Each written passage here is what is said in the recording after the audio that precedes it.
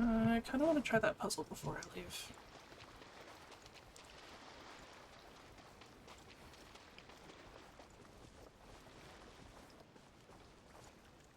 Do you do something? You do. It missed the far one.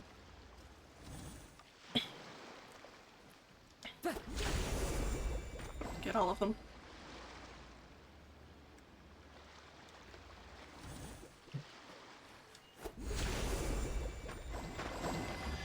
There we go. Who says there aren't benefits to a life of wandering? I'm already distracted because there's so much stuff I haven't gotten yet.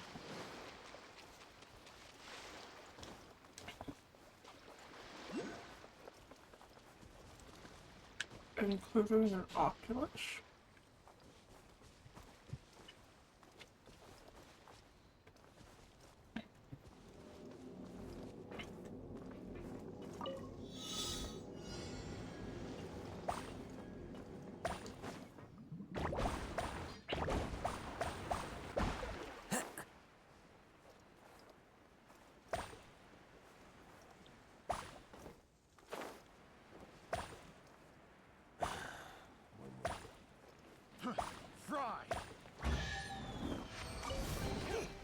Brings a smile to my face. Shine down!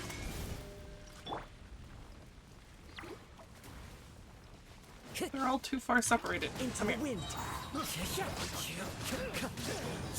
hunted. The wrong subject. The hunted. Still another one somewhere. Oh yeah, friend. One with nature.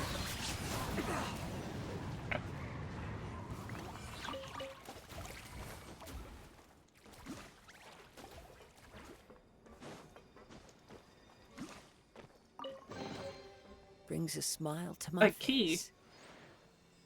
For what?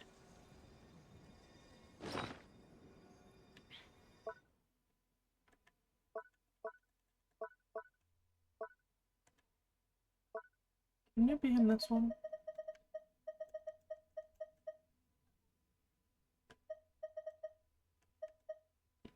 Vault key 2, which implies that there's at least one more somewhere. There are leaves around.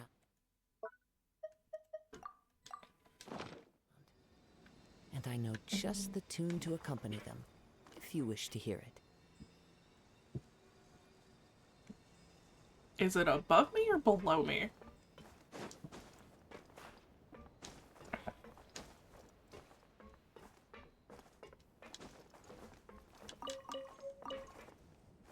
Found the first key. Now what do I do with these?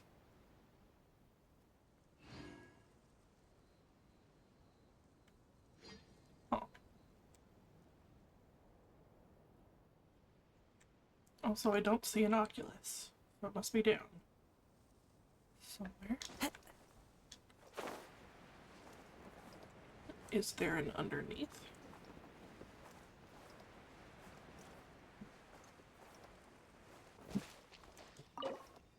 There's 3 keys! Where's the other one?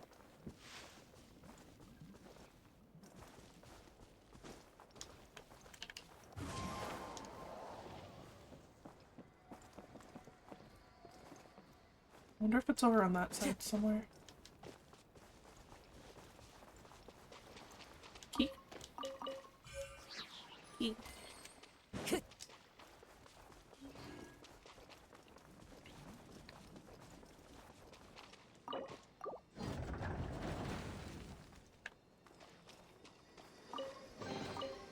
Faithful offering. Yummy.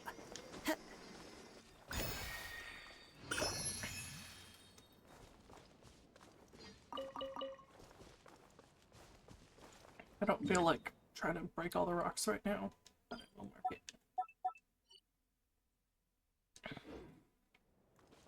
Alright, I'm gonna do these first. Oh, Red wants that today.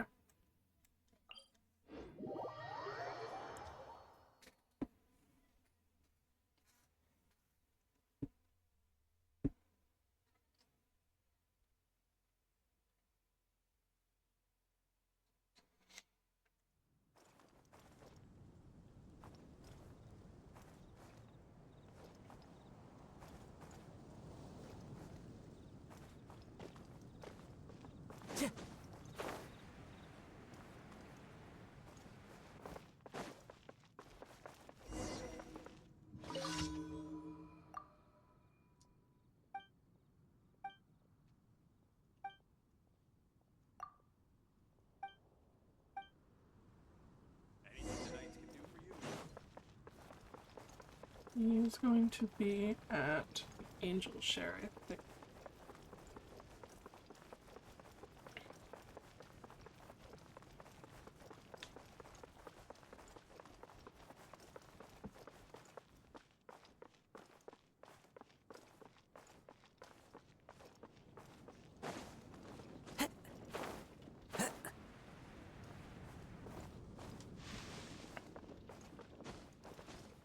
Follow the wind. Or not.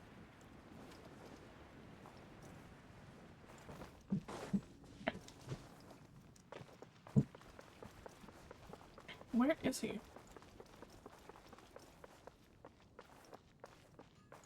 Oh. Never seen him here before. Hello, can I talk to you? Oh, just observe. Moon pie. That's what I'll make tonight.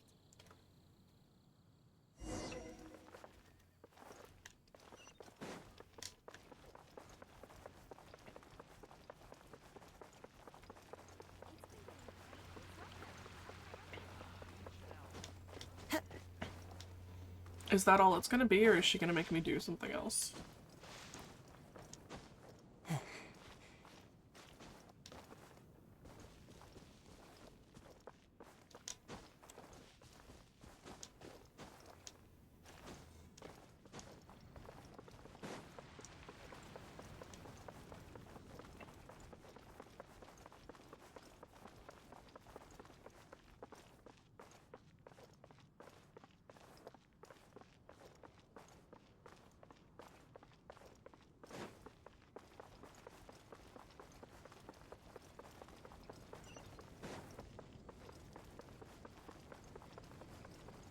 Why'd she have to be so far away?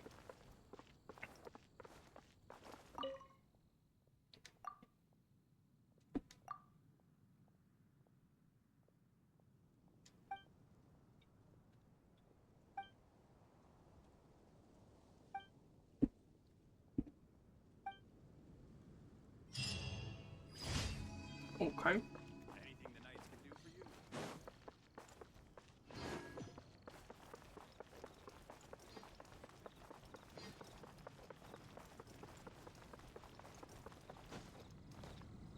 It's that one.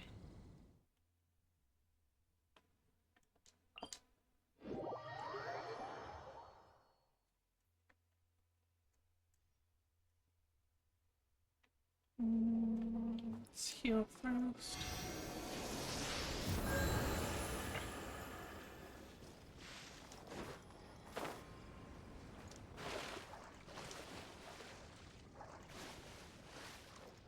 I really need to switch from an AM first. Nope, not her.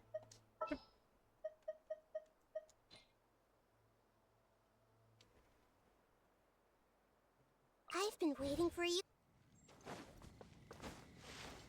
I've been waiting for ages. You were only out of the team for like a day.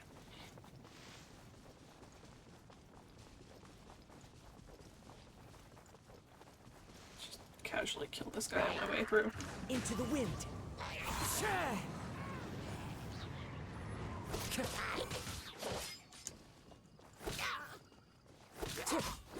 Die already. Sheesh.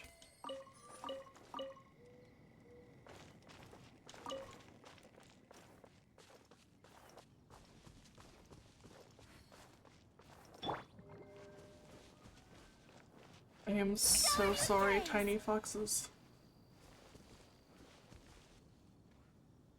Really, guys? Alright. Illusion shot. Hey. Wind Strider.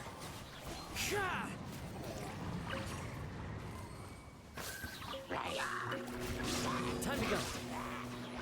I don't have to do anything. Strike a pop. Everyone hold hands.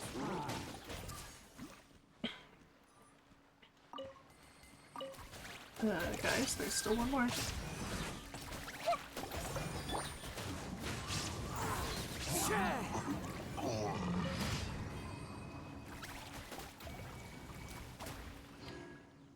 Really?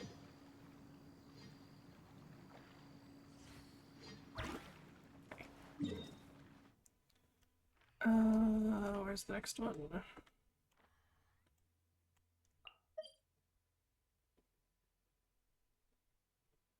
What is that one? Oh, I think I know. That's the one where you, like, choose if you want to go to the mountain or the other place. Just kill everything.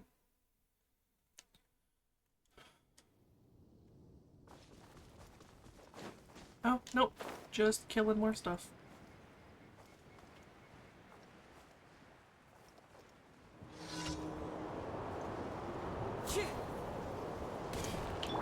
Shower me with... I see everything.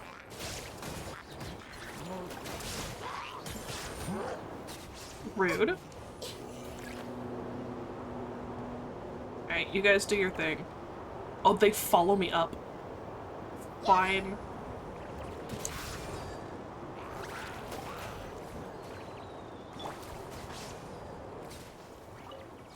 The winch knows me.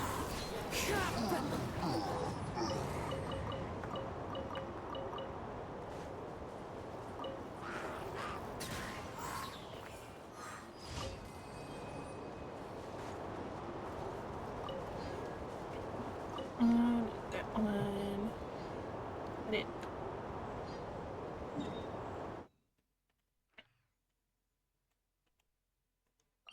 I am not sure off the top of my head what this one is either.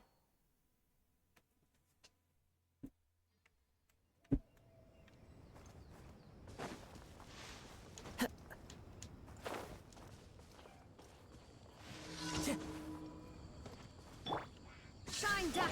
Everyone hold hands. Yoo-hoo! Let my name echo in song.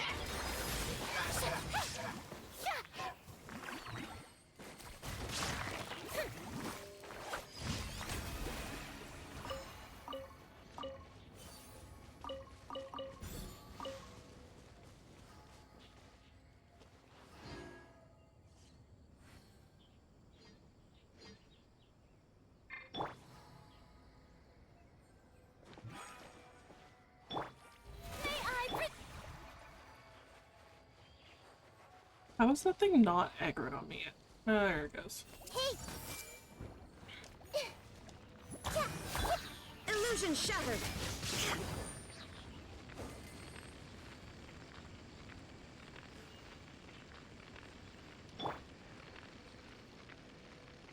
Have the bonfires always made that much noise?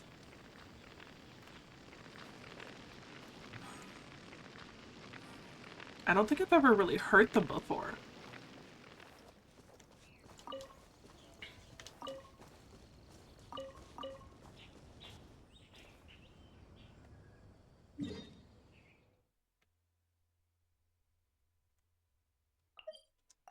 New TCG players, I don't need to fight anyone else. My battle pass is maxed already.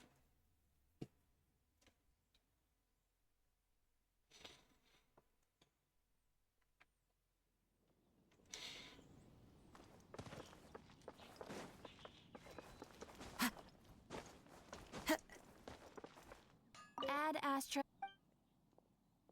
Thank you for completing today's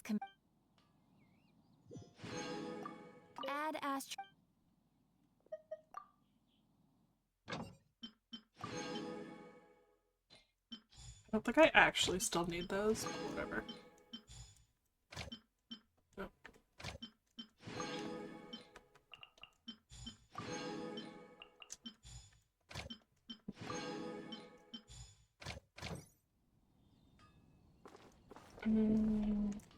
Okay, I think I should have 2 pulls now? Really? Still just short?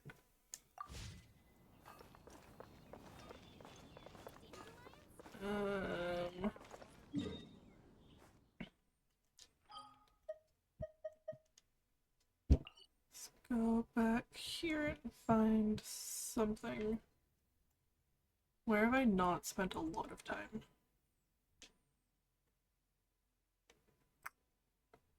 Probably over here.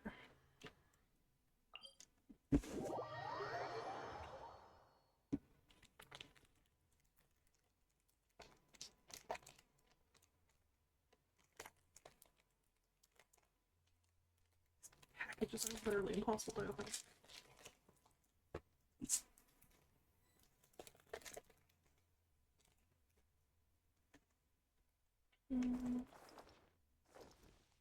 Sure, let's go up. No idea where this is taking me.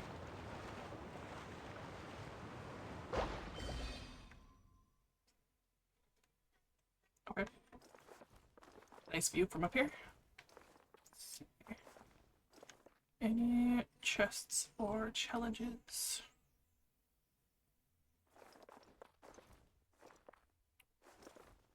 One down there.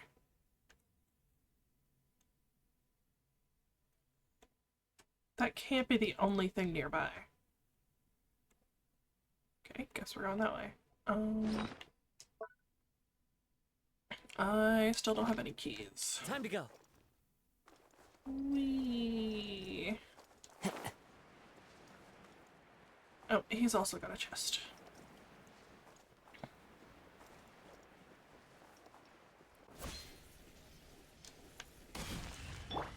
There is no escape. The show begins. Nope. No. No. Ah. That one, thank you.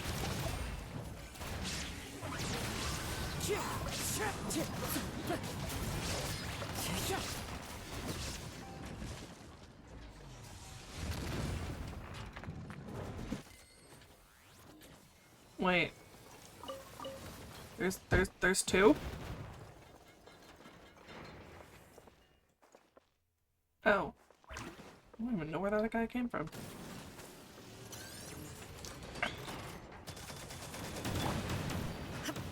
Illusion shot. Everyone hold hands.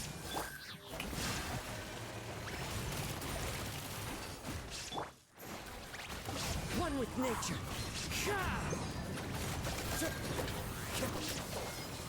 Can't hit it.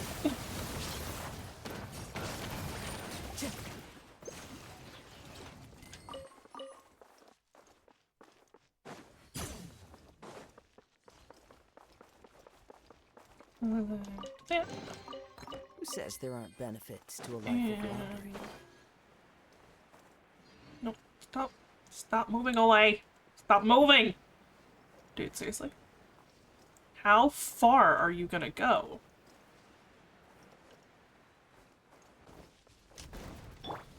There is no escape. I see everything. Shower me with praise. Oh. Hello, you gonna eat? I ran out of food, apparently. How dare you! Time to go. As one with Will this wind hit and him? cloud. Yes.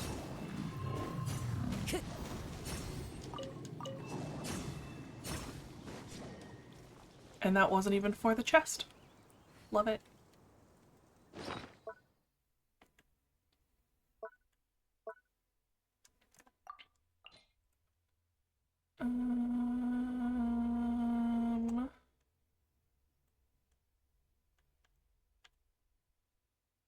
Is that not what I had?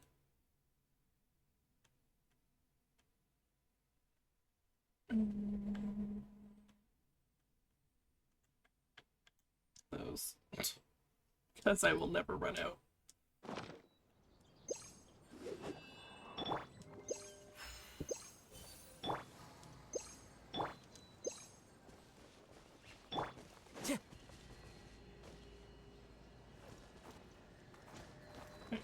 I have.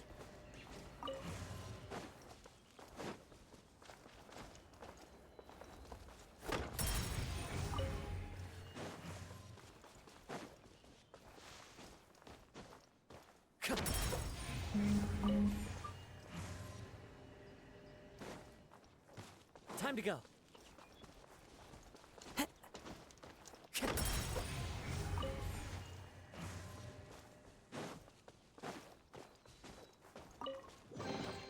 Who says there aren't benefits to a life of Is wandering? that enough for two?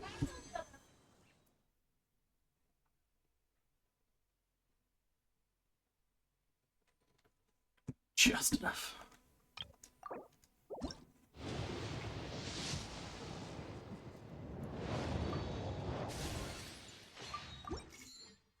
Got phone what?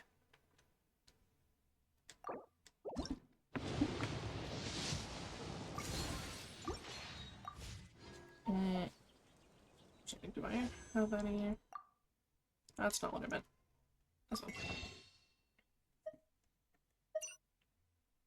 Yes.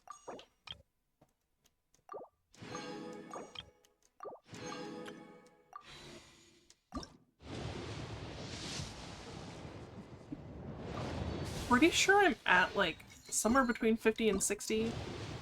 Maybe more than 60 now. Please. Please, I just want Ayaka.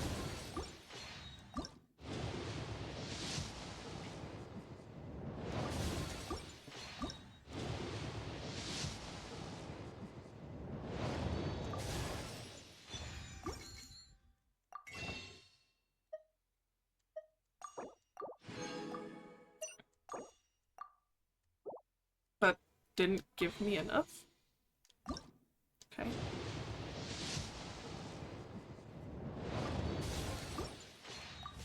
This scenery is Still wonderful. nothing. Surely enough to convince anyone to. I'm a wanderer. Underground? Oh, right. We're supposed to go back to Puzzle for something. I don't even remember how the last one ended.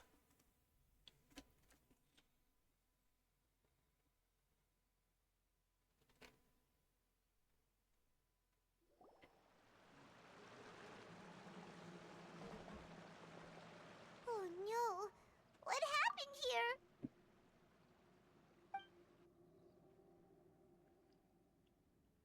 They look pretty normal to me, aside from fish everywhere.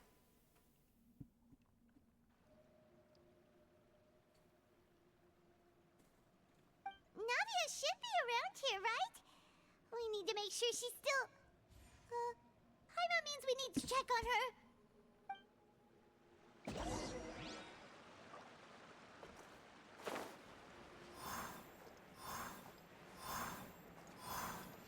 Downward? No, right here.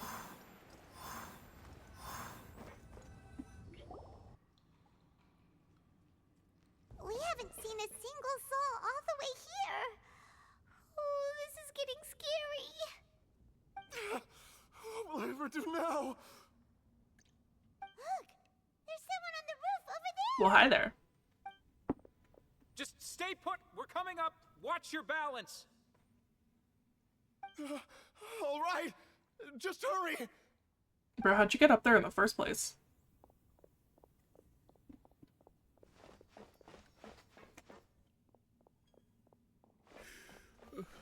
I'm not young anymore.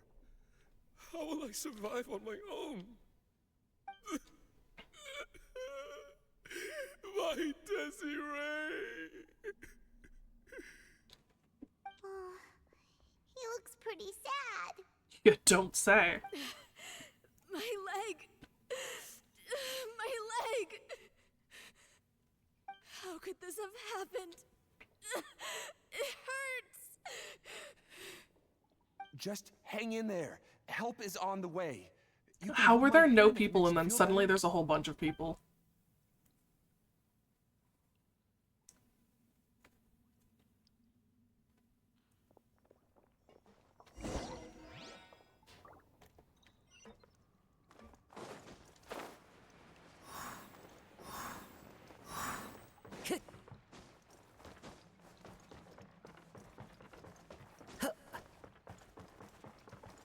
These bridges do not seem very safe.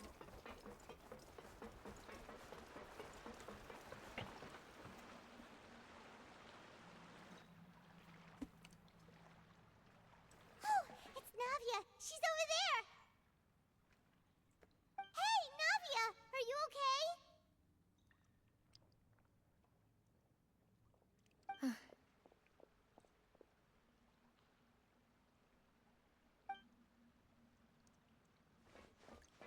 You're here. We heard Did there we was a just magically situation in poof up Puzzle, beside her? so we came as quickly as we could. Yes. As you can see, the water level suddenly rose. It caused quite the disturbance, in fact.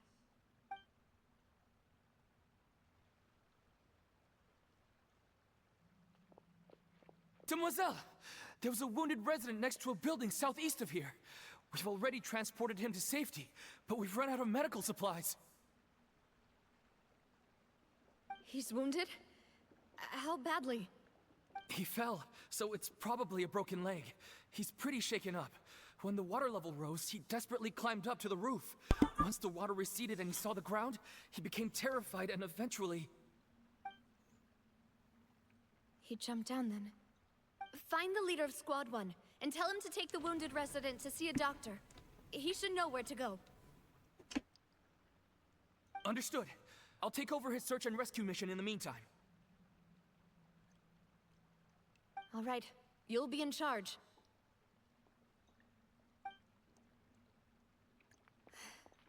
I'm sorry. Where were we? We were saying hi. We literally just got here. Situation in Poisson? Right. Allow me to explain.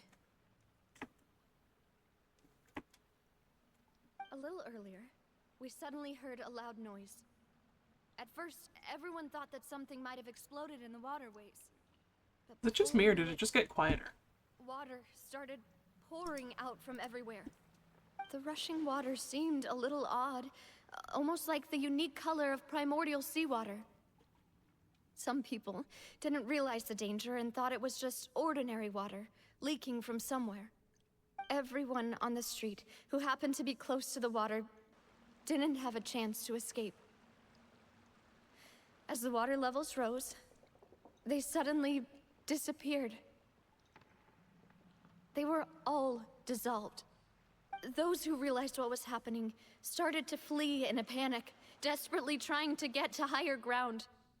Many were injured in the stampede, and some people fell from significant heights. Yeah, because your bridges suck.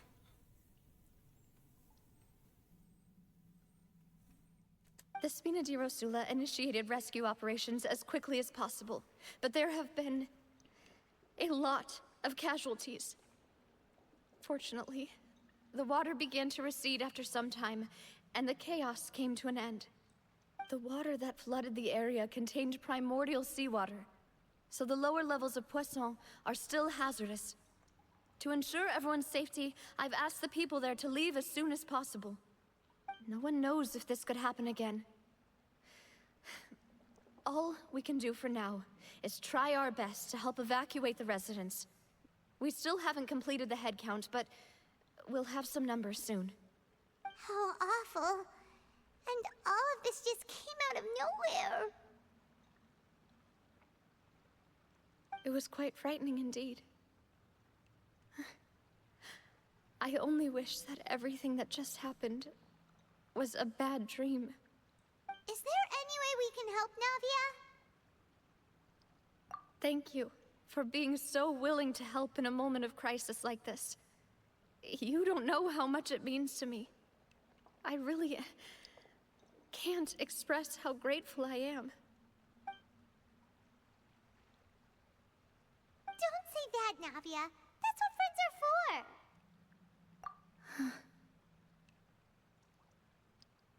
Oh no, did they Demoiselle, dissolve? we've got a situation here. I'll be right there. Sorry, I need to go for now.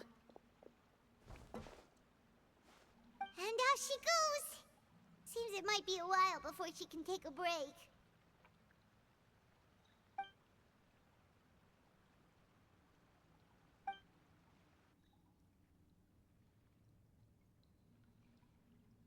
Okay, the wounded are being tended to, and we finished a preliminary head count. More support has just arrived, so I suppose I finally have a moment to focus on my own matters. Of course, we should remain ready for anything, and continue doing our best to rescue others. I'll be sure to have everyone at the Spina di Rosula ready to render assistance. Traveler, Paimon, would you two accompany me to my father's grave for a moment? Huh? Right now? Thank you. Paimon definitely still hasn't noticed what the Traveler noticed. Where am I going?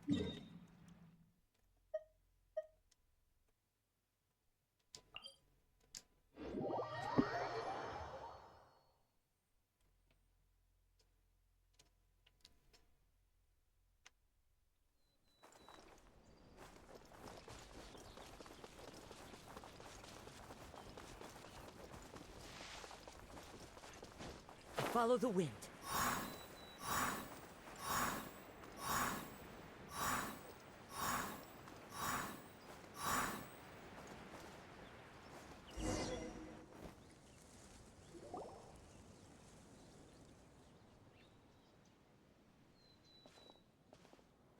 Not a lot of people here, huh? Well, given the time of day and the whole situation in Are Poisson, there usually a lot of Paimon people doesn't visiting think the there'd be a graves? ton of people here visiting graves. Right. That's how things are now.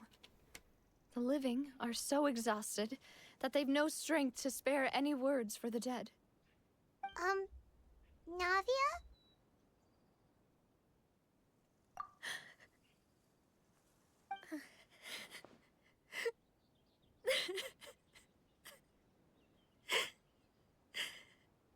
Navia, what's wrong?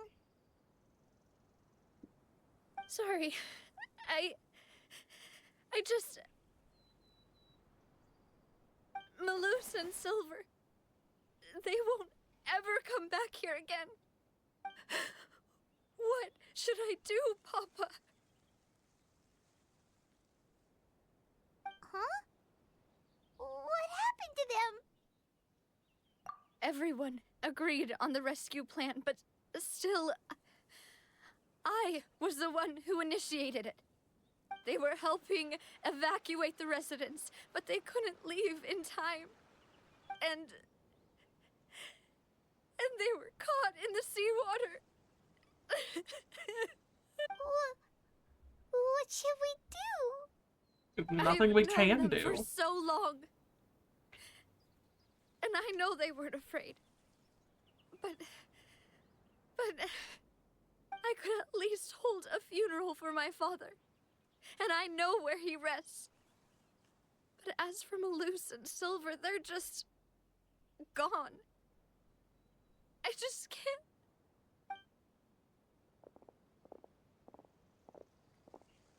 Everything looks so clean after it rains. Even the gravestones. I didn't expect that you'd enjoy a glass of red wine in front of Master Callus's grave. I can understand. Besides, the scenery here isn't half bad. See, it's not just me. I always want to bring something when I visit Papa. Perhaps we might even have a picnic. He wouldn't be angry, would he? Ah, how could Master ever be upset with you, demoiselle? Yet the cemetery is the home of those who have passed, is it not? Everyone ends up here sooner or later, no matter who you are. Buying yourself a plot in advance, are you? No need yet. But when I do, I hope you'll let me be buried beside Master Callus, demoiselle. Hey, stop joking around. I'm quite serious. That way, it will save us both the trip to see each other whenever you visit your father's grave. That makes sense. In that case, could I be buried on his other side? After all, besides you, demoiselle, the two of us could certainly be considered Master's closest companions, no? Personally, I believe we fill those shoes just fine. Why are you bringing this up all of a sudden? Seriously. All right. I'll remember your requests.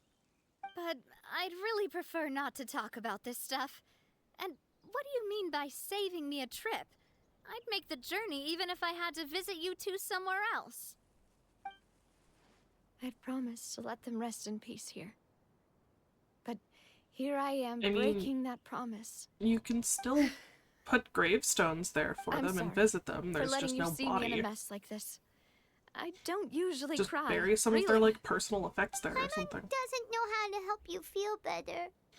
But, well, she understands how you feel.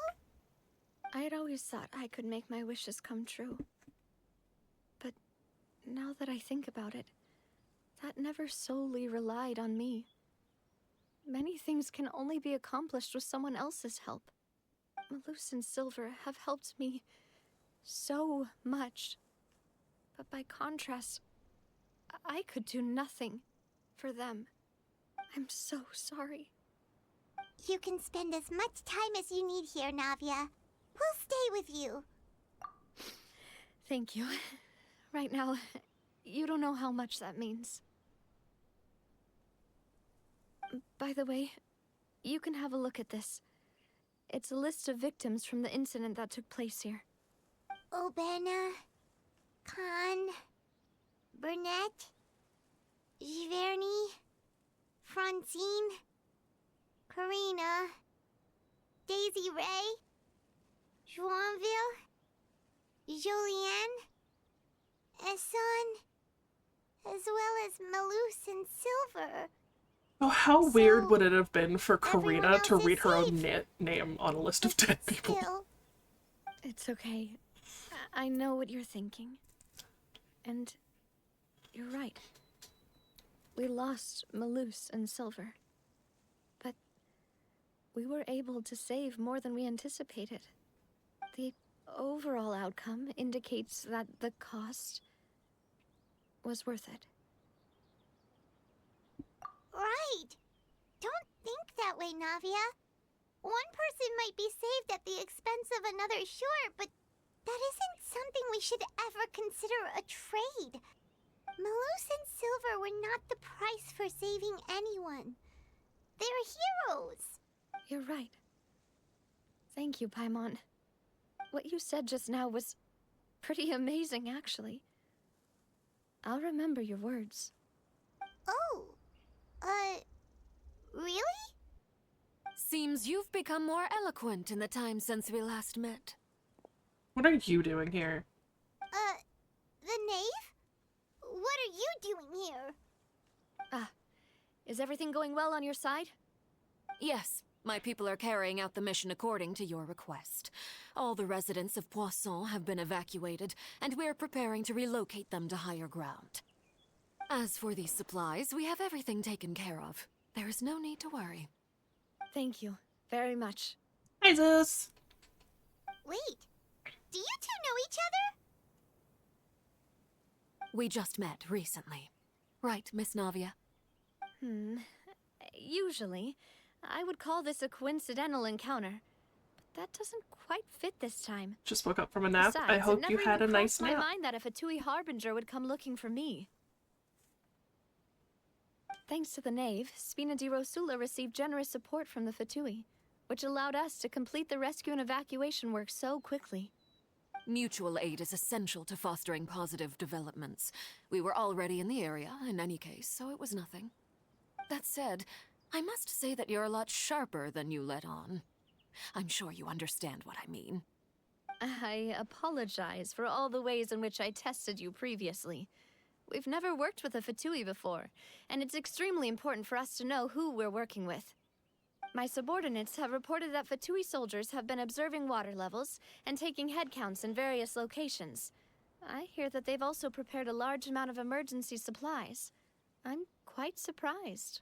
I keep feeling This is like I'm nothing supposed to brag hate about, her, nor but she's do I intend to. actually It is simply helping. the way of powerful organizations to act forcefully, whether they are doing good or ill. You've witnessed that firsthand, in any case. As I've told this traveler before, I know of the prophecy, and I intend to prevent the impending disaster. Lending your organization a hand was a natural first step in accomplishing that. As such, do not be troubled by this token of our sincerity. Perhaps one day, you'll also be able to help me in the same way. Without your help, there would have been many more casualties. I won't forget your kindness. Furthermore, I sincerely regret what happened to Malus and Silver. I only wish that my people could have arrived a little earlier to prevent this from happening. Don't say that. You and your subordinates did everything you could. As Paimon said, Malus and Silver didn't choose to sacrifice themselves for any specific person. And they weren't the price paid for other salvation. They chose to become heroes themselves. I've never liked hearing people put it that way. It's like trying to relieve pain by saying some noble-sounding words. But right now, there's nothing more suitable. They really did become heroes. You're right. I'm sorry for your loss, Miss Navia. Water is life to Fontaine's people, and it also spells disaster. It's no wonder that people always say that prophecies represent fate. Fortunately, I've never been one for such opinions. So, you're one who will try to change fate then? Of course. That is why I'm going to Hotel Bouffe de Thé. I still have some things to take care of, and the children need my attention. By the way, Traveler, Paimon, one more thing. Alright, then we'll just... Huh? This isn't right. Paimon thought you would ask us to walk with you for a moment so you could tell us something in private. That is a clever and useful conversation technique, which I do like to use when necessary. But there's no need today. It would not hurt to have Miss Navia listening in. Traveler, I'm sure you remember that I said we could work together when we had the chance. You and I both know that there may be issues with the Primordial Sea. Previously, it was the Fortress of Meripede's sluice gate, and this time it was the water levels in Poisson. These are both signals. Indeed. Allow me to share the latest intel I've received from the House of the Hearth's intelligence network with you. During some recent investigations, a child claimed to have discovered some ruins near Poisson. The ruins date back to ancient times, and seem to be worth investigating in many ways.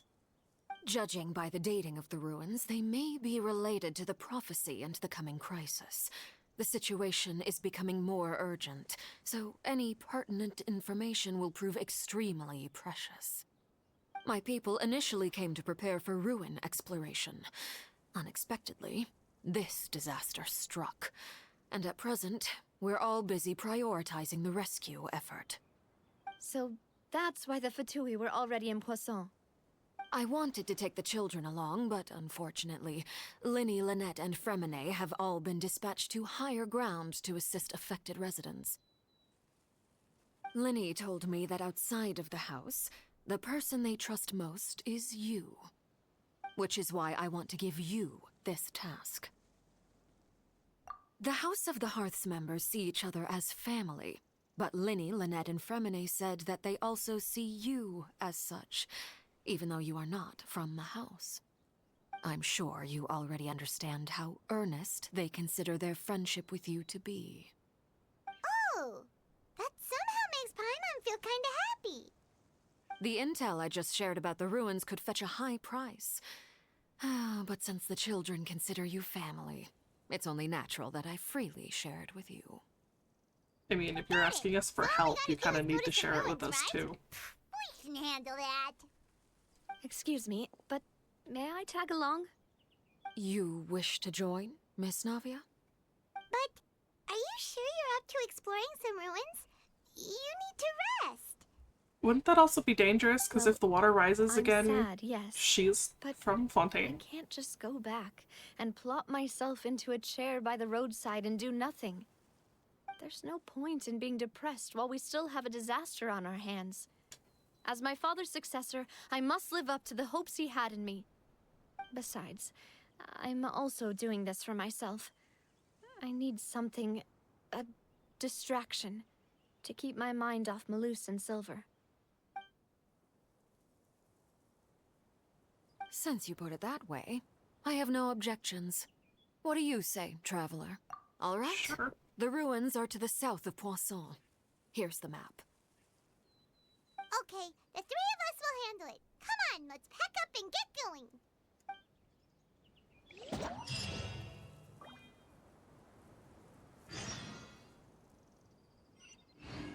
Time to go.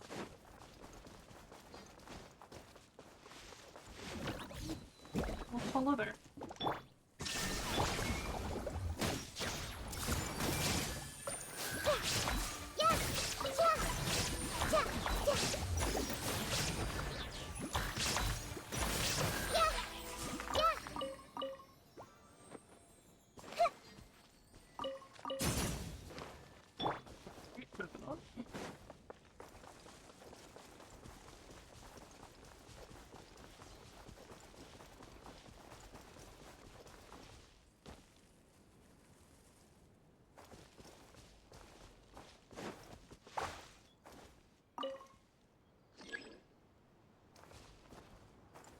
What?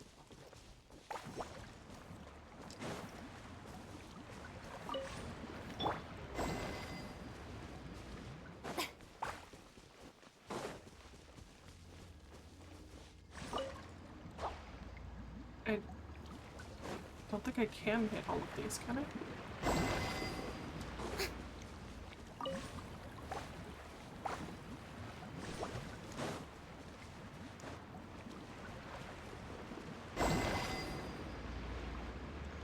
I guess.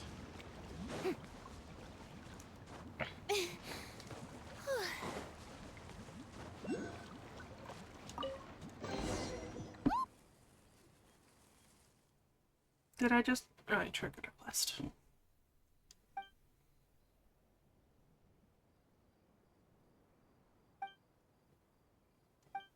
What?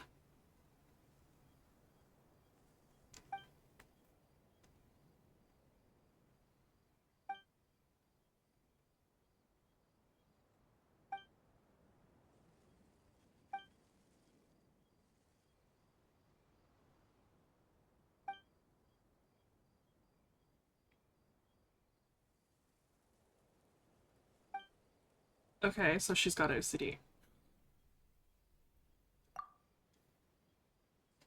Is that really that big a problem?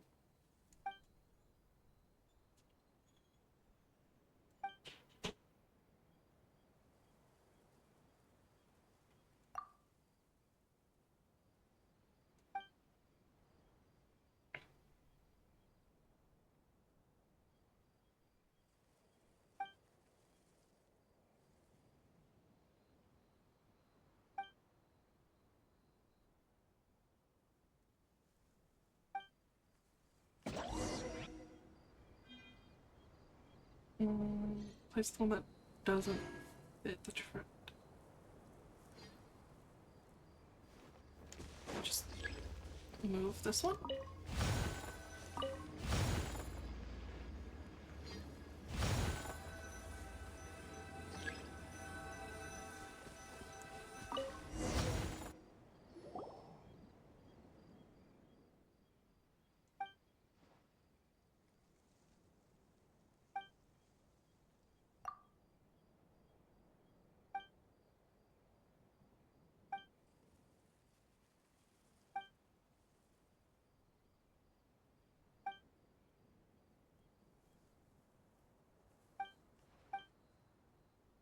Okay.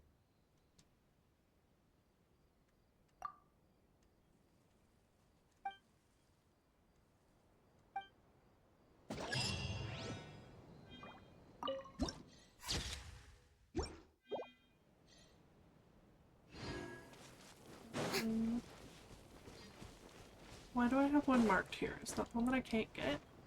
For whatever reason?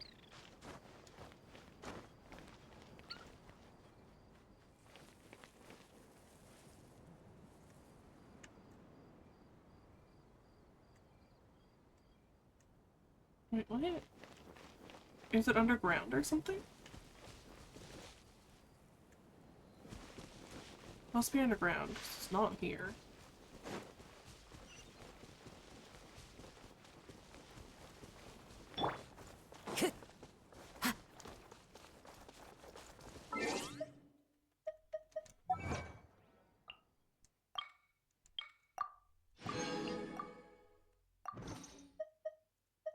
Switch Kokomi back in so I don't die.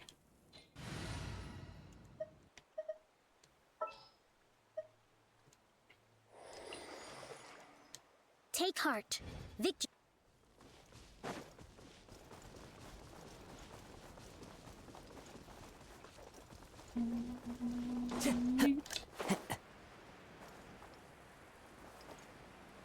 I don't actually need those, but the hoarder in me wants to collect these.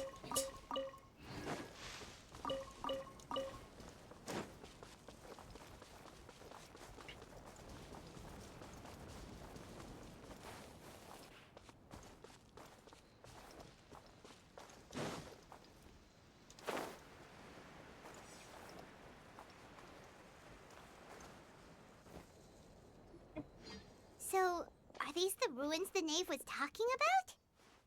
Whoa, talk about old. They seem to be pretty ancient, all right. Let's go in and have a look.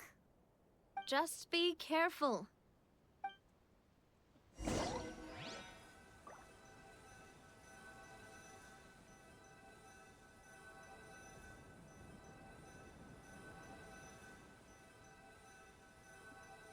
I just tried to use my mouse. I am on PlayStation. The mouse does not do anything.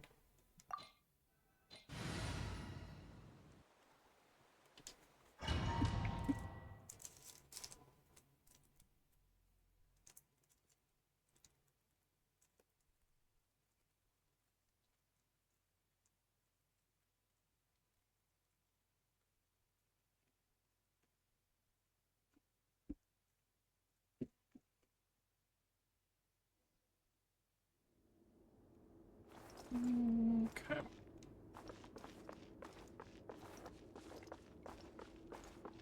Wonder if there are going to be chests in here that I need to find.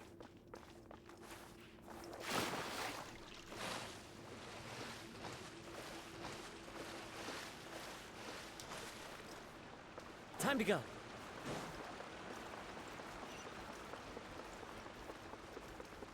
Oh, I hate those ones.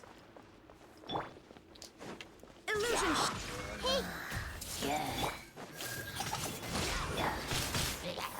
The wind knows me.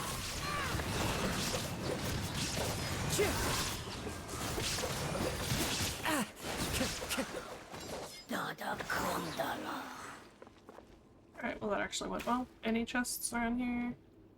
Oh.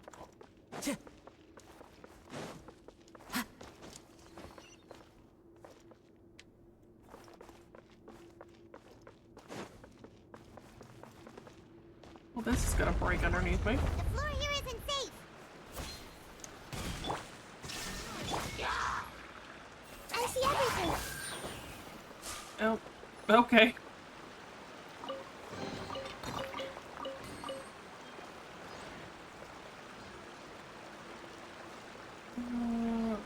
Where am I going from here? What's that side? I don't think there's anything else in here.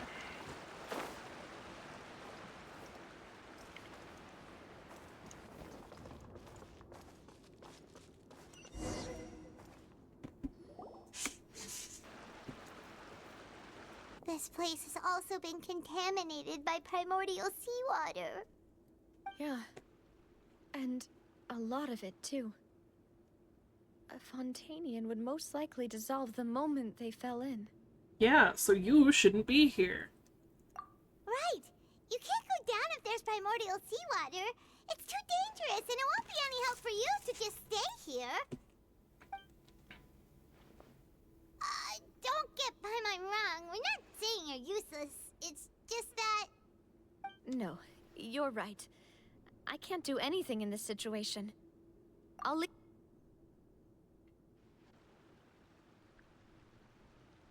That complicates things. Maybe the only way left is forward. In that case, do you want to wait for us here? The water levels here are unstable, and there's a chance the water will rise. So, staying here wouldn't be safe either. I'll go together with you. Perhaps we'll find the exit just up ahead. All right. Come with us for now then, but please be careful.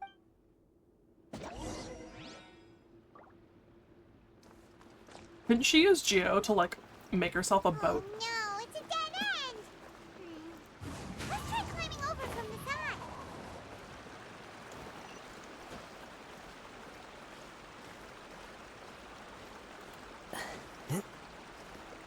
I'm in.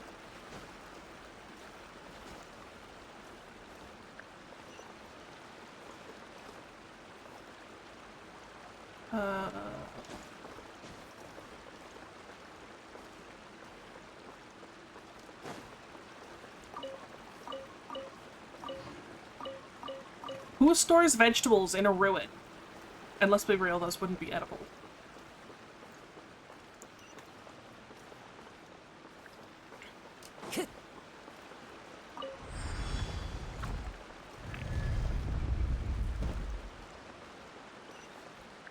Jeez, this place is massive. It's also really cool.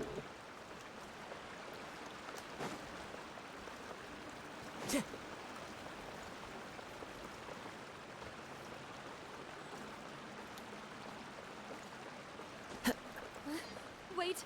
Something wrong with this Oh no. bridge. Run for it!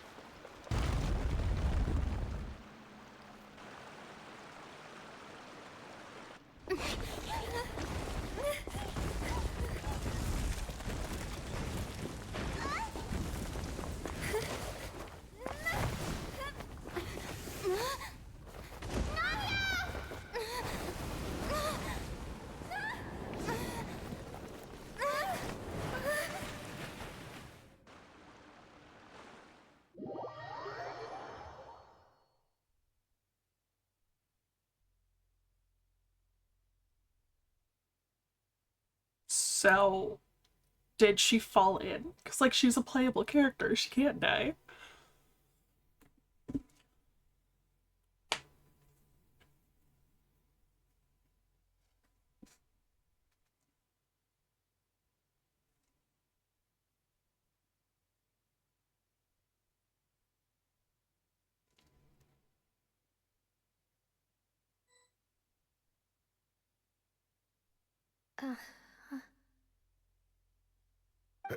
Demoiselle? Huh? Demoiselle, what are you doing here by yourself? Would you be standing here till dark if I hadn't come to get you? Maybe she just wants some time to herself, Maloose. Hmm? Oh. Was I sleeping? Yes, it would appear so. I must be tired. That's quite possible. However, you were the one that suggested we go out for a walk. Oh, right. I nearly forgot. Did my stream It die must or have slipped something? my mind when I dozed off. I haven't had a nap today The yet. fuck? Have I? This is a familiar feeling, yet something's a little strange. Is something the matter, Demoiselle? Oh, no. No, I'm fine. I was just trying to recall why we came out for a walk. Do you remember Mr. Giverny? He'd requested our help before with foreign merchants who had a debt dispute with him, and we'd resolved the matter not long ago. We were headed to see how things were going with him at the moment. Ah, right. Yes. I remember now. Oh, Miss Navia. Ah, Mr. Maloose. And Mr. Silver, too. It's good to see all of you. How have you been? I've been great. Thanks to your help, those bothersome merchants finally realized that I wasn't the one they were looking for. Why, I wasn't even the guarantor for that person. They were knocking at my door day and night. Even my neighbor, Obina, was getting fed up with them. Sometimes force is required to calm someone down and get them to listen to what you have to say. That's right. Oh, by the way, Burnett, what was it that you wanted to give to Miss Navia again? Oh, yes. One moment, I have it right here. Miss Navia, these are some flower seeds that I prepared. Please take them. They're a very good variety, and they'll become very big and beautiful once they bloom. I don't know what we would have done without your help, so this is a little token of our appreciation. I hope you won't refuse. Ah, did you cultivate them yourself? Thank you so much. I'll certainly take them. Maloose, we do still have some empty flower pots at home, right? Why, we can have as many pots as you'd like, demoiselle. Perfect. In that case, we'll swap out some of the decorative plants for some of Mrs. Burnett's flowers. Very well. Wait. Something seems to be off here. Excuse me, madam. If I'm not mistaken, your name is Burnett, correct? That's right. Is something wrong? No, it's nothing. This is the first time we've ever met, but your name seemed familiar to me. I must have heard it when I was discussing things with your husband previously. I've heard this name before. Sometime recently, I'm sure of it. And why are there so few people around here? Where did everyone go? We must mind the time, demoiselle. We still have important things to attend to today. Huh? We do? Like what? Well, now, did you forget? Miss Navia, here you are. I've been looking for you. Please, come to the Opera House. Your trial is about to begin. My trial? Wait, why would I need to go to the Opera House? Yes, she's right, demoiselle. It's just about time now, so we should get going. Oh? All right then.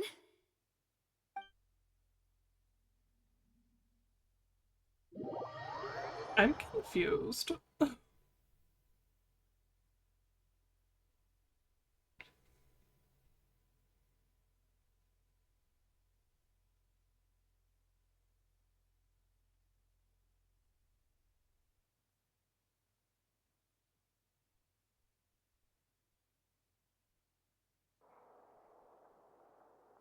Look, it's Navia!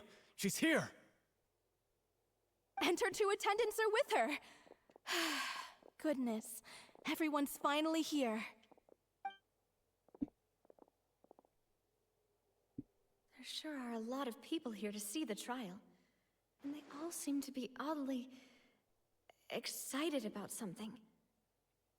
I even know some of these people. Karina, Desiree, Joyville, Jolien, Essen. Why are so many people here? They're all the people who why got do I dissolved. have no recollection of this case? And as for the judge... huh? Where's Monsieur Neuvillette? Please sit in the defendant's seat. Don't worry, Silver and I shall accompany you. All right. But are you sure you can stand behind me?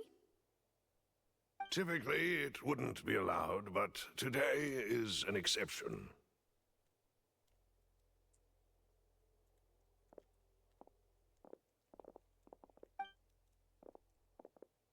Hey, what kind of place do they think this is? Come on, do they have any idea what they're doing? Seriously. Enough with the whispering! Could someone please tell me where Monsieur Neuvillette is? And why I'm standing trial? My dear Miss Navia, have you not yet realized what you've done? In that case, allow me to explain. As all here know, you are Master Callus's successor, the head of the Spina di Rosula, someone held in high regard by every soul in Poisson. After you took over the Spina, you treated all of us just like the late Master Callus had. If anyone in need reached out to you for help, you responded. Not only you, but your butler, your subordinates, nearly everyone in the Spina di Rosula fought for the well-being of those in Poisson. Wait a moment. Aren't you just proving that I'm a good person? Yes, correct. Absolutely right. And that is why you stand accused. You have helped so many people get through so many difficulties. You are one with us. We are inseparable. We are one big family, all of us who are from Poisson, inextricably linked. And with you being so important, we couldn't possibly do without you. Therefore, this fair and honorable court shall declare you guilty, and you shall stay here. You will be together with us forever. Huh? What are you saying? Everything you have said is correct. I have indeed done a lot for my hometown, and I would be willing to be with you all, but what is the purpose of having me stand here like this? What is there to discuss? Ah, well, if that's what you think, then I have no further comments. How wonderful, Miss Navia!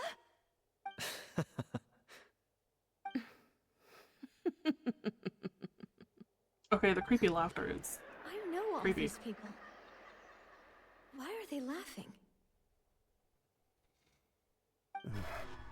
I seem to remember now. Yes, I get it. This trial is... Wait just a moment. This isn't right! Malus? What was that, Mr. Malus? Our conclusion is very clear and unanimous. Let the court judge her now. She's guilty! Stay here, Navia! You're one of us! Demoiselle, don't admit guilt. This trial means to keep you here forever. I wish to exercise my right to defend Our Lady. Mr. Joinville, you only know of Navia's goodness, but nothing of her utterly independent mind. She was born a free and independent spirit. She has never been tied down by anything. Indeed, even the death of Master Callus couldn't stop her. Her actions cannot serve as proof that she identifies herself as part of any group. She merely acted as an individual, extending her hand to help others.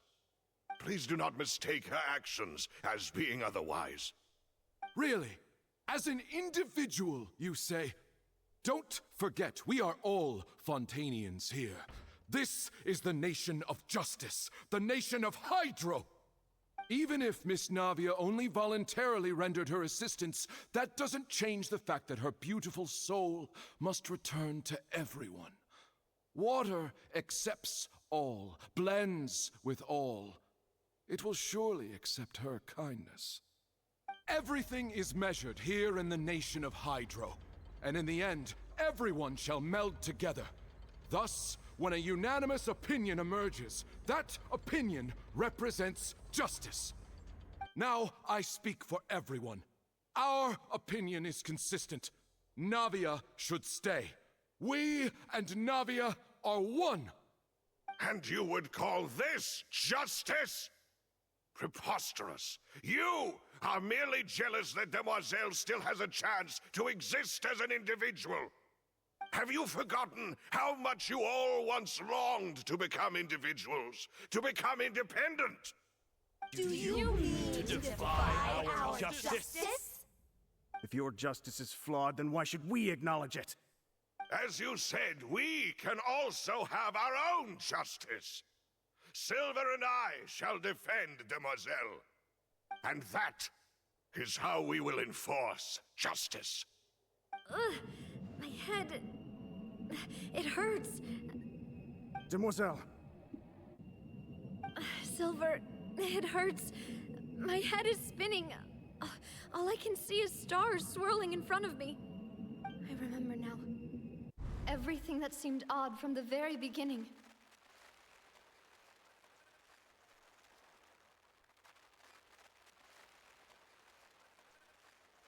Karina, Desiree, Joyville, Jolien, Essen, and Mr. Giverny and Mrs. Burnett, who we met earlier. Even Malus and Silver. I don't want to admit it, but they're all dead. Don't be afraid, and don't admit guilt. We will protect you to the very end. Absurd! Who are you to say that she cannot be judged? We are the majority, and in the nation of trials, the majority is absolute justice. We are the will of all. Don't let them escape! We shall keep Navia here with us! Mr. Malus and Mr. Silver, must you be so stubborn? How could the two of you possibly hope to stand against the collective? Do not resist. This judgment is fair and just. Navia belongs to us. After all that happened, she should not be left alone in Poisson. What are you saying? No more excuses! He says we're jealous. Jealous? How could she possibly be an independent individual? What's with these people? Who's jealous of her? She belongs to us! Miss Navia, she... Silence! That's...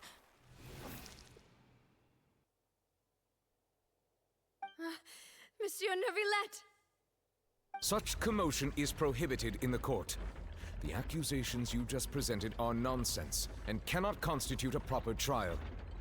The court will adjourn for the rest of the day. In this, I shall hear no objections from any unauthorized party. Our thanks, Monsieur Neuvillette. Please leave with me, Miss Navia, while there is still time. But... Go on now, demoiselle. This is your only chance to leave this place. What, can't bear to leave us behind or something? Malus. My apologies. I couldn't resist making one little joke once I realized that this shall be our last goodbye. Malus. Silver. Quickly, you must come now. Goodbye, demoiselle. Farewell.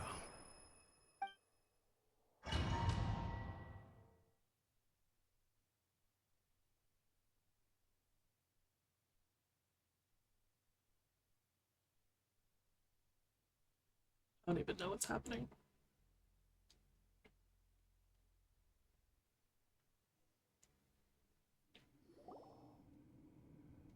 No, wait! Just a second! Navia? You're awake. Good.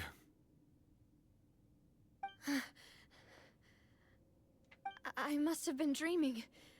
Malus and Silver were still alive, and they were defending me at some insane trial. It looks like you're all right.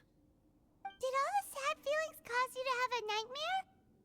Paimon could give you a hug. The ruins you were exploring suffered a cave-in. When I arrived, I found you falling toward the water. You were just about to be dissolved within, but I...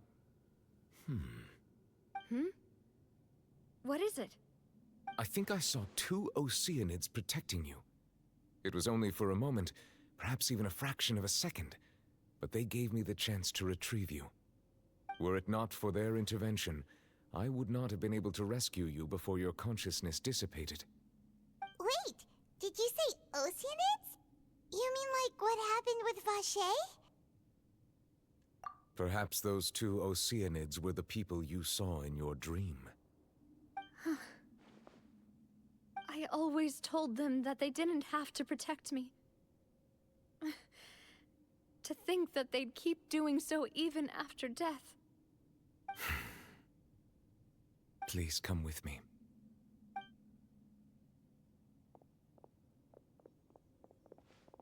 Neuvillette, are you okay? Oh, I am quite all right. Perhaps there's something we could chat about?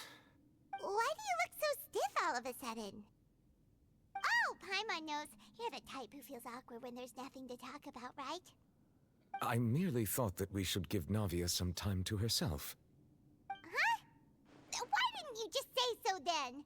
Don't you think it's even more awkward to call us over like this and then have nothing to talk about? Hey, I suppose how's so. it going? Ah, Sigewinne. I hope all is well with her these days. Her work in the Fortress of Meropide has not been too much for her, has it? No way, don't worry. She's doing Not fine too down there. bad. She's an amazing head nurse. I see. Just making Well, some that is progress in good. the Archon quest. I have always worried that Sigewinne would need a lot of time to understand the world of humanity, just as I have. Oh, and the Duke also says hi. Even though Sigewinne made him do that. He hopes that you haven't been overwhelmed Thank by you. all that It happened is lately. a free thing that I found online. I thought it was, Thank you know, I fitting have to the indeed month been of busy December. lately, and I also hope that everything is going well in the Fortress of Meropide. He still doesn't know what to talk about.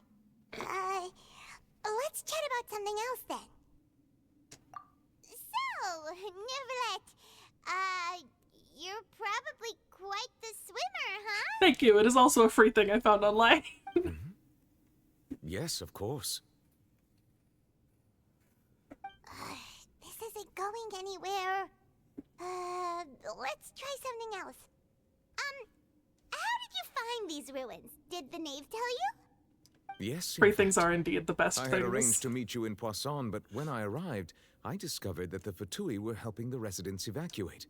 They had even transported a large quantity of supplies to the area. Amid my astonishment, I ran into the knave, and we had a chat. She informed me that she had asked you to investigate the ancient ruins here. So you came to help? We originally planned to meet up with you, but we thought you might still be busy with all those official documents.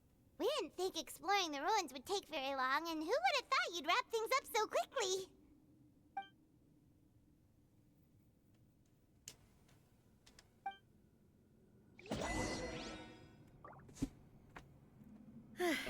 I'm sorry to have kept you all waiting like that. I'm feeling much better now. I kind of guess want we to should get going explore, again. but I don't know how much Will of you this come we're with actually us, allowed to Monsieur wander around Neuvillette? in. His voice is Yes, great. if you wouldn't mind my company. All right! Another one joins the party! Let's get going then!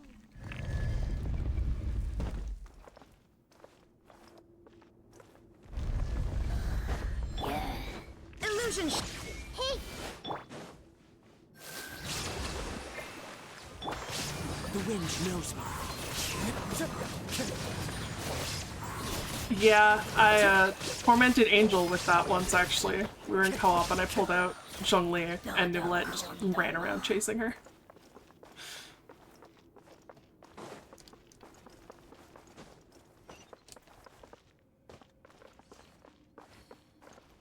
What?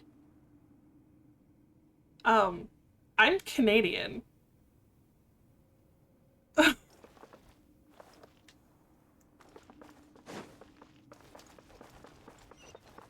Oh no, another Oh, unstable not path. again. Watch your step. Yeah.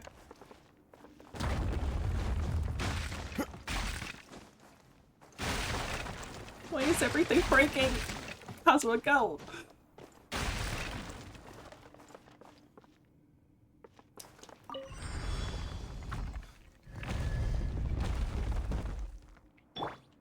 Shine down!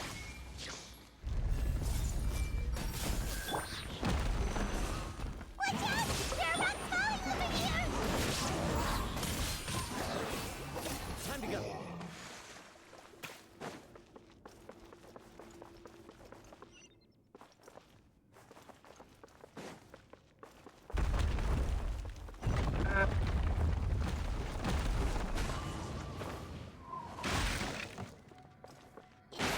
Almost at the top.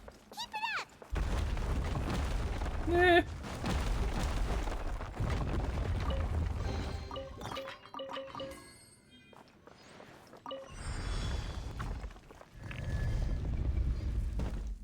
Oh. There is no... I see everything! The wind knows me. Fallen leaves, adorn my night!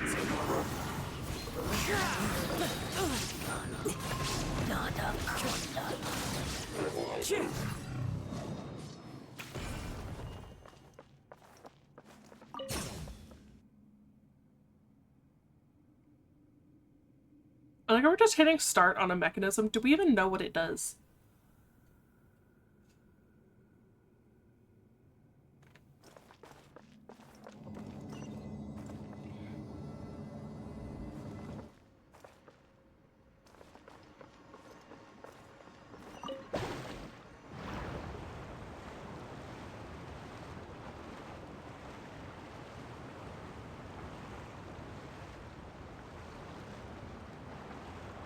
This place is so much bigger than I was expecting.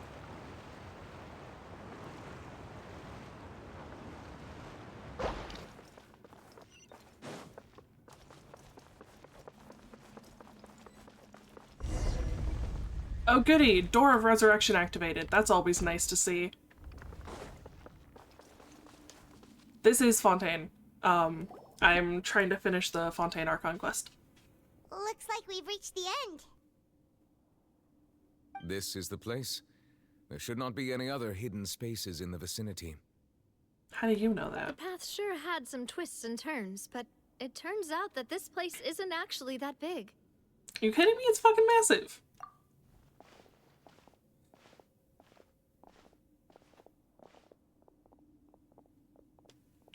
Stone slates? It seems like they were put here as an offering. Could we take them down and have a look? Perhaps we should just leave them be for now. There are 4 locations in total, but only 3 stone slates. The slate that should be in the first empty spot is missing. The surrounding walls also show signs of damage. There's something written below. Let Paimon see. Reason dictates that this nation be destroyed. I shall record the history of its future here in its past. Say what? It feels like someone left these slates and these words here for a purpose. But does he mean that Fontaine should be destroyed? That would fit the circumstances dictated by the prophecy, yes. Indeed, the slate's contents correspond to it. Take the second slate, for example. There's a person kneeling here. She seems so dedicated. And there's a whole bunch of other people behind her doing the same. She's facing this... what is this? Some kind of island in the sky? And Celestia? Is that Lady Farina in the third image? Did the Hydro Archon fall into the water? And is that a ring of people around her? Paimon doesn't quite get it. Are they all in the water? The fourth image. I know this one. This exactly matches the content of the prophecy. Floating island reminds you of Inazuma? How come? The people will all I'm be assuming it's dissolved into Celestia. the waters, and only the Hydro Archon will remain, weeping on her throne.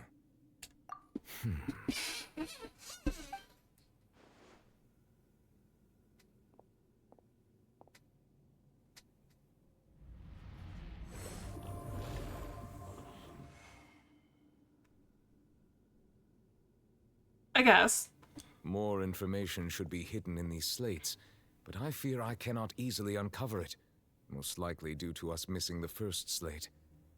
I am very sorry. Don't blame yourself, Monsieur Neuvillette. Deciphering ancient stone slates isn't one of your duties. Ooh, Paimon's getting the chills just looking at these slates. This says that it's the history of the future, right?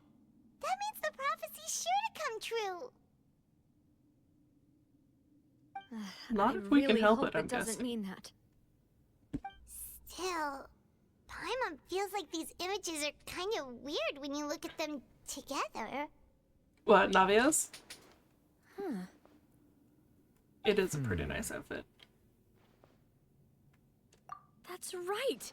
If the images are in chronological order, shouldn't the fourth, the waters drowning Fontaine, come before the third, where the Hydro Archon herself falls into the water? And yet the order is reversed here.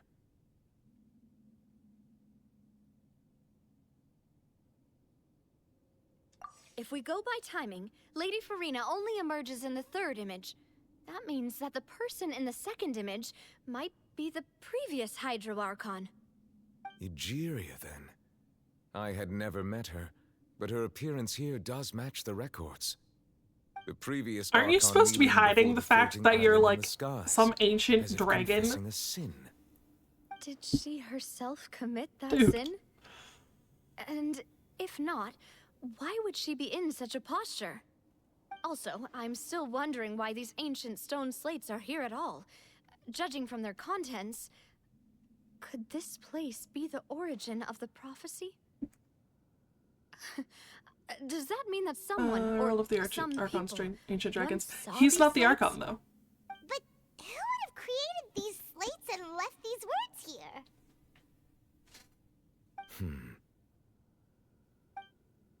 It seems that any further clues will have to come from Farina. In that case, there's no time to lose. There's nothing else to be gained here, so let's head back first. Yeah, we better get somewhere safe for now.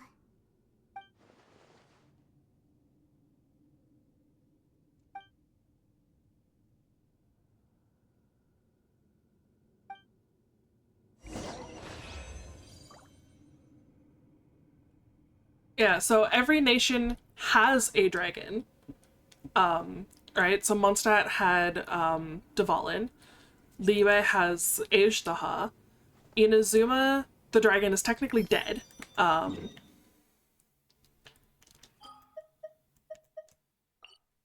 So over here, so like all of these bones and like the giant skull here, this is Inazuma's dragon that Raiden killed. And then Sumeru has Apep. I haven't actually done that questline yet though. And then Fontaine has Neuvillette, and the Archon is...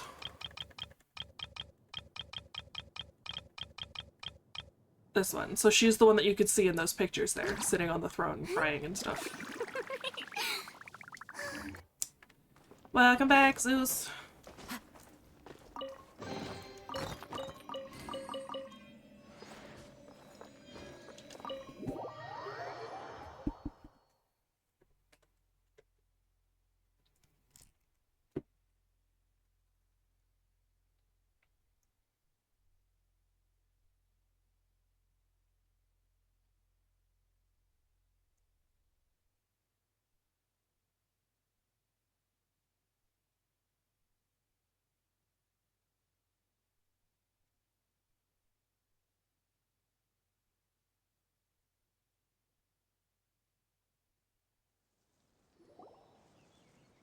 Let's split up here. I'm going to check on what's happening with the Spina. You know how it is. There's some things you just need to be there for yourself. You still have energy for that, Navia? Paimon's already beat. I've never rushed work so fast before. Just Why? head back to Or the rushed to Flivsandra work. and have a rest. Why? Then. Thanks Why'd for you rush keeping to me work? company all this time. I'll depart as well. Thanks for your hard work today. Rest well, everyone. Traveler, I will go talk to Farina tomorrow morning to ask about the stone slates. I'm sure that you're concerned about this matter as well. If you have time, drop by my office. I will share the results of our discussion with you. I will definitely be Are there. you really gonna talk to her about this directly? Will that be a problem? Paimon's getting a little scared now that it's come to this. She has long been harboring secrets and will not give them up easily, which makes it all the more my duty to ensure that she understands the present situation. Alright, we'll leave it in your hands then. You're probably the best person to talk to her anyway.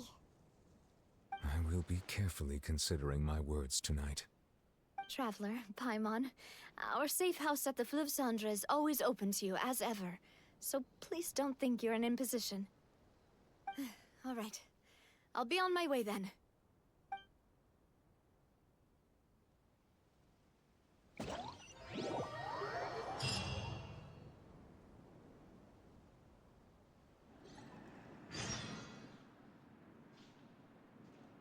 Oh. Oh. I hope you made it not too late, Zeus.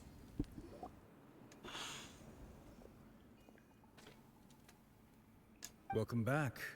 We've got a special menu prepared for you two tonight.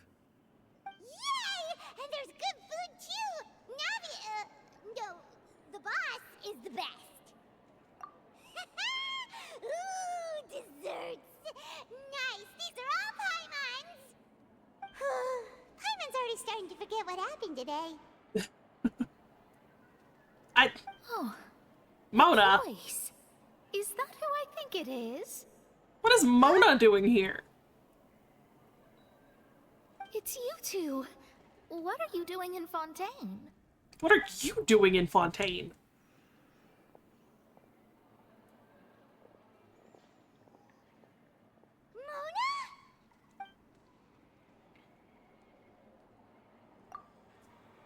Seriously, nobody just uses a scry glass whenever they've got time to just see who they'll meet on the road.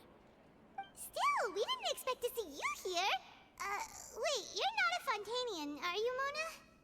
Well, I have some business to attend to here, so I booked a hotel in the city. I was just out for a stroll when I bumped into you. Quite But we're not unexpectedly, if I in might the add. city. We're in like an Why did underground you think I was from Fontaine, safe though? haven. Is that because Magistus doesn't sound much like a Mondstadter surname? Well, I used to have my own surname, which was, well, some other thing. Either way, the old hag told me when she took me as her disciple that the first step to being a great astrologist's pupil was to change that name. There was nothing for it, really. She really is amazing at astrology, so she I just changed my picked a name last to what it name is that now, sounded according good. to her wishes. To my surprise, however, Magistus is not the name of some ancient house or clan. It isn't? Nope. Although it is used by us in place of surnames, it generally just means great. Wow! Imagine including a boast in your name. Wait, are you gonna have Does to put that that into surprise your anybody? genealogy as well? I reckon so. In any case, I'd give my disciple a name like this as well, if I were to take one. Astromancer Barbeloth Trismegistus. Whoa, that's a long Oh, we one. actually get the master's Does name it now? also mean great or something? My name means Mona the Great Astrologist.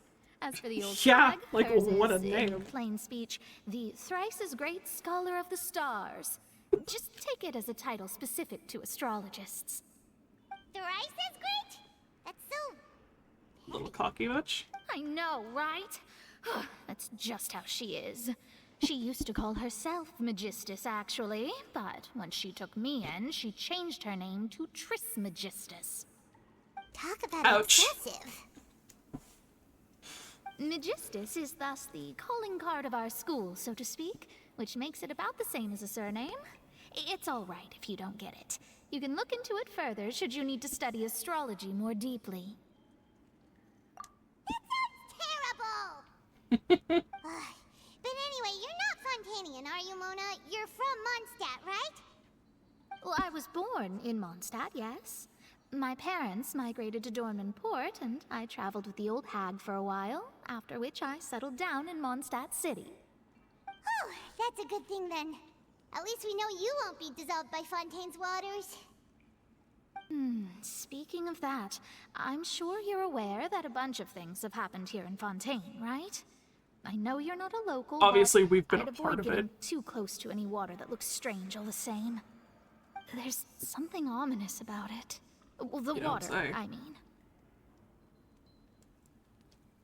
That was the main reason, yes. Just a while back, the Steambird invited me to take part in a panel and speak about the circulation of the prophecy as an astrologist. The invitation was Is that sent what quite Charlotte early talked to her on. about? I don't think anyone expected Fontaine to be in this much trouble. What do you make of that prophecy, Mona?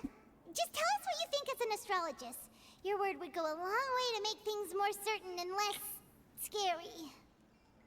What I can tell you is that I'm an astrologist, and that this prophecy concerns the fate of Fontaine, even that of all Tevat.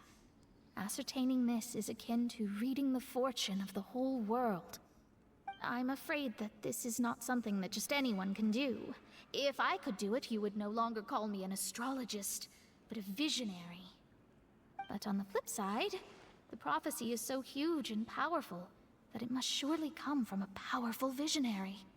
Its contents involve the fate of the world. Disregarding it would be a mistake. A visionary? Sounds really How is it the powerful fate and of the all, but world, though? does such a Doesn't it person really only affect exist? Fontaine? Of course. The old hag could do it, and I'd bet there are others amongst those Hexenzirkel colleagues of hers who could do something similar. Huh? Are you sure? All right, I'll help you. It isn't often that I see you with such a serious look on your face. I'll tell you once I hear back from her.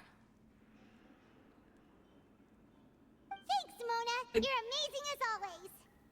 Maybe, but like Mona isn't from Fontaine. This is something only I can do, after all. So yes, your praises are quite welcome. That's the greatest of astrologists for you. Of all the people we know, you know the star's the best. Indeed, indeed. That's the spirit. Oh, sorry. I came to see what all the commotion was about. If there's anything you need, do not hesitate to inform the Spina di Rosula. Oh, whoops. Guess we were getting a little too carried away there. Well, I'll go tend to my own business now. If I receive any news, I'll be sure to come find you two again. And there she goes, quick as rushing water. And here we are with the Spina guy giving us suspicious looks. Right, but we were able to recruit Mona's help, didn't we? Our Fontanian friends will thank us someday. If there's any left.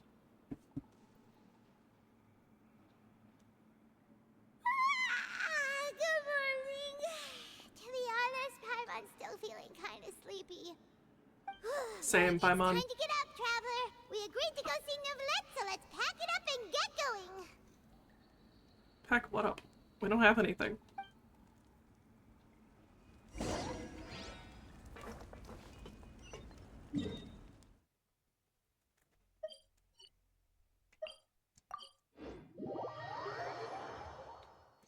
Not a fan of Mona, nobody?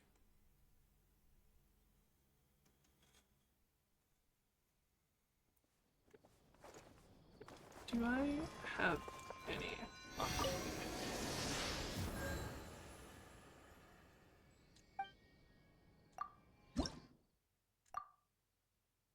Ooh, almost another level.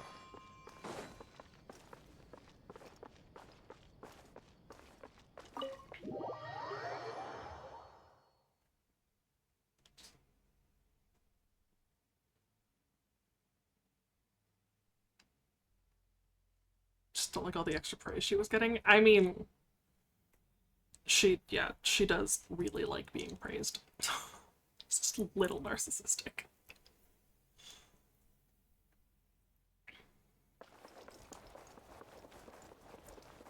Oh look, there's a quest in here.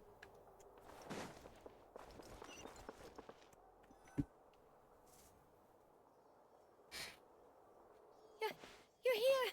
Finally! Is something I wrong? love that I can use and see the dinosaur Monsieur emotes in my Neuvillette chat and Lady now. Farina, they seem to have gotten into a dispute. Please go see for yourself. They're fighting? Like I said, I've already explained everything. And yet the problem has not been properly solved. There is little space for excuses between us. It is not my intention to offend you, but please, tell me where you stand. You are the Hydro Archon Focalor, are you not? Look at this. This is a list of the victims from the recent Poisson incident.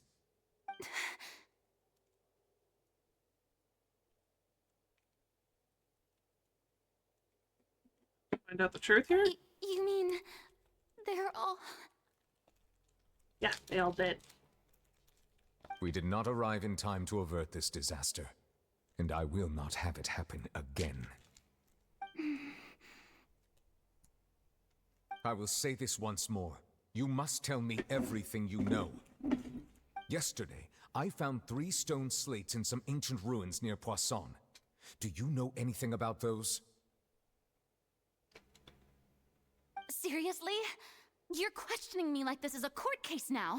I don't know anything about that. But you found them in some ancient ruins, you say? That's correct, which is why I came to ask you some questions. There should have been 4 slates, but one of them was missing. The other 3 feature different images that seem to correlate to the prophecy. The prophecy?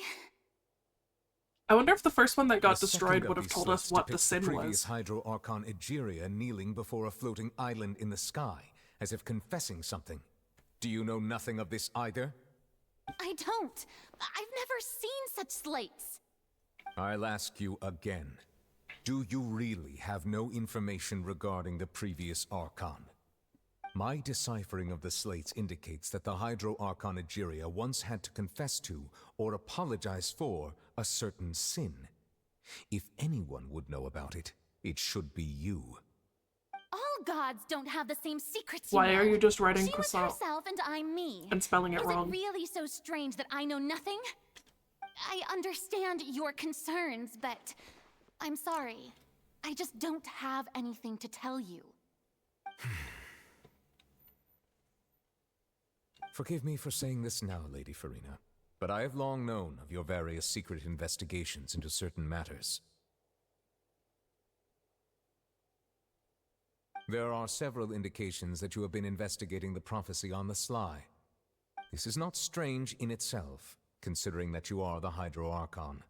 But it is strange that you should also claim to not know any of Egeria's secrets, as well as do nothing following your inquiries. You have never been as superficial as you have presented yourself to be, nor are you a fool. And yet, your behavior is very inconsistent.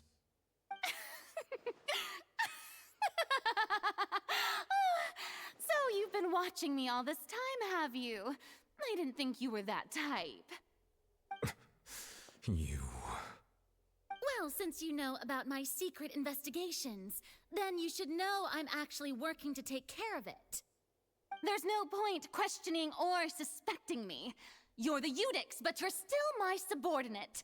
You should be following my lead. Just trust in me, your Archon, and do as I say. Is he Never mind whether you a can subordinate, truly convince though? yourself to or not. Because It'll all turn out he said fine. the Archon's power originally came from the dragons. So, like, in theory, all I technically, have to isn't say. she his We subordinate? cannot discuss this Her matter power again. comes from him. Oh, the opera's about to start. Toodles!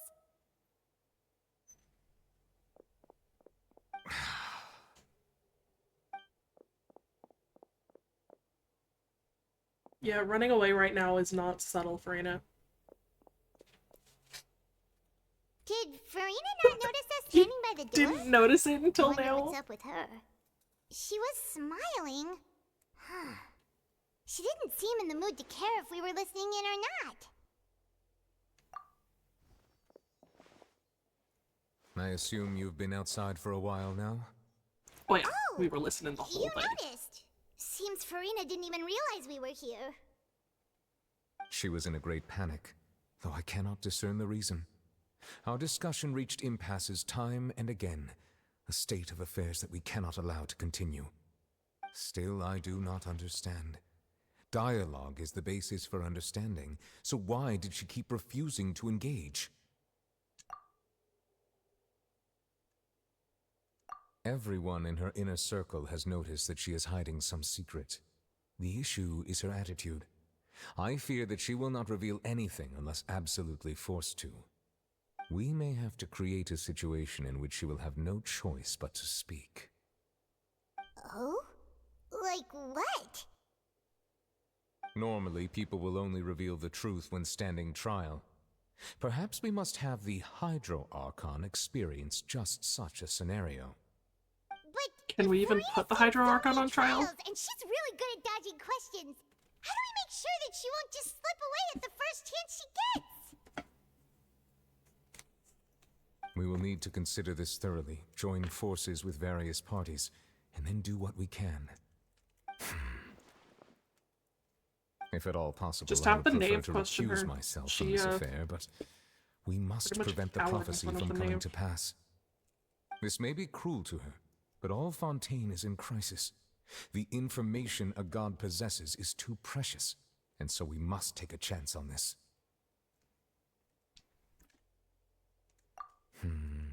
But who will lend us their aid to do such a thing?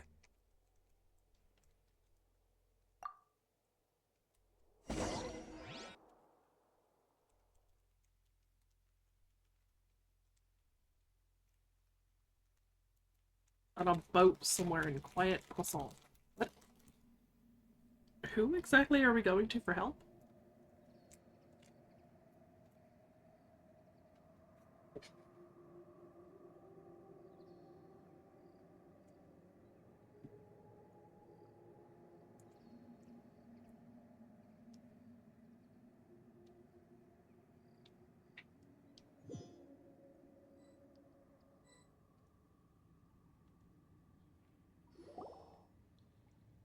Well, that's everyone, huh? Speaking of which, it was pretty smart of you to think of hiding here. Poisson was just involved in a disaster, so it's presently devoid of people. That naturally makes it the best choice. And here you are drinking tea like it's the most natural thing in the world, huh? That's what families should do. Sit and enjoy a leisurely time together. It's nice to enjoy As someone tea who's here, spoken you know? French my entire Care for a life, it cup? kind of doesn't. But the way most people pronounce it, I guess it Ears, does. everyone. Or perhaps one of you might like to start us off. How about you, friend? Me? No, I don't think I can. Then, how about you, good sir? I fear that I will cause the mood on this boat to become as somber as it is in court. Well then, I guess we're lucky we've got a local like me to organize things. Wonderful, the spotlight at last. I guess I'll be facilitating things from here. That was a little long-winded, don't you think? Oh, you might be right. Anyway, to cut to the chase, our friend here, the Traveler, has brought us together to discuss something. As for what that is, well, let's start by saying that we'll be pooling our efforts together to create a series of traps. Oh, how intriguing. Well, it's just an expression, really. One that I just learned from Chlorand, and used on the spot. So, let's invite her to explain in detail. A round of applause, please. Like, we're not treating this like it's, you know, a life or death situation for an entire nation. Didn't you say that you would be facilitating this? Oh, come now. Your work doesn't involve much public speaking, right? This is a good chance to practice. You might even pick up some fancy oratory tricks to impress your boss with in the future. I see. And what does my boss say? He is glad that you consider him your boss. Do go on.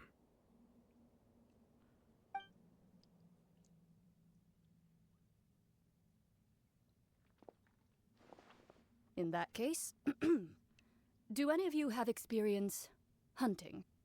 Not that I recall. Fremine and I once used a wooden stick in a basket to catch wild rabbits when we were younger. As for Lynette, oh, right. You were sick that day, weren't you? Yeah, it might be I've common also for us, gone but it diving shouldn't be to catch common for some the rest of fish them. before. Does that count? I'm afraid not. You may or may not have heard, but Fontaine once played host to a group known as the Marechaussee Hunters. Though that was their name, they did not hunt animals, but rather various monsters left behind by the ancient dynasty of King Remus. Today, Fontaine's monster population has already thinned greatly, so the hunters have blended back into society, taking up arms in other lines of work.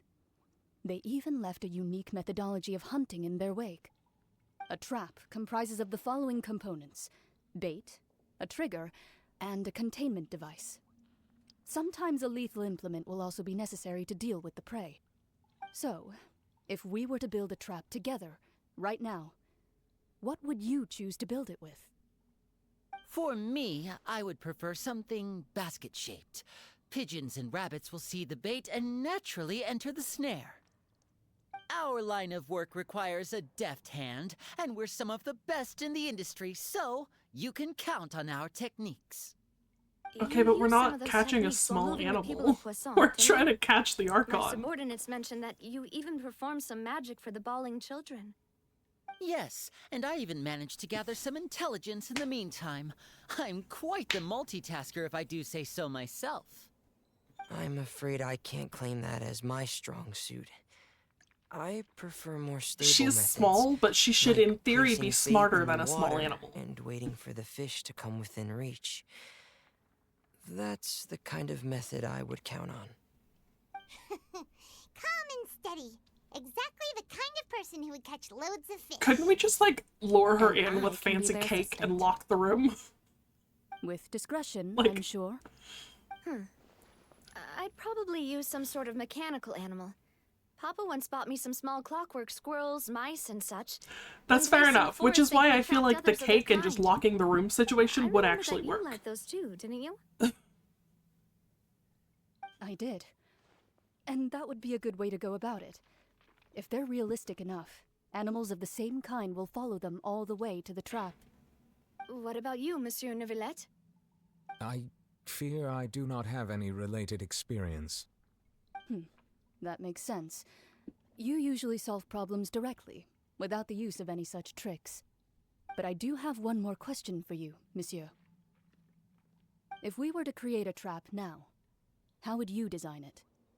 I would like for it to be effective, but bring no harm to the prey. A more gentle trap would be ideal. Kind, as always. However, our intention doesn't necessarily change the containment device and the type of implement we need. If we wanted to kill the prey in one strike, we would need a powerful implement. However, that also goes for prey that must be captured and safely contained. Wait, why's that? Only a hunter who's a true expert at subduing their prey can snare it without harming it. The line that divides life and death is often exceedingly thin. I have no idea what that is. So, are we going hunting together? Huh. We hadn't thought of seeing ourselves as hunters. It kinda works, but maybe it's still not the best metaphor. If our means of capturing and dealing with our prey is to put them on trial, then the hunting metaphor is actually quite accurate. But we shall require much more courage than any hunter to judge a god, a being whose seat is an exalted throne. Okay, but of all the gods, this is Farina we're talking about. Oh, so that's what's going on. Sounds very interesting.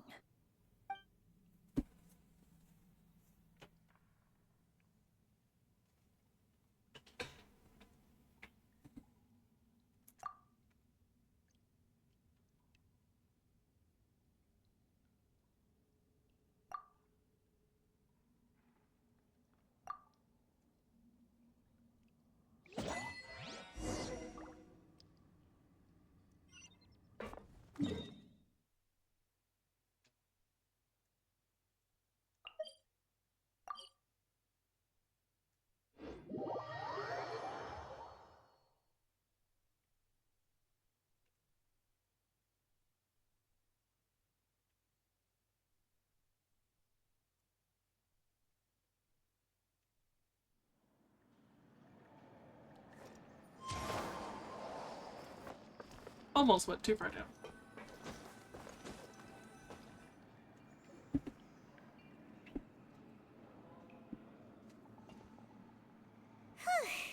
It's been a tough few days, hasn't it? So much has been happening. Paimon didn't think the meetings would go on for so long, but everyone seemed pretty fired up, huh? Paimon thought they'd be at least a little frightened. Well, Fremine was, now that Paimon thinks about it, but everyone else just looked a little surprised. Okay, but Fremine's frightened of everything, isn't he? Well... It's hard to say. Paimon doesn't have any experience with this sort of thing. But with you around, Paimon sure will do great. After all, you're the most reliable person in the world, aren't you? Did you just pour some tea? Paimon didn't notice you doing that at all. No. Then what's that? Paimon's never seen that cup before. Don't be Pretty cup. frightened. I'm just joining you two for tea. I merely refrained from saying anything till now. Who's that voice? But there's no one here. Aw, have you forgotten me already? Wait, you are familiar. You're the voice we heard from the sky in Sumeru. The voice from the sky, I fear that description is wrong. Though, not completely wrong. You're feeling lost now. This just as Mona's you were master? feeling previously. I sensed that confusion and thus came to you. Guiding people is an irresistible hobby of mine, after all. I know it's one of the Hexenzirkel, but I don't remember which one. Consider me a passerby, just accepting a commission from my friend's disciple on a whim.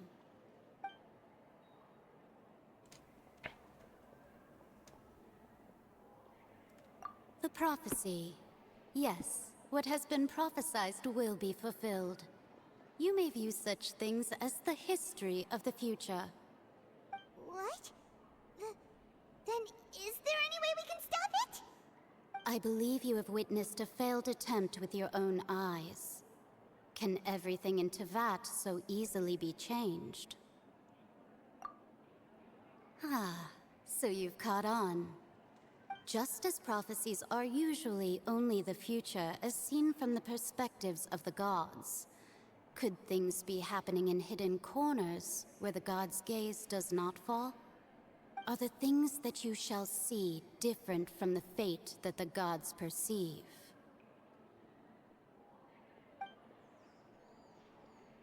What is she talking about?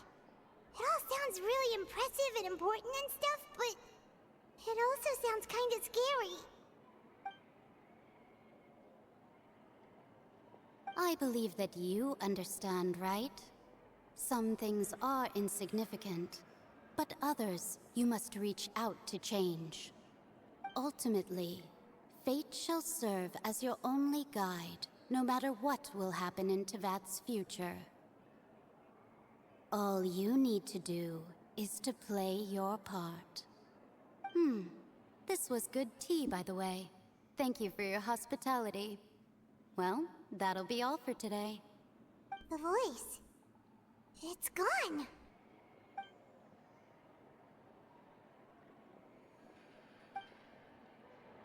I didn't understand any of that.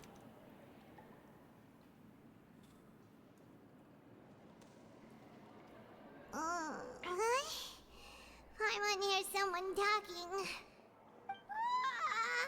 Alright, coming! Hey, it's you who's getting lazy, okay? Well, I see I've walked in on some lively banter. Glad it wasn't just me. Fine, just fine. I went to take part in that Steambird panel. It turned out to be more interesting than I expected.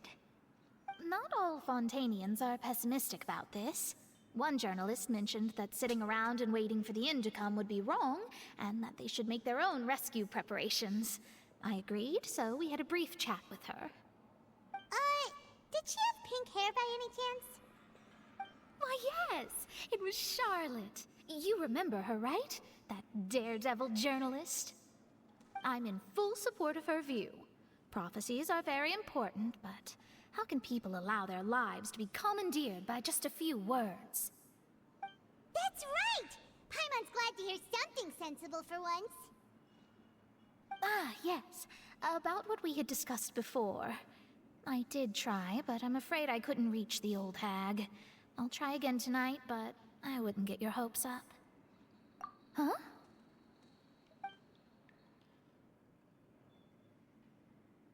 Goodness gracious.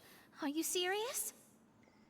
She said that even the god's gaze has blind spots. Pretty bold if you ask Paimon. Most people would believe the gods to be all-knowing, right? The Hexen Circle members are certainly anything but ordinary. As for the mage named N, the old hag has mentioned her a few times. She said that N's sense of direction is incredible, and that she loves guiding those who are lost. But I've never met her, and if she were still alive, she'd be... well, suffice it to say that the hag's at least a few hundred now, and N's been around for longer than that. Whoa. The Hexen Circle sounds like a scary group. But they must really stay in shape to live so long. Yeah, Their how do abilities they live so alone are long? pretty Aren't they just terrifying. normal If she people? came to see you personally, then the problem you're facing must truly be of great importance. Well, it's not like Paimon could understand anything she said. For once, I'm with Paimon on She that. was quite cryptic, but I suspect she means that there is still a way to turn things around. She didn't say when or what that would be, though, so... perhaps it is something that you cannot know right now.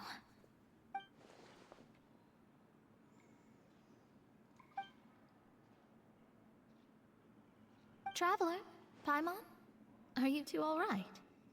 Oh, we're fine. We're just a little down right now. It kind of feels like the end is coming, you know? It sort of is. That's what we're trying I feel to that prevent. same sense of desperation, too. I guess you could consider me someone who has often witnessed fate. So far as I have seen, it cannot be swayed. But even so, I still hope for and believe in miracles. Astrology is eternal and rational, but fate may not be. It is cruel, but it can also be beautiful. Perhaps that's what En was trying to tell you. Not to lose heart, and to believe that what you are seeing playing out before you is not yet set in stone. I did originally think of steering clear of all this, but I couldn't. Even if this is all futile, I still wish to help everyone. If we don't struggle to the last, then how can we face the end when it comes? Huh. You do have a point. There I go, talking about astrological principles again. Sorry about that. The moment I start talking about work-related stuff... I need to get going. It was worth trying to comfort you, even if only a little. I believe that you'll help those who are struggling in the same way I did. I suppose that might be why we always seem to meet by coincidence. Paimon feels kinda moved by what Mona said. But also kinda sad, too. Hey, Traveler. Paimon suddenly feels like going outside for a walk. Let's go. Let's walk around the city, shall we? There's a few spots we always like to walk by.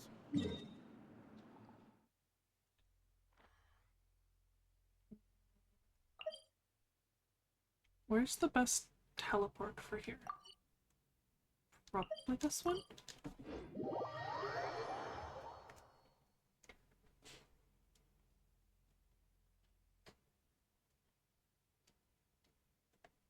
Alright, how much time is left on this thingy? Still 3 more days.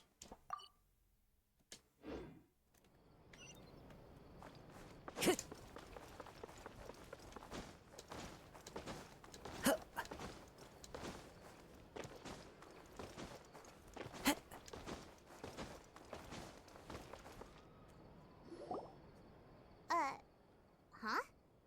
Our names are written in this newspaper. What's going on? Let Paimon see!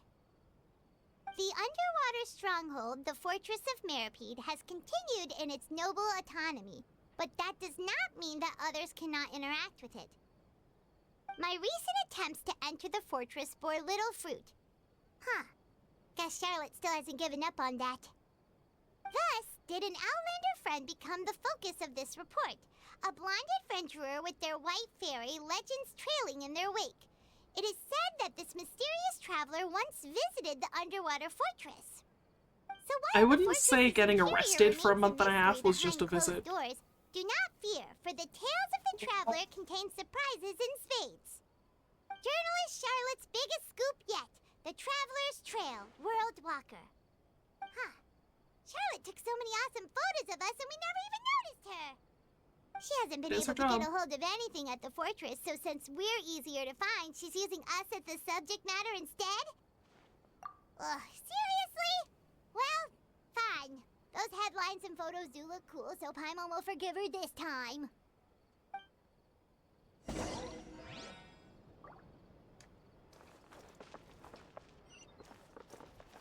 Go this way.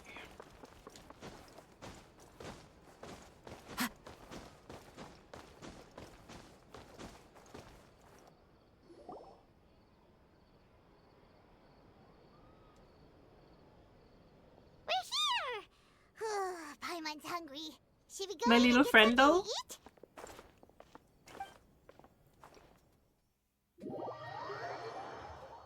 Obviously not Paimon. His name is Shiki Kosho.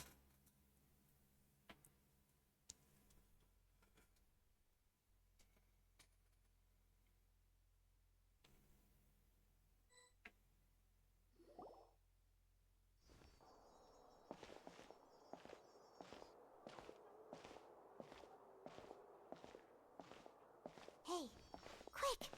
Look! That's the limited edition only 16 slices a day cake! Yeah, so a while back there was an event in Inazuma that most people never actually did because no one wanted to do it. I did the whole thing, and at the end of it you get Shikikosho, which is basically like a copy of this friend that you made in the domain named Shikitaisho. So like, because we couldn't stay with Shikitaisho but we were friends with him, he's like, here, you know, take this one with me, so it's like I'm always with you. His name is Shikikosho. So like, I like keeping him up because most people never got him. It was so delicious the last time we tried it. Despite the tense situation we were in, let's give it another go. I'm sure it'll be great. One slice of cake, please. Someone showed up after all. Oh, wait, you're the one from the Palais Mermonia. Oh, are you here to buy cake too? It seems Monsieur Nervalette was right. You really can eat. Wait, did he really say something like that? That's right.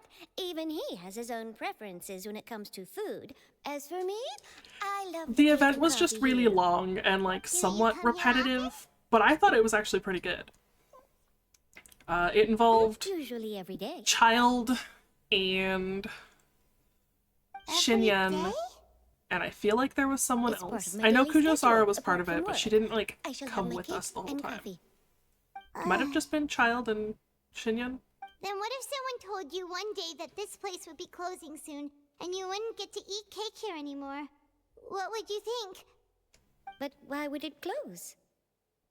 Well, Paimon doesn't know either, but maybe the waters will rise tomorrow. You know, like in the prophecy. Oh, the prophecy. To be honest, Child is literally part of this arc on Quest. Still, even if there'd be no more cake tomorrow, that wouldn't keep me from having some today. No, it's the same for eating in general. You might not be able to eat tomorrow, but if you can do so today, then you should carry on. That's what people call living, you know. I think Sumeru is the only nation we haven't actually met Child in. Don't be sad. Excuse me, could I have 2 more slices of cake to go? These 2 slices are for you. Sijuin said that this kind of expression you're making is what humans call being sad. Oh, you know Sijuin? I sure do. She was born before me, and she sometimes comes to the surface to teach us things about humans. She said that humans are creatures that are saddened easily. Yes, and you can only lift their spirits by feeding them delicious food. So I don't think he was in Mondstadt. That's the only one that we... I've got something else to do. Has he been in Mondstadt? You two try to stay in a good Maybe mood he every hasn't been in evening, Mondstadt, all but he right? has been in Inazuma. Bye.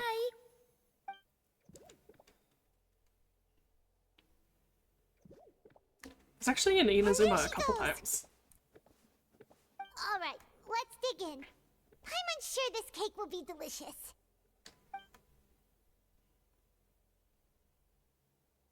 It's more delicious than last time, and the flavor gets even better with a sip of tea. It sure would be nice if we could come again tomorrow. Sure would be nice if we could always eat delicious food here. Paimon, stop making it depressing!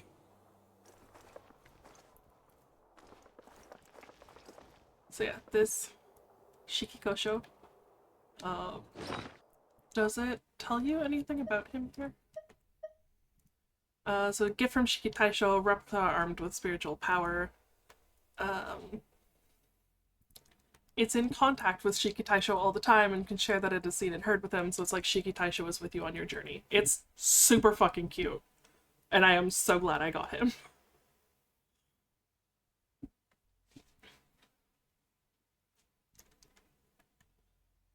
And then, yeah, we actually have Child's vision with us right now.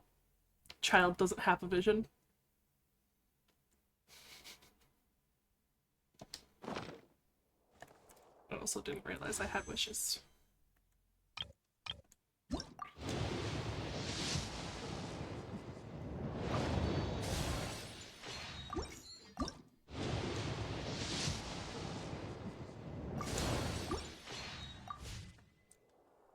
Yeah, Child was gonna go do something and gave us his vision to hold on to, so he doesn't have a vision, we have it.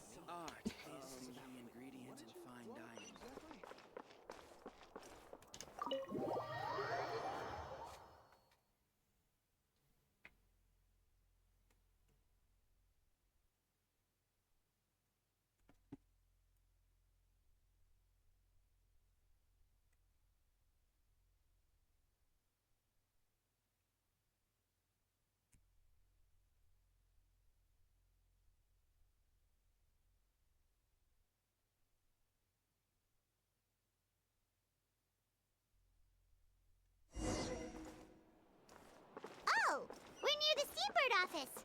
Let's go look for Charlotte and have a chat. And she's just conveniently standing there. Wow! If it isn't the Traveler and Paimon! Oh, have you seen the article I wrote about you? Ha! Yes. You got some nerve! You just used us to make some quick mora! Oh, you needn't worry about that. I heard that you were in Poisson some time back, so I sent you a letter to discuss just that. It appears you didn't receive it, though. It's all right, though. I've set aside the amount intended for you. I've even set the table with some food. Really? Oh, you're the best! And You're suddenly almost a little Paimon is too won easy to over. win over, Paimon. If I were a journalist It's with too ulterior easy. motives, you'd be in trouble now, you know. Oh, Paimon knows you're not like that. Still, what brings you here all of a sudden? Were you looking for me? When Mona mentioned you, we thought of coming to see you at work. I see. It seems you've already bumped into Mona here in Fontaine. So she mentioned me? What did she say? She said that you're a real daredevil of a journalist. Nice. In which case, can this daredevil journalist dare to request an exclusive interview with the legendary Traveler and Paimon? Aren't we a little busy for an So interview? your article in the paper today doesn't count? Oh, of course it doesn't. That was more like live photography. What I'd like to do is dive deeper and ask you to talk about the things you've seen and experienced. Yeah, are we even qualified enough? Why not? If I say you're worth an interview, then you're worth it. But not right now, of course. I'll need a few days to prepare. Oh, in that case, we'll just chat when you have the time then? Oh, so that's a yes? Ooh, splendid! I'll tell the editor-in-chief immediately. I'll have to apply for lighting, a venue, some props, and... Why do we need so a much to venue get and done now. props? Talk to you later. Isn't it just an interview? Wait, Charlotte, Paimon's still got a question for you. And what's that? If, just for example, Fontaine were to be flooded tomorrow, what would you do today? Huh. That's the prophecy you're talking about, isn't it? I mean, I do hear about it often, but I've never once thought that the day could be tomorrow. If you're seriously asking, then I might try and think of a way to leave Fontaine. Oh, but I'm still a journalist, first and foremost. That means I have a duty to be reporting from the scene. And secondly, I wouldn't forsake my homeland that easily. From what I've seen, most people don't know what they'd do should the worst come to pass. In truth, it might be better just to behave like normal rather than worry over such an end. So in all likelihood, I'd probably still be prepping at the office for that interview of ours. I know what you're thinking. That sounds a bit sad, but I've always believed that it's best to do what you enjoy. Just think about it. If this nation Yeah, I feel really like were just to be causing suddenly everyone destroyed anxiety tomorrow, over but the I still impending successfully doom finished isn't an actually exclusive going to interview help with anything. a truly unique person, then the story I would wind up writing would truly be timeless. And then do you know what I'd do? Well, I'd write that story, send it for printing, and use messenger pigeons to get copies out to the various nations as soon as possible. I'm not a dreamer, nor am I a workaholic, but I do love my job, and I'd be proud of leaving such an article behind. I guess you could say that I was born to be a journalist. But anyway, that's my answer. And on that note, I'll get back to my preparations. That's so nice. All of a sudden, Paimon actually kinda envies her. Anyway, let's go and take a look at the sea, shall we?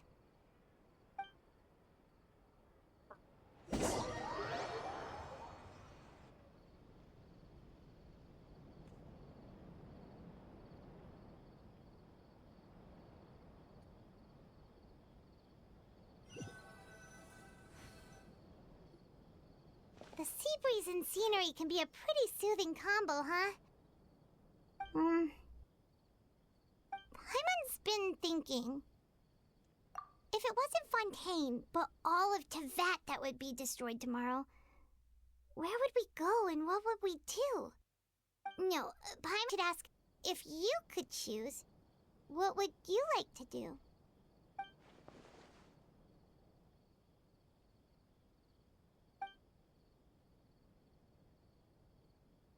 We've always been moving to the next destination, so we haven't spent much time thinking about these kinds of things.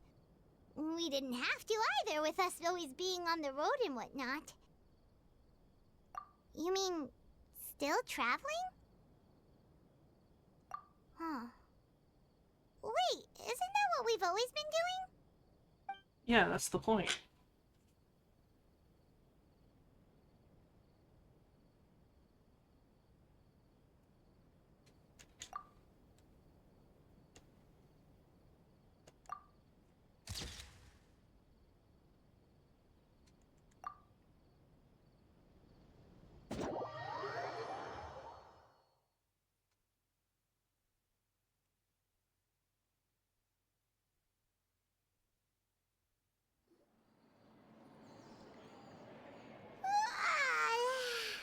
Feels like you'll grow mold if you stay here long enough. But it's still better than the Fortress of Mirapede, that's for sure. It's not only damp there, but salty too. And yet we stayed there longer than necessary. So the two of you are still here. Wonderful. Oh, you're from the Palais Mermonia, aren't you? Yes, I'm Isadora. Monsieur Nervillet sent me to look for you two before. I heard that afterward you went to the Fortress of Meropide. Not at all. I'm well aware that you're friends of his. Actually, I'm here to pass along a message from him. Yes, inside the Opera House. The Maréchaussée Phantom has declared the incident a small-scale riot. A riot? What? Well, that said, I don't personally think it was that serious. Lady Farina was watching a performance at the Opera House, and while she was resting during an intermission, some other audience members suddenly started harassing her. Doesn't she have her own accusing her box? of How doing would they harass nothing her? about the prophecy crisis. And before she could respond, others started to join in. The crowd continued to grow, and protests against the Hydro Archon started to break out. So people have started to put the blame on Farina. Guess they finally found an outlet for the pressure they've been under due to the prophecy. I agree. People will naturally rely on gods, as is customary. But the moment people feel threatened, gods are also the first to be blamed. So what happened after that? Is Farina okay? Seeing that the situation was spiraling out of control and that further argument was pointless, she claimed that she'd gotten tired of this and left in a hurry. The Maréchaussée Phantom had their hands full maintaining order and did not catch where Lady Farina had gone. Only when things had stabilized did we realize that she had gone missing. So, you mean she's still missing? That's right. The Maréchaussée has dispatched many people to search for her, but we don't have any leads yet. That said, I don't think there's much to worry about. She is a god after all. Even if she were to fall into the hands of rioters, what could ordinary people do to her? I don't think she's as strong as people think she is. Good. Monsieur Nervillet sent me to tell you about the situation, but he didn't say anything else. Don't worry, this is more than enough to go on. Thanks for keeping us informed. Ah, is that so? Well, all right then. In that case, you two take care. I'll be heading back to the Palais now.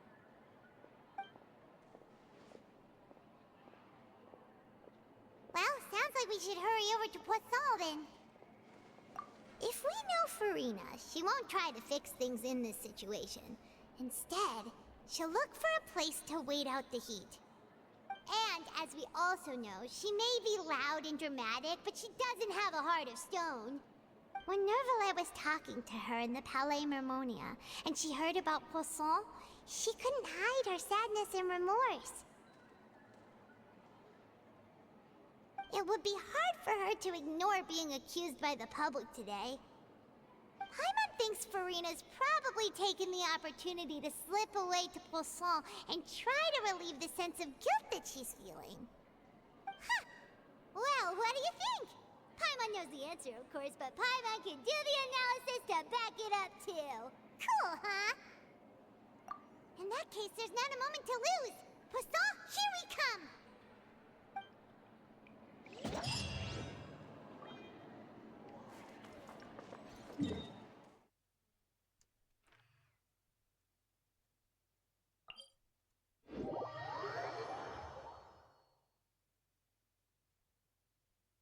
Why is the place called Poisson anyway? Like, it's literally just called fish. This place looks deserted. Guess all the survivors must have evacuated already. All that's left here are signs of death at station. There's literally a Farina person right really beside here? us. Let's try to find her as soon as possible.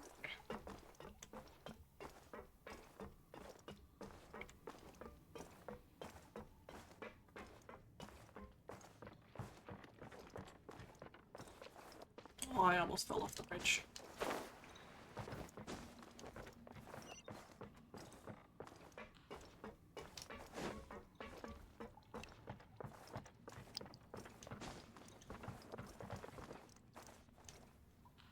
It's gonna kill me.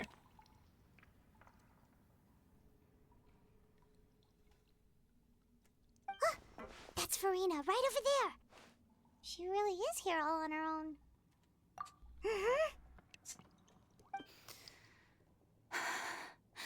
Should I just give up? This is all meaningless. My What chat was on meant to screen is happen frozen. did happen after all. Everyone's dead. I'm sorry. I am so sorry. Give up, Farina. There's no point in holding out. I'm sorry. But what can I even do other than to repeat meaningless apologies over and over? Who's that? Don't worry, Farina, it's just us.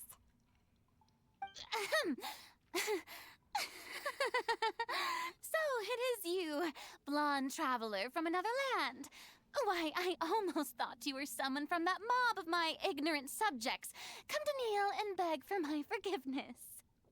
Farina, you were crying just now, weren't you? The tear stains on your face are obvious. What do you mean, tear stains? Oh, I remember. The show at the Opera House earlier this morning was so moving. I'm still trying to process it. Farina, we Who literally did that just heard you. uncivilized rabble think they were, disturbing my enjoyment of the arts? They even dare to tout their Archon. I must teach them a lesson. She's very blunt. Like, you don't normally just point something like twisted that and out. frustrated faces once they realize that I'm nowhere to be found.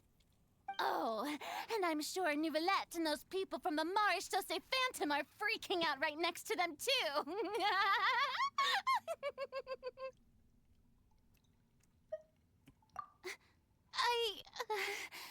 Of course not. Hey, there she is! The Hydro Archon's over there! How did they find her? Quick, after her!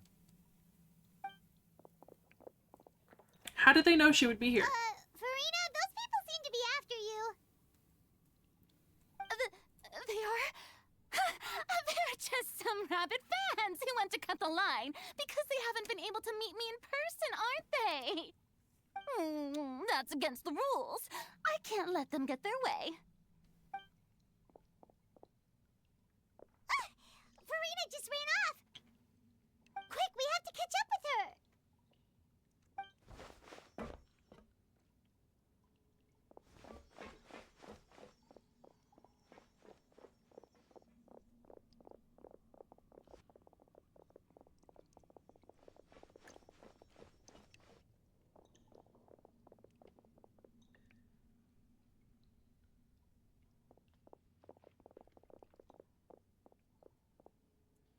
They were like 4 feet behind us. How did we actually lose them? This should be the place, right? Hey, Farina! There's a good hiding spot over here. Quick, come to Paimon before the rest of them catch up to you. Was this the trap? What is this place? Hurry, they're almost here. Fine, fine. I suppose haste is warranted. Lead the way.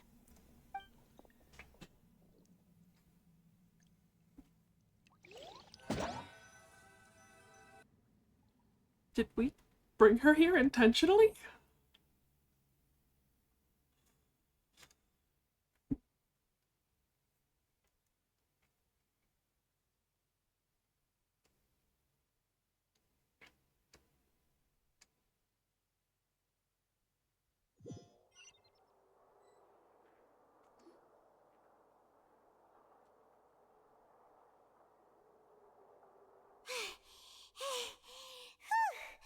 Paimon's exhausted.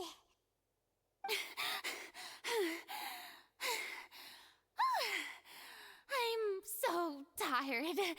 I totally thought they had caught me. No, I mean, I merely gave in to the sheer enthusiasm they displayed. You're right.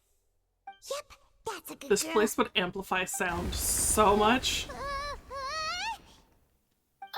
What's happening? The ground's shaking. Is it an earthquake? Yeah, a quake of this kind preceded the flooding in Poisson, didn't it? It can't be. It's happening again. Well, there's no need to worry too much about that. Neuvillette made some emergency plans, so the evacuation should go a lot smoother this time. Yeah, I hope you're right. But the people of Poisson, they've already...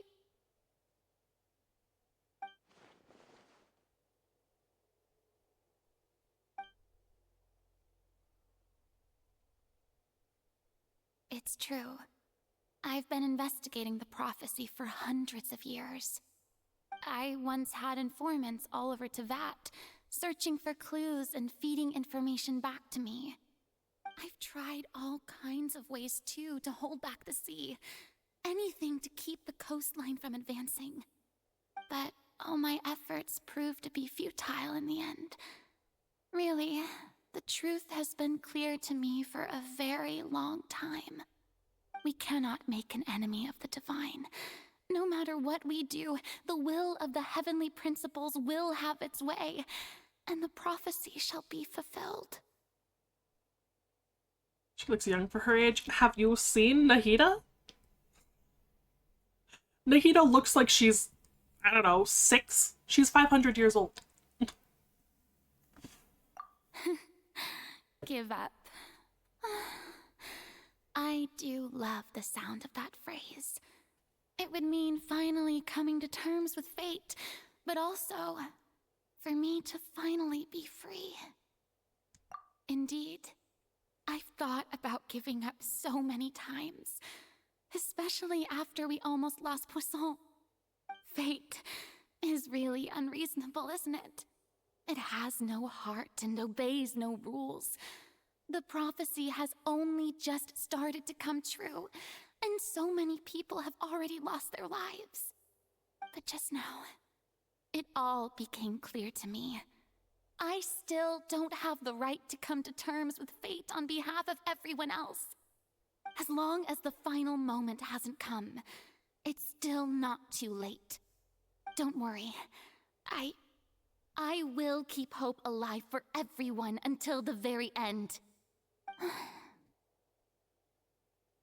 Well, that's enough for now. I got the impulse to play the stricken maiden, but honestly, considering my rank and station, that wasn't a good fit at all. Don't take any of what I just said seriously. How could I possibly let Fontaine fall to the whims of trivial prophecy? Come on! Paimon could have sworn you were actually being honest just now.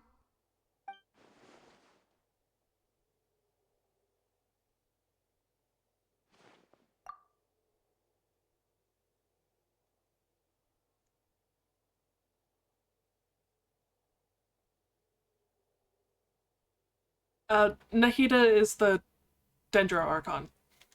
Share my burden. That's impossible. She's the child in my party from the in start slot 3. that this would be my duty alone.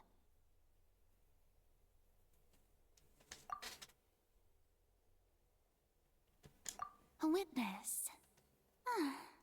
Yes, I've heard that you came to Tevat from beyond the stars, yes. In other words, you never belonged here. And if Tevat is, in its entirety, a show on a stage, then you're just a spectator, aren't you? If that's the case...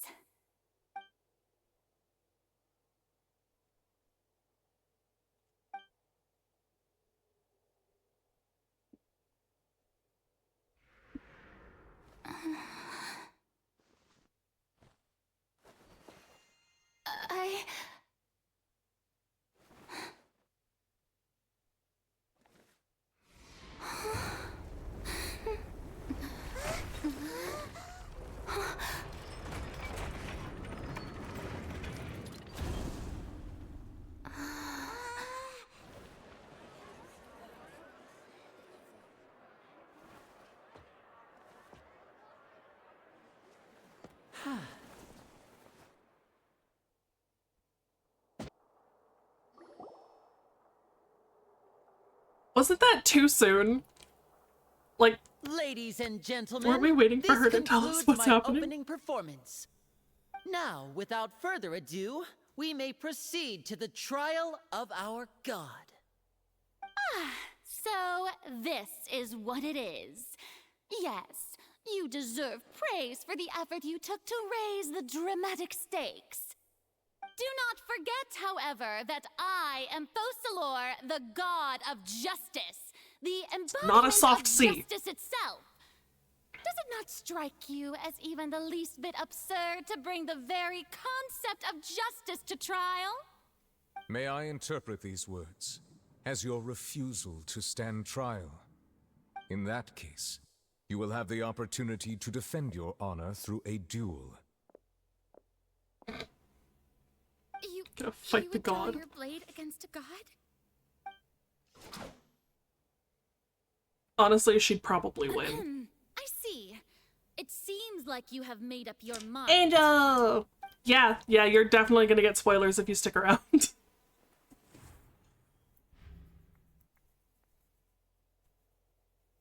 can't believe it. She just surrendered. Bye. What the heck is going on?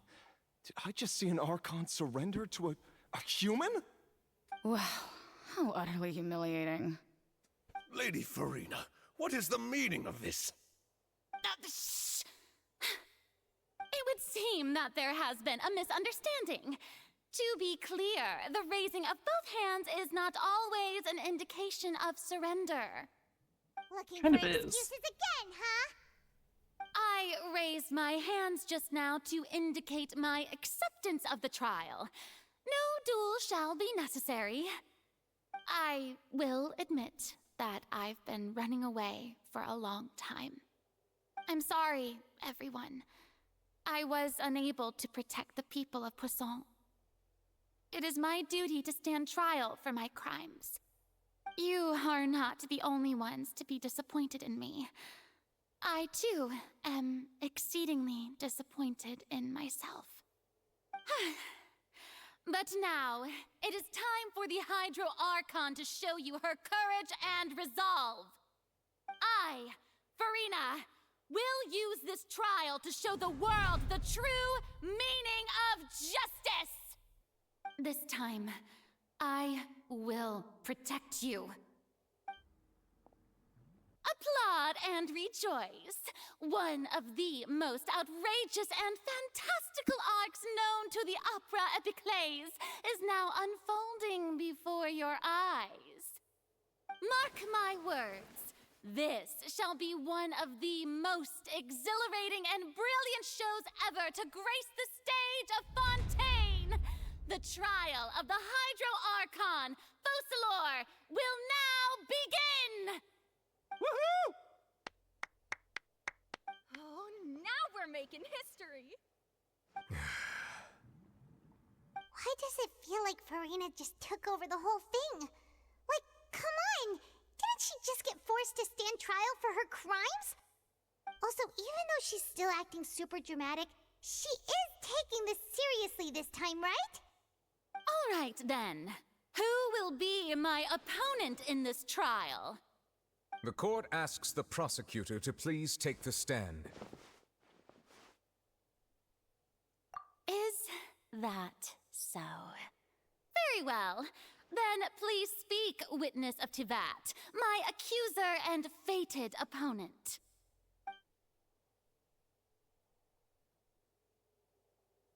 Yes, we were very close to getting her to tell us the truth. If we had just waited a little bit longer, she would have. Like, Linny acted too soon. Also, please allow me to ask, as a final question before the trial begins. Just how much work did you do to force me onto this stage? Well, we did do a lot of prep after the meeting that day. I can go over the tasks assigned to the Spina di Rosula, since they were rather straightforward and easy. Navia, the president of the Spina di Rosula. Most of the people who participated in the disturbance this morning were my subordinates. They changed into plain clothes and came to the Opera House as regular audience members, waiting for the perfect opportunity to incite insurrection against you. The people's resentment against their Archon has been building as more and more of the prophecy is fulfilled. A spark was all we needed to turn smoldering anger into a flame. Moreover, according to our understanding and analysis of you, when something like that occurred, you would likely flee the scene and head to Poisson by yourself. So, we arranged for a second group to lie in wait there. So, you mean, the ones who scoured the settlement for me were also from the Spina? And their goal was to force you to step into the giant magic box so you may personally participate in the greatest magic performance in all of Fontainian history. That's right. That house was a magic box, rather than someone's residence. As the super ultimate version of the setup that I used when I first performed at the Opera Epiclese, the volume of the box was increased by a whole order of magnitude, and the distance it traversed was the entire gap between Poisson and Aranias. Its cargo, of course, was an Archon instead of a human. My thanks, Farina. Without your help, we could never have pulled off such an extraordinary performance. You're welcome? Of course, She's this so performance confused. was only made possible with Father's support. The House of the Hearth spent a massive amount of labor in Mora to pull this off. We had to select a location, construct the giant magic box, dig a tunnel, and open up a path through the water. It was a lot of work for all of us. So, A lot of work in that would have other taken more than a words, couple days. The earthquake that we felt within the giant magic box was just a normal tremor from the transportation of the whole house? That's right. It wasn't a sign of another disaster to come. Then, I can guess Nervilette and Cloran's parts. You gathered a crowd, prepared a stage, and made sure that the champion duelist would be Is she using immediately Iron ready Sting? for a fight. Also that as soon as I appeared on the stage, the trial may commence without a hitch. Am I right? Yes, that is correct. Well, Clorand, I must commend you for your courage. Only the most outstanding champion duelist in all of Fontaine would accept a duel with an Archon without flinching.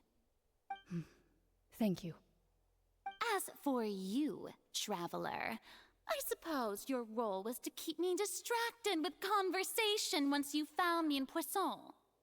You'd make sure that I didn't notice anything amiss before revealing yourself as my prosecutor once we'd arrived onto the stage. Oh?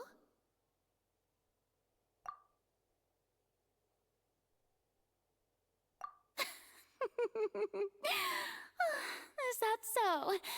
Then I suppose I must have missed my final chance. It's fine. It matters not. What's done is done.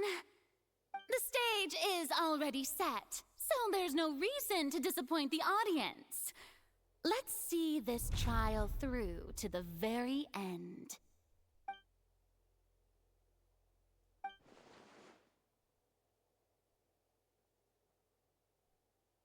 Madam Prosecutor, please allow me to pass this along. This is a document that Miss Charlotte applied for and received permission to share with you during the trial. According to her, it should speed up the proceedings. Huh?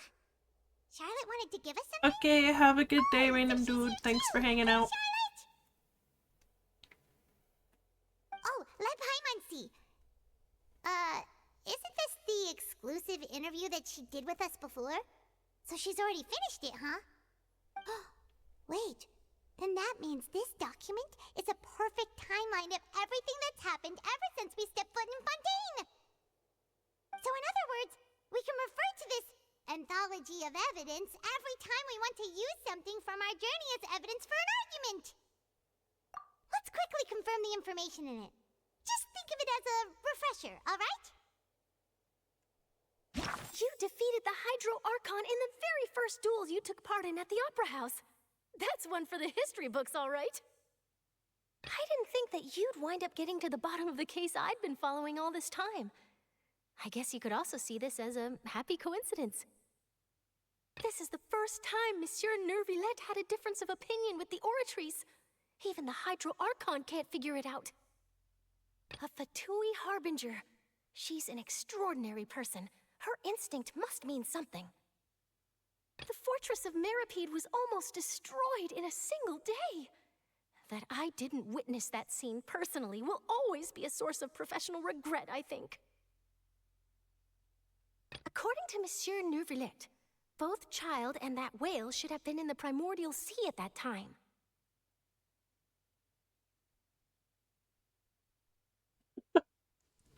Yeah, I said have a good rest of the day and thanks for hanging out. I nearly lost my awesome friend Navia. To be honest, that still gives me shivers. The words of someone as extraordinary as a witch can probably only be truly understood when something surreal happens to you.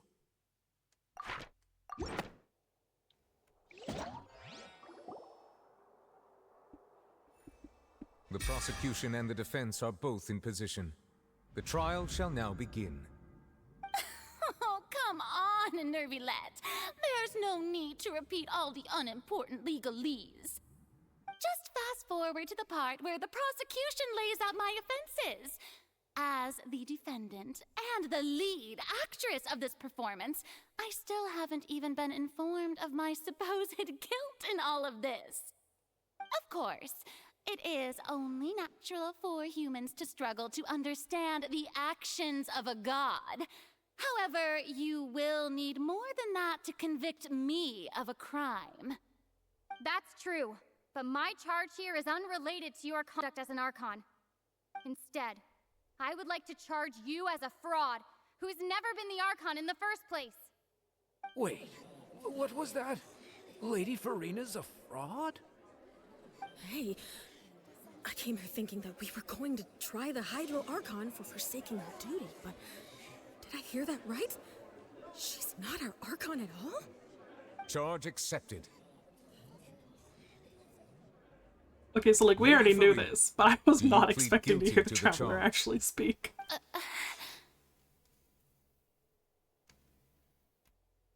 Lady Farina.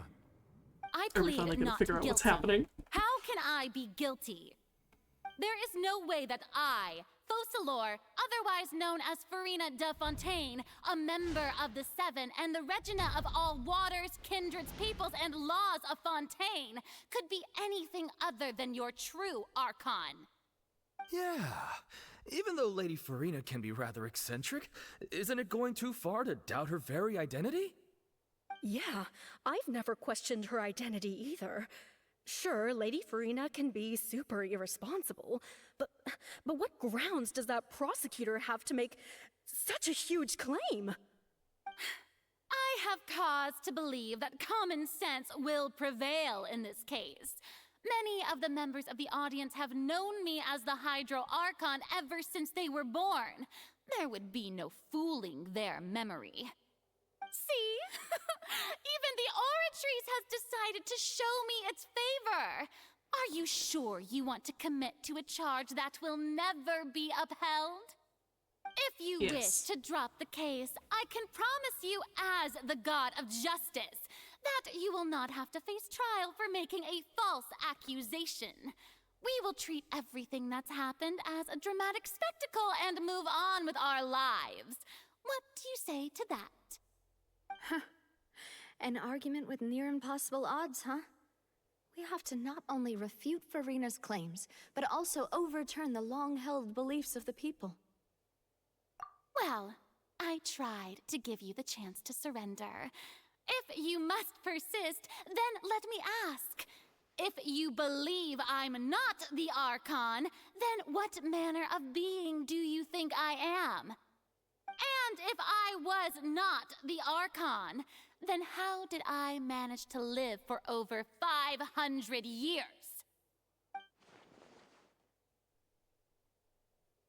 Is she an Oceanid? Alright, before we actually continue with the trial, I need to run to the bathroom, so we're gonna take a quick break.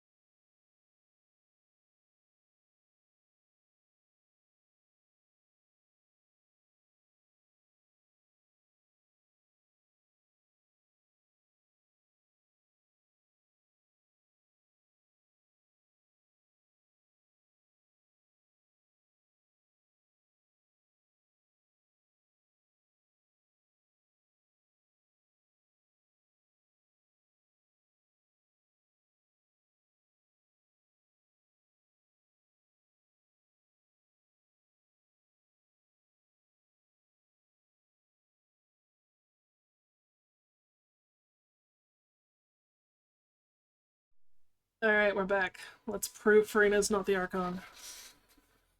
Okay, what are we trying to figure out right now? Why can she live for so long because she's not a human? How is that irrelevant?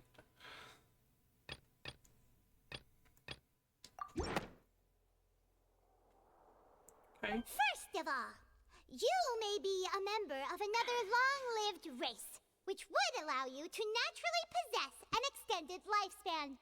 And second of all, even if that wasn't the case, there could be other ways to extend your life.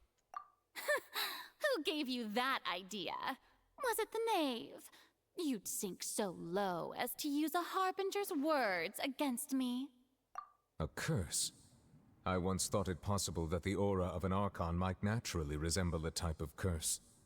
But in light of this claim, perhaps what I sensed was not your divinity, but a curse after all. You sensed it too, huh,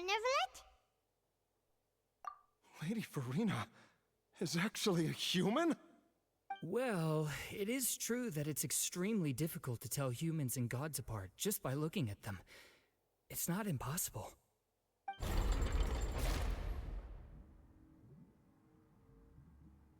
Well, don't start celebrating too early now. Even if I have been carrying a curse like you said, how does that prove that I am merely a human being?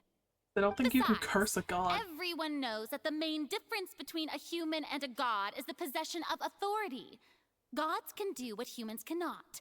That's why they're worshipped as gods. For centuries, manifestations of my authority have served the nation of Fontaine. One need only to turn their eyes towards the Oratrice Mécanique d'Analyse Cardinal in this very opera house, or consider the indemnitium that is used in every aspect of life.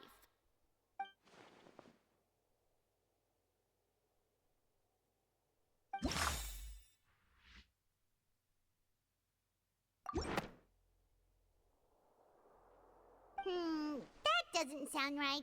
Paimon doesn't think... Okay.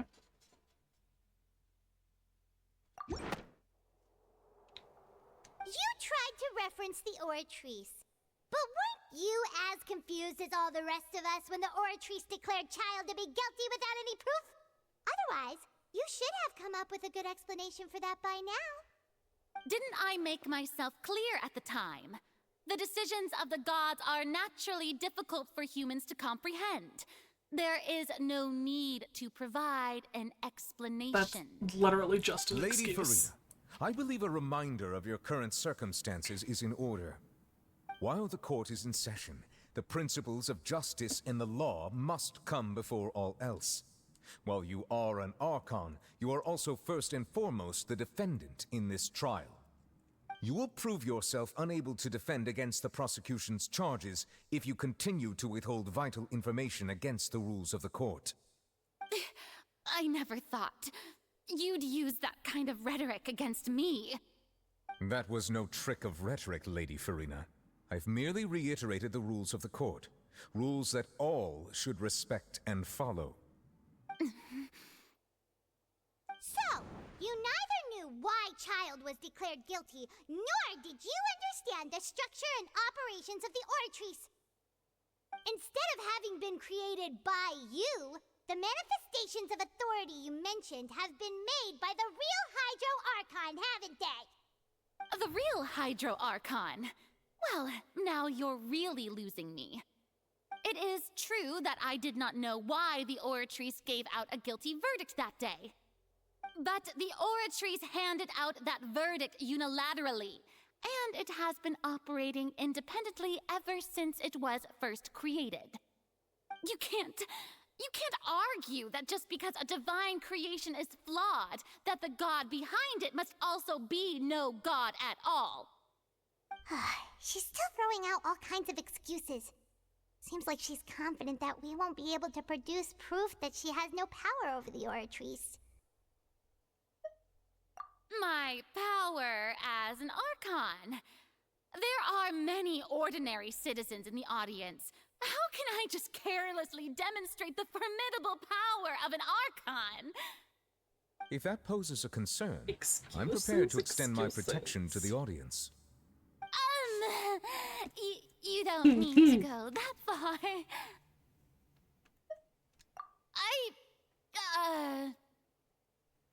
Aren't you the Hydro Archon? Or is it that you can't even wield the power of Hydro, much less the authority of a god? Indemnitium! Yes! It's all because of Indemnitium! All Archons derive their power from the faith of the people, and I've converted the people's faith in justice into Indemnitium! Thus did I give up all of my divine power to provide everyone with energy for their daily lives. Have you ever seen a more magnanimous god? Isn't that a huge stretch? Yeah, no matter how generous an Archon can be, how could they give up all their power? Can a god with no power even still be called a god? No. It seems like nobody's buying Farina's excuse. Hey, come now, everyone. Please don't stare at me as if I was a liar. I'm still the same Farina you knew, right? The one that you loved. Shouldn't you want to believe in me? Please? You've got to believe me. If what the prosecutor said is true, she really has committed a grave offense. Did she deceive all of us? And all of our parents and grandparents too? And all of our ancestors? Ever since they were born? What I'm still trying to figure out, though, is Tell me then. Who and where is the I'm real Archon? not the real Hydro Archon. Yeah, there. Then who is?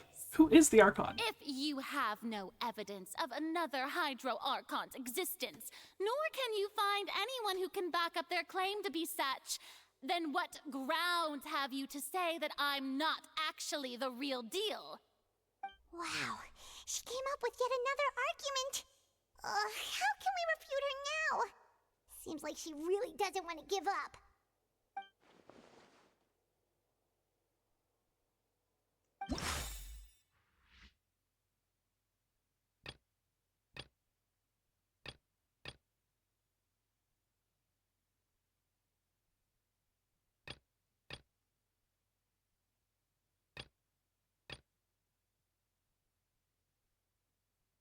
How do we prove that she's a human?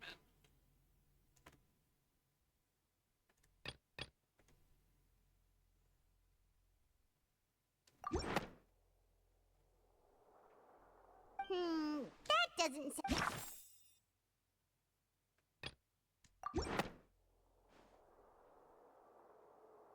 I'm just gonna click on them until it gets that them. all Fontainians can dissolve in water from the primordial sea. And that means... Since you insist on claiming to be a god and not a human, then there's a method that you can use right here and now to eliminate all suspicions of you being the latter. Miss Navia, please apply to serve as a temporary attorney for the prosecution before addressing the court. Though you act in partnership with the prosecutor, you must still adhere to proper procedure. Super sorry, Monsieur Chief Justice. I swear this really will be the last time that I'll speak out of turn. Now, will it though? I've brought some seawater from Poisson. As everyone knows, a massive flood struck the area not long ago, taking many lives, including those of some of my closest friends. So, Miss Farina, would you dare to touch some of this seawater? If we are to believe that you are indeed the real Hydro Archon, touching this seawater would have no effect on you.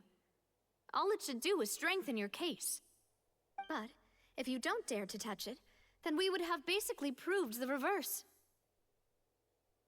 Oh, and I must remind you that after the disaster at Poisson, nobody wants to see any more people dissolve.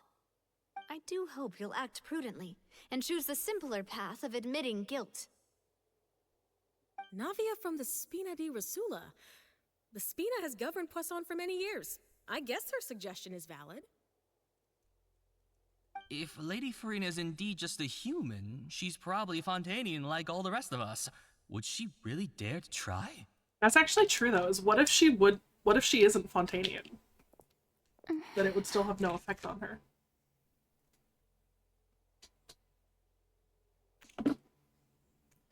Lady Farina, this test has been unilaterally proposed by the prosecution. As it falls outside the realm of standard court proceedings, you possess the right to decline participation. Well, of course he had to tell her that. But refusing to participate is basically the same as a confession of guilt. She's just staring at the water without saying a single word. It really does seem like she's quite terrified of it. That could only mean... What's going on? Is she really planning to... that's not what we thought she would...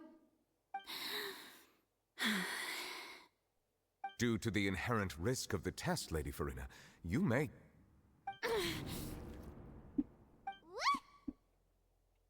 Hey!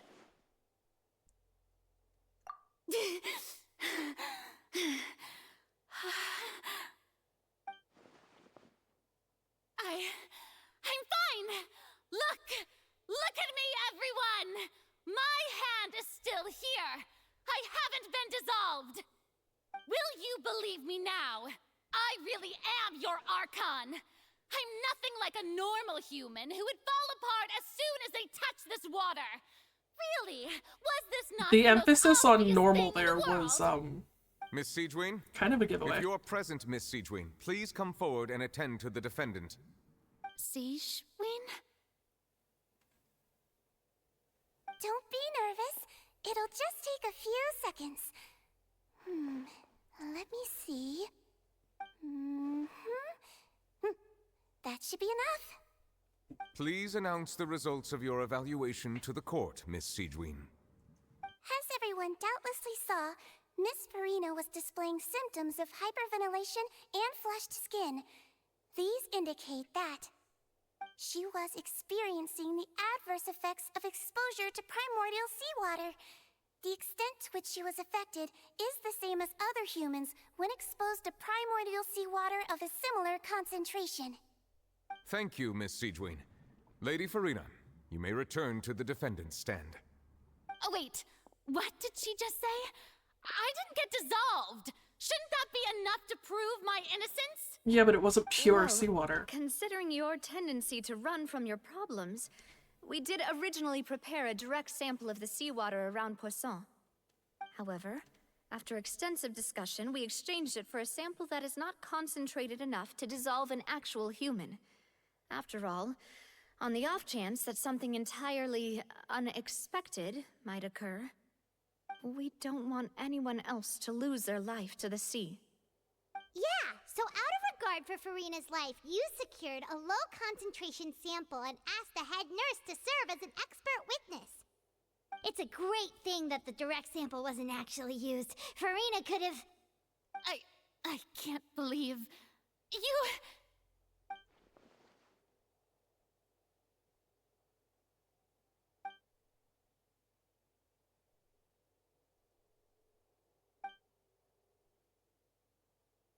Listen to me, everyone.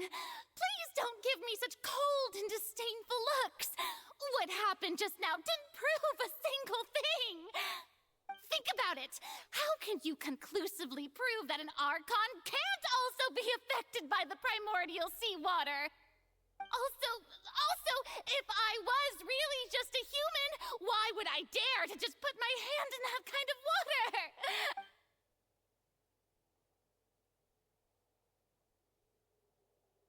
Please, everyone, anyone, just listen to me. I swear, I really am your Archon.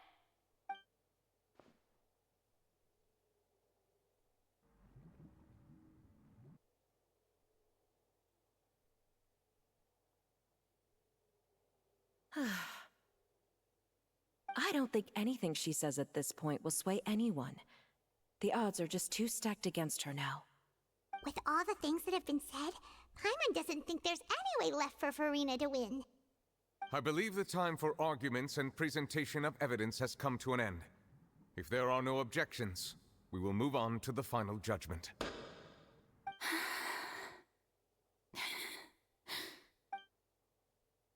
I don't think anything she says at this point will sway anyone. She's too stacked against her now.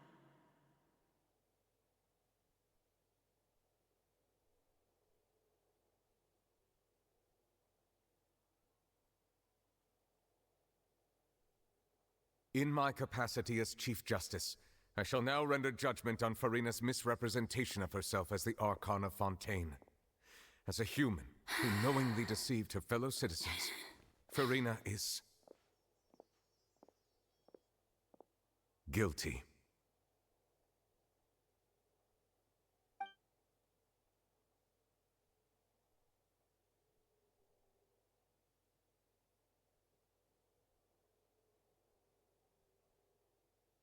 We shall now turn to the Oratrice Mécanique d'Analyse Cardinale to render the final verdict on the charges. There had to be a reason that she was pretending to be the Archon.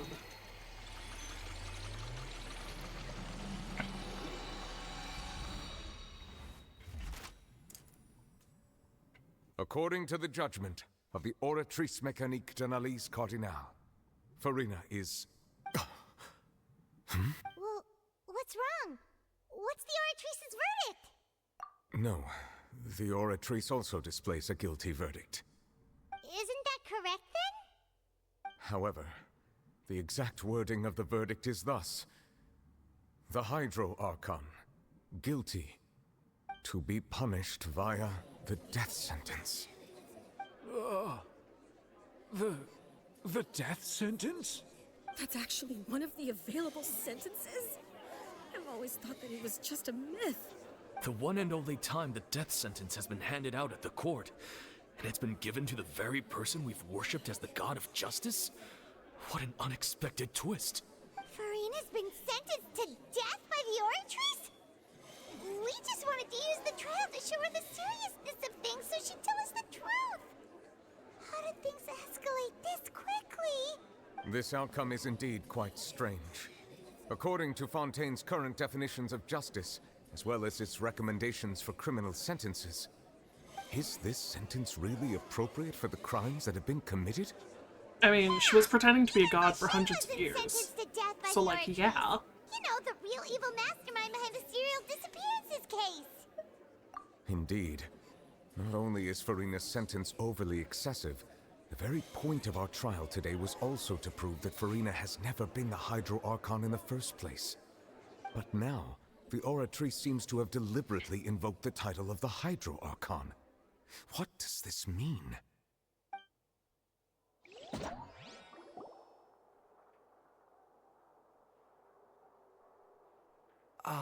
Excuse me, if I may interrupt. Is the trial still going? Fremine!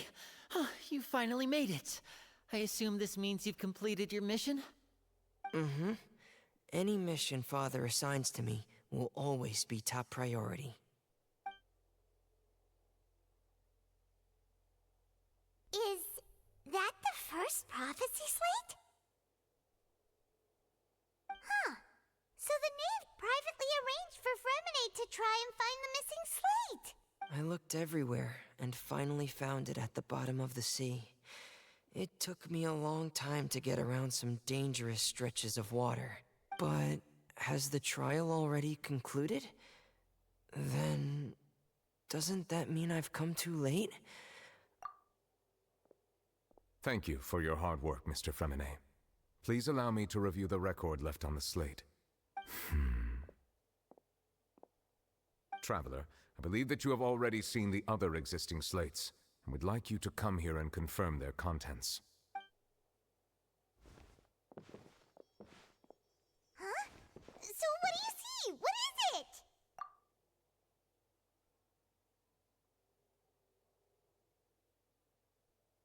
I believe I have now made sense of the Hydro Archon's crime. It has to do with Fontaine's lost history. Huh? Isn't the Hydro Archon just guilty of deceiving her people? Oh, wait, no, that's Farina, and we've already proven that she's not the Hydro Archon. So when you say Hydro Archon, do you mean the real Hydro Archon we've been kinda talking about? In truth, everything that you've encountered in Fontaine up until this point can be traced back to the contents of these stone slates. However, I'm uncertain as to how much sense they currently make to you. Okay, let's try to recall the contents of the other 3 stone slates. Paimon will do her best to help you remember.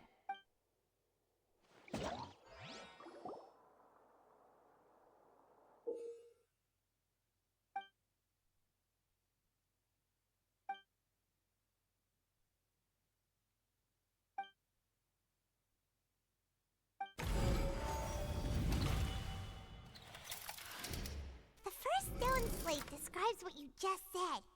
It seems to show the previous Hydro Archon using her divine power, and then the Oceanids turn into humans. Does that mean that Fontainians are transformed Oceanids? Oh, Paimon wasn't expecting that. But if Oceanids can turn into humans, then perhaps this process can be reversed as well. It has. We've literally seen it. The stone slate shows Celestia floating in the sky, and the Hydro Archon and her people worshipping it together. But the heavens still brought judgment down upon them. This must be the point when the Hydro Archon and the Fontainians were branded with their original sin. Does this mean that the original sin and the Hydro Archon sin are the same thing? The third slate shows the Hydro Archon sinking into the sea surrounded by many people. Huh. That reminds Paimon, didn't we also watch that happen to someone else? Well, the fourth slate is the prophecy the Fontainians have been talking about. People dissolving into the sea, the Hydro Archon crying on her throne, and so on. We didn't believe that such a crazy disaster could happen at first, did we? But after that incident, it was just a question of when and not if.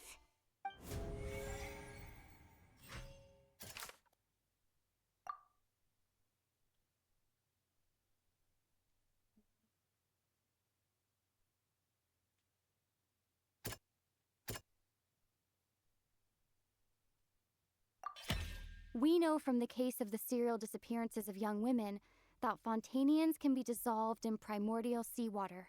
And the first stone slate tells us that long ago the Hydro Archon used her power to turn Oceanids into humans. This might be the reason that Fontanians can dissolve.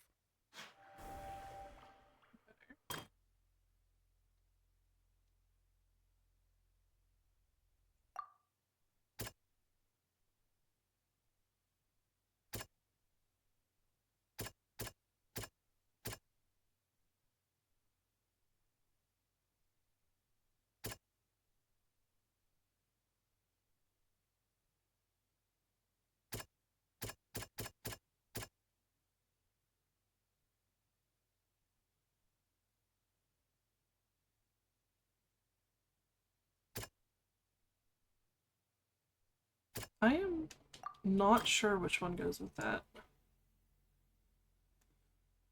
That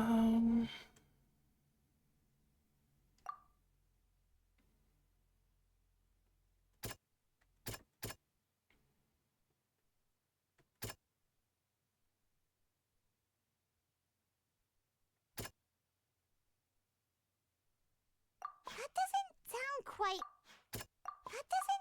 quite... I'm just...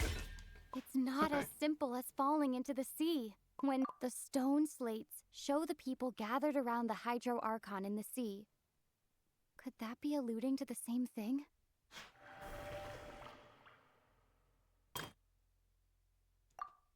That doesn't sound quite... That doesn't sound... Perhaps what is about to take place has all happened before. The true sin of the Hydro Archon that Nervilette mentioned, and the original sin cast down on the people of Fontaine by Celestia as recorded on the stone slates.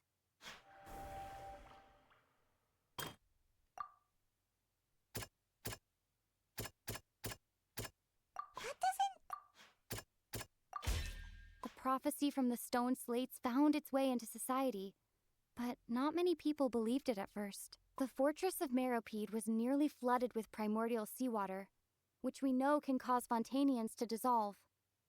It seems increasingly likely that the prophecy may come true. If we hadn't dealt with it in time, things could have gone very badly. They'll dissolve into the primordial sea but won't cease to exist. Their essence will flow in the seawater, converge, and take the form of an Oceanid. The Hydro Archon was sentenced to death in court, shocking everyone present. Perhaps this means that her sin was actually Fontaine's original sin. Navia fell into the water inside those ruins, and she nearly dissolved. She was surrounded by the people of Poisson in a court within her consciousness, and was forced to take part in a trial meant to make her stay. The eruption of the primordial sea at the fortress of Meropide was the surest sign that the prophecy was about to come to pass no matter what. The prophecy's contents can all be verified by recent events. If we combine what we know together, loads of truths should come to light. I still don't fully understand everything.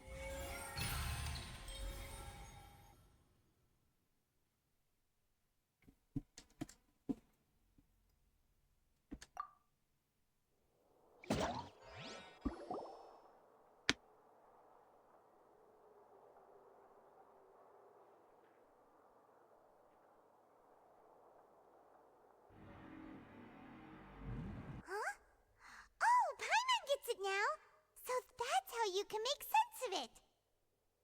But then it feels like we're going to have to share some truly shocking revelations.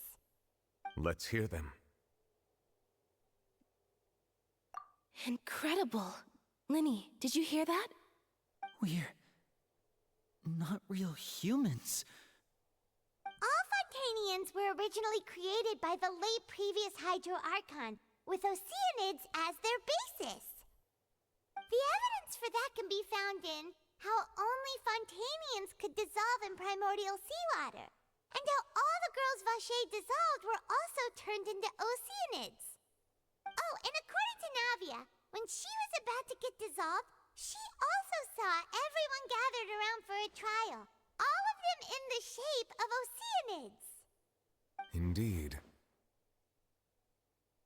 Yeah, and it follows from the content of the first slate that she probably angered Celestia by creating humans without prior permission.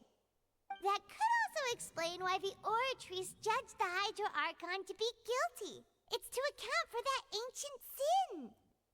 The Hydro Archon's true sin was creating us? And yet, after many hundreds of years, the Hydro Archon's creations have turned around to try to judge the Archon within the Opera Epiclese. The twists of history are often the most unexpected of all. Yeah, isn't the image here just like when Navia fell into the sea? So wouldn't it be trying to show the image of the Hydro Archon also falling into the sea once the prophecy has been fulfilled in the fourth slate? In the end, the people will all be dissolved into the waters, and only the Hydro Archon will remain weeping on her throne. Only then will the sins of the people of Fontaine be washed away. Did Paimon get all that right? You've made some keen deductions. I must say, given how much you still don't know, it is impressive that you've already managed to connect so many pieces of the truth.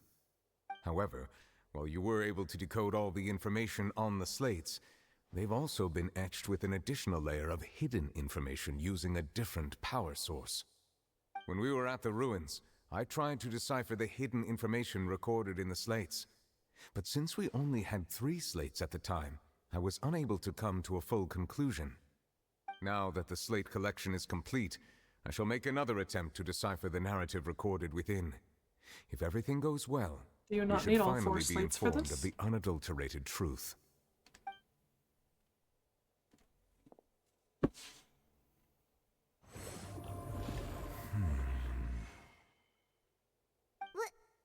Well? Did you get it? I believe I should share this truth not only with you, but with all the people of Fontaine as well. I will try to briefly summarize it for you.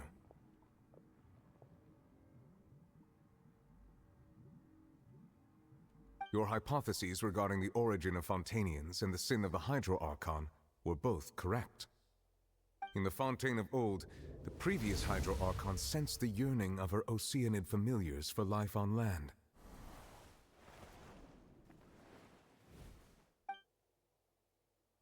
The Oceanids were enamored with the beauty and romanticism of human beings, and wishing to have those experiences for themselves, expressed to the Hydro Archon their desire to become of a similar kind. However, even though water as an element is intricately linked with the power of life, the Hydro Archon, as one of the 7, did not possess the authority to create a new form of human life. Not one to give in, she eventually found a way to create permanent humanoid bodies for her familiars by appropriating the power of this planet's primordial sea. She poured primordial seawater into the Oceanid's blood vessels, creating humanoid mimics in the process. But if Fontainians were to ever come into direct contact with water from the primordial sea, the power within their bodies would escape these artificial restraints and return to the sea. As a result, their forms would collapse, and they would be reverted to their original forms as Oceanids. Of course, the Hydro Archon never received permission from the heavenly principles to create a new human race. And thus, the Hydro Archon and all of her creations came to shoulder the original sin of appropriating the power of the primordial sea. That is the true history of how the people of Fontaine first came into being. So we were all Oceanids before we turned into human beings? That's way too much information for me. I think I'm just going to pretend that I never heard a single thing. Wait, but if that's the truth, we can't let the Hydro Archon be sentenced to death. After all, her only sin was creating us. This really might be too much information for your regular Fontainian, but it does answer a lot of our questions. Alas, your hypothesis regarding the third and fourth stone slates was inaccurate. The slates' respective positions are, in fact, correct. A key point of the visual on the third slate is how all the individuals depicted in the water are humans rather than Oceanids. They have not been dissolved, which implies that the water depicted in this slate is not water from the primordial sea. The nation of Fontaine is the nation of Hydro, as well as the nation of Trials and Justice. Instead of being the literal element, the water in the scene symbolizes judgment and justice. You may also recall Navia's experience. When she fell into the sea, her consciousness was surrounded by that of many others who intended to hold a trial to determine her fate. Therefore, the meaning of the third slate is that the people of Fontaine shall try the Hydro Archon at the court of justice. Yes, it refers to our present situation. I think I'm following now. So, what you're saying is, even though we decided to put on this trial to avoid fulfilling the prophecy, in truth, everything we've done has happened exactly as the prophecy foretold. So now, it seems, we're the ones making sure it comes true. What should we do? Huh. No matter what, the prophecy will be fulfilled. Is this what it feels like to be a prisoner of fate?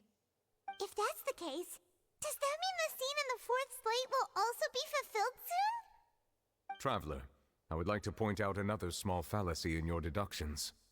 About the fourth slate, you probably thought that the eruption of primordial seawater beneath the fortress of Meripede served as the surest sign that the prophecy was about to come to pass, yes? However, I believe that rather than being a sure sign, that eruption could in fact only be a small warning of something far worse to come. As for the root cause of the catastrophe, I believe you've already encountered it once before. What?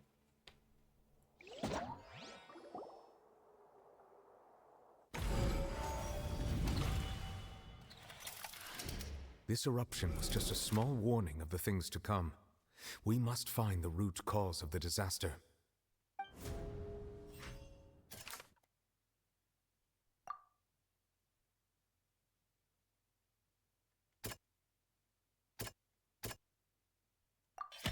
It was both dream and reality. I mean, that If we're one's kind of talking about obvious. a true culprit, that could only be that thing inside the primordial sea, right? The truth, the original sin, the trial, and the root cause of the disaster.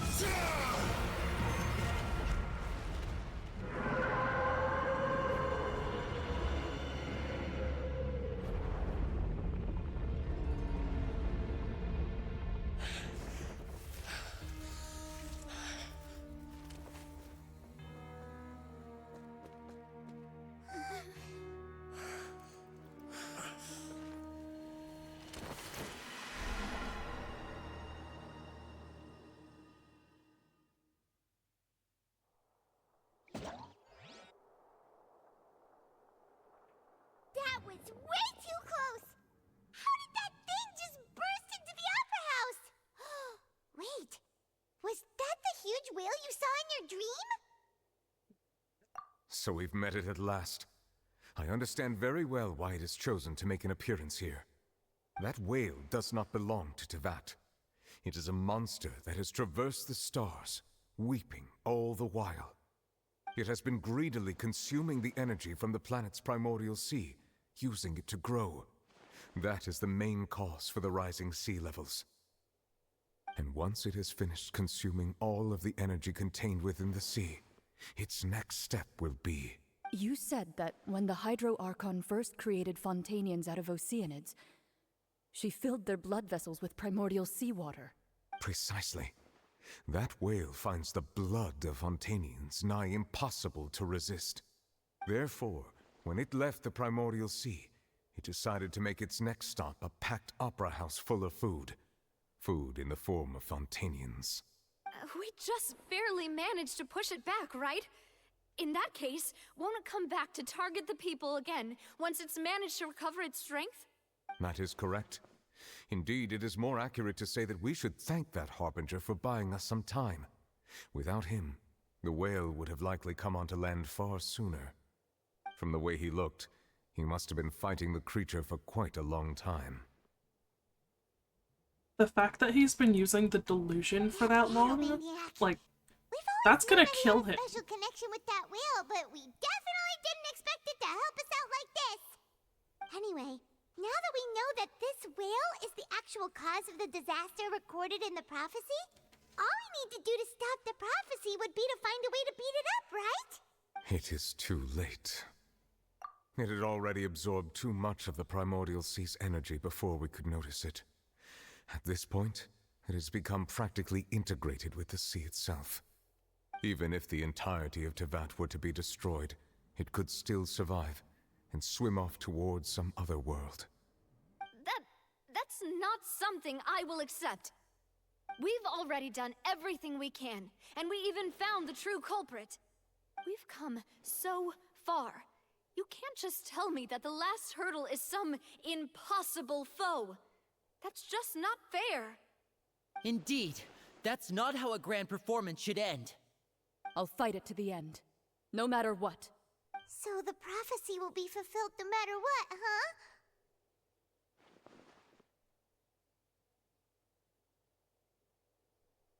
The prophecy. Yes, what has been prophesied will be fulfilled. You may view such things as the history of the future.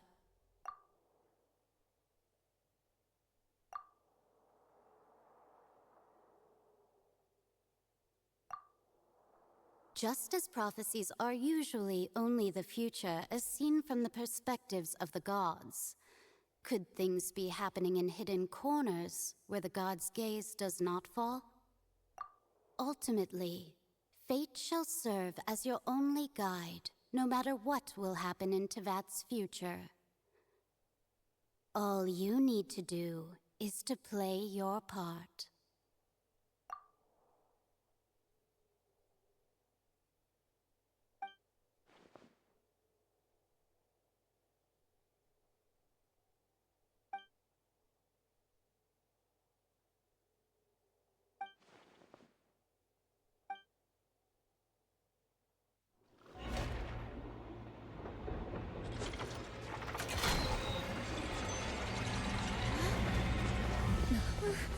What's happening with the oratories?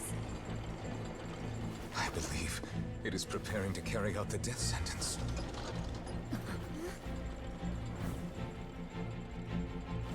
Farina!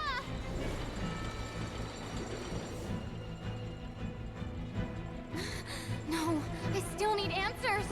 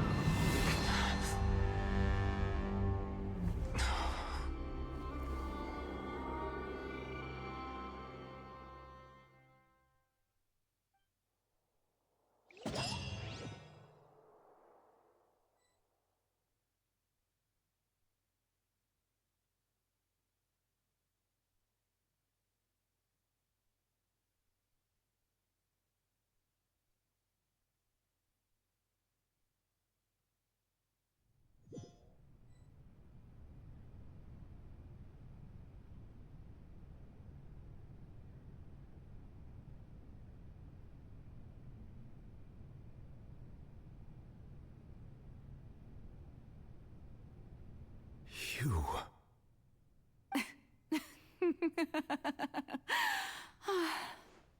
Sorry. That shocked expression on your face is just too amusing. I couldn't help myself. You are not Farina. Who are you? Ah, the sweet sound of bewilderment. Marvelous. A sure sign that my attempt to deceive everyone was a resounding success.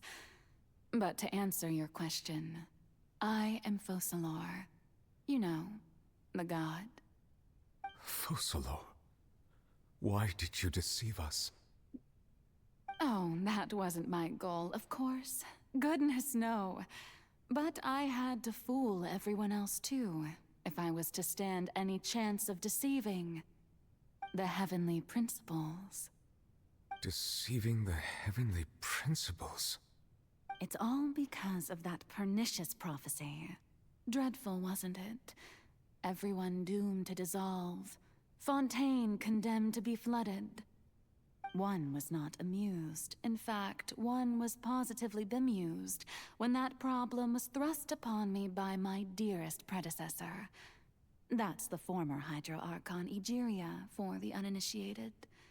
It hardly gets more disastrous than a preordained national catastrophe, now does it? She knew full well that the prophecy would surely come to pass. And as one of the seven, she also knew full well that one defies the heavenly principles at one's peril. So yes, as you have no doubt surmised, it was a rather impossible situation that I found myself in. I spent a terribly long time mulling it over, alone on the ocean floor.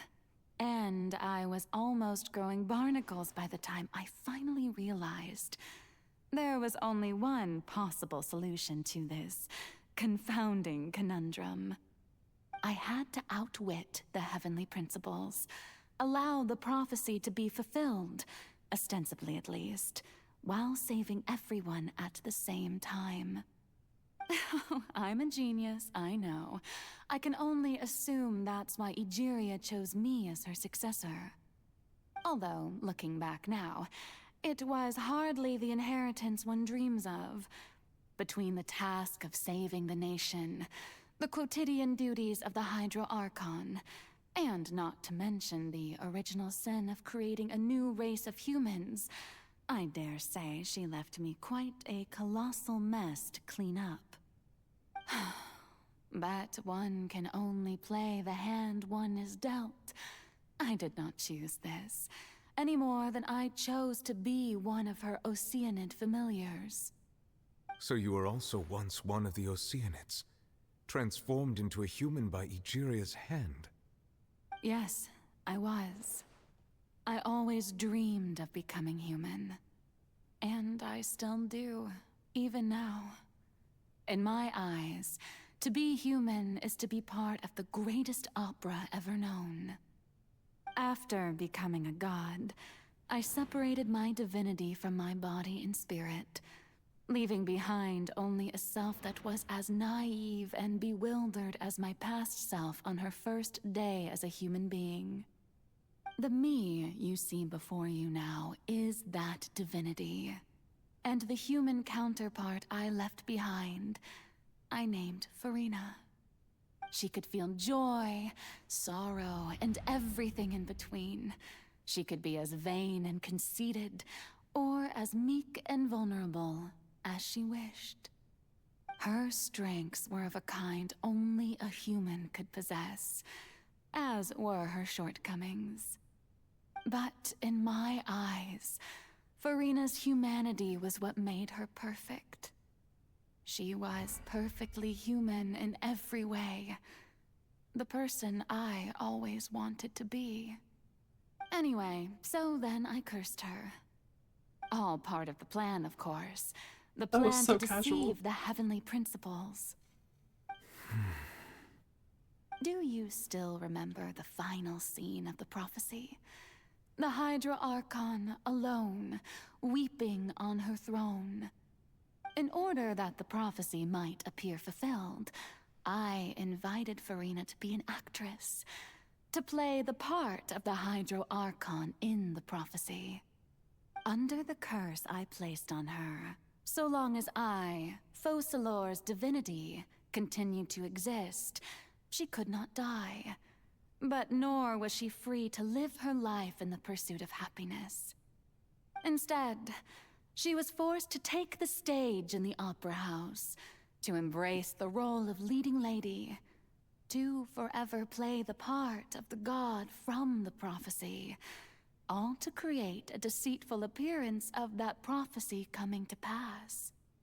I suppose now you probably understand why your court is called the Opera Epiclese. But Farina is only human, isn't she? Even though she has had a long life, her mind is no stronger than that of any other ordinary human being. I cannot begin to fathom what she has had to endure. It must have been torture for her. It has indeed. And although she is, in a sense, me in human form, I most definitely owe her an apology for it. It's been 500 years.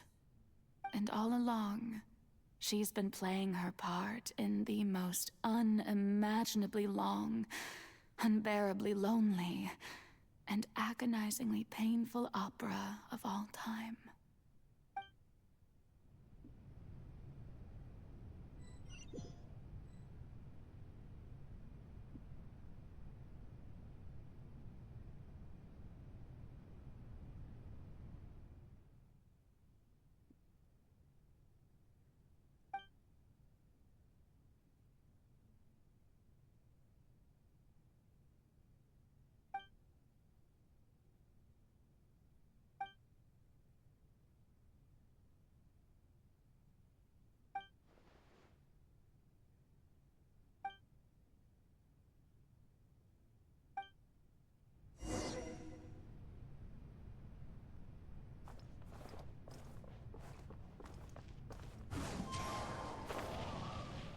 Really?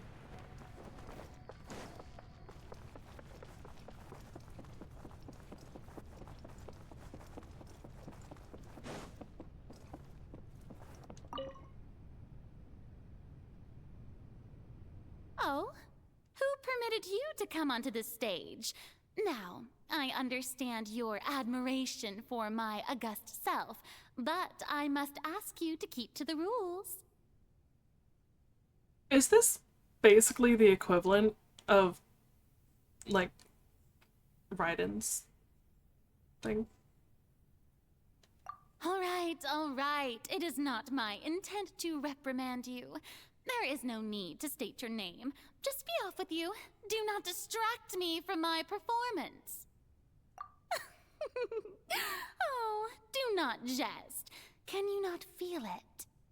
I am Focalor. The eyes of countless Fontainians are upon me. I must, at all times, display the utmost elegance and nobility.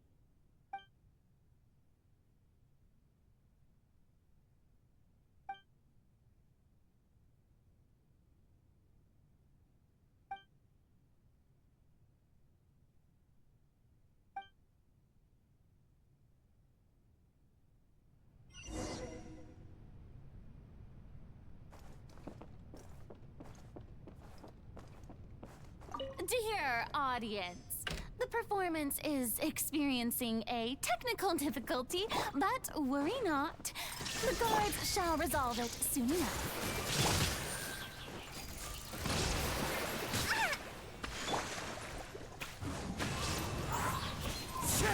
As one with wind and cloud, one with nature.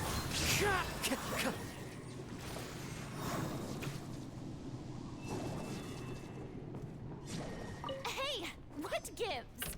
The audience is still watching me, you know. Guards? Wait, where are the guards? Guards! I missed.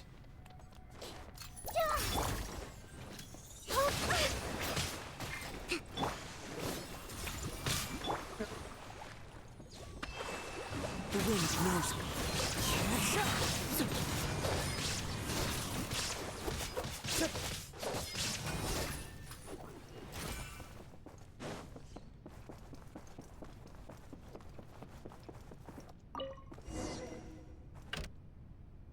Oh, no fight for the last one?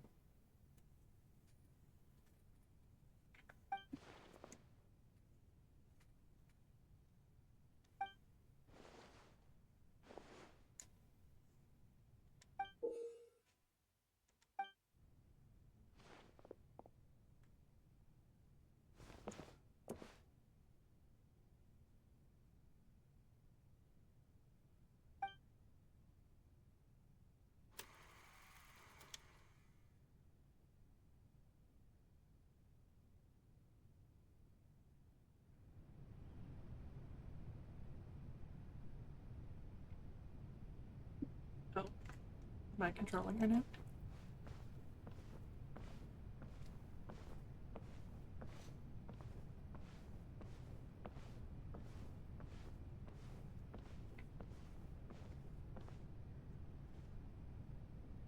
Farina.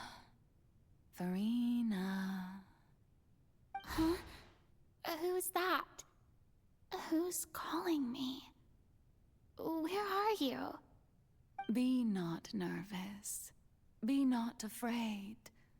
I am before you. Wait a moment. You're mirror me?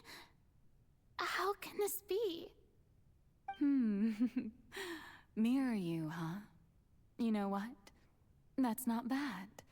Let's go with that. Mirror me. What do you wish to say? The prophecy. Have you heard of it? What prophecy? Wait. I know. I think. I don't know why, but it's in my head somehow. The people will all be dissolved into the waters, and only the Hydro Archon will remain, weeping on her throne. Only then will the sins of the people of Fontaine be washed away. Oh, very good. You know it well. What's going on? I can't seem to remember anything clearly. The only thing I know for sure is this prophecy. Will it really come to pass? Yes, it will. And that is why I've come to you. Disaster will come to Fontaine sooner or later. Things will develop just as the prophecy declared. There is no escaping it. But doesn't that mean everyone will die? I'm a Fontainian just like them. Will I dissolve too? Oh, don't worry. Magical meetings exist in this world precisely to give people a chance to turn things around. It is the reason why you met me today. I will tell you how to save everyone, but you may have to suffer somewhat. Oh, so there's still hope after all. Goodness, you frightened me. You spoke so much and with so much certainty. As for the suffering, well, I will admit that the first thing that came to mind was, why do I have to be the one to suffer? But if the prophecy will come true, I'll also die anyway, right?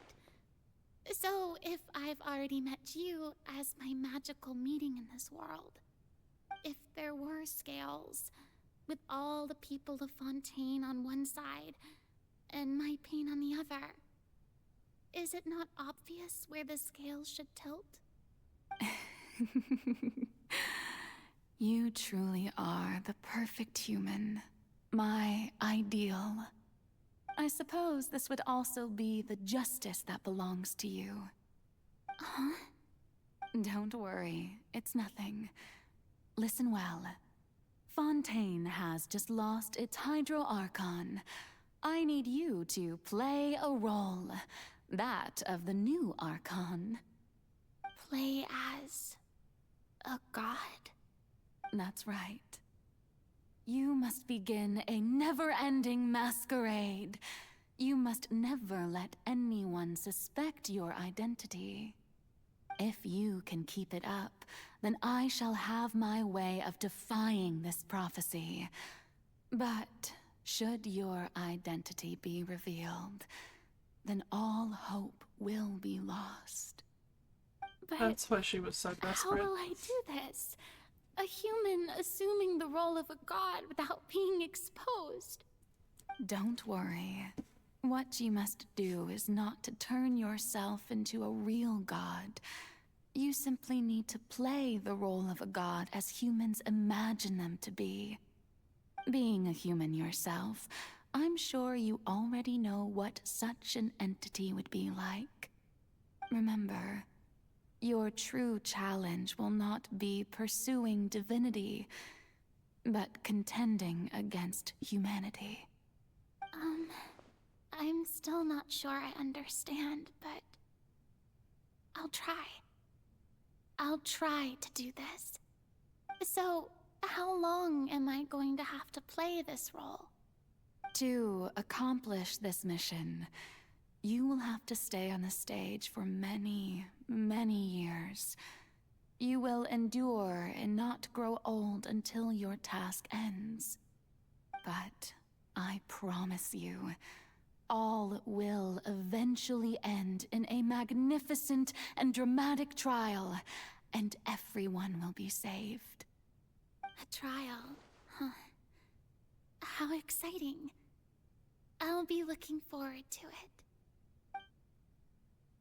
I don't think she expected to be the one on trial.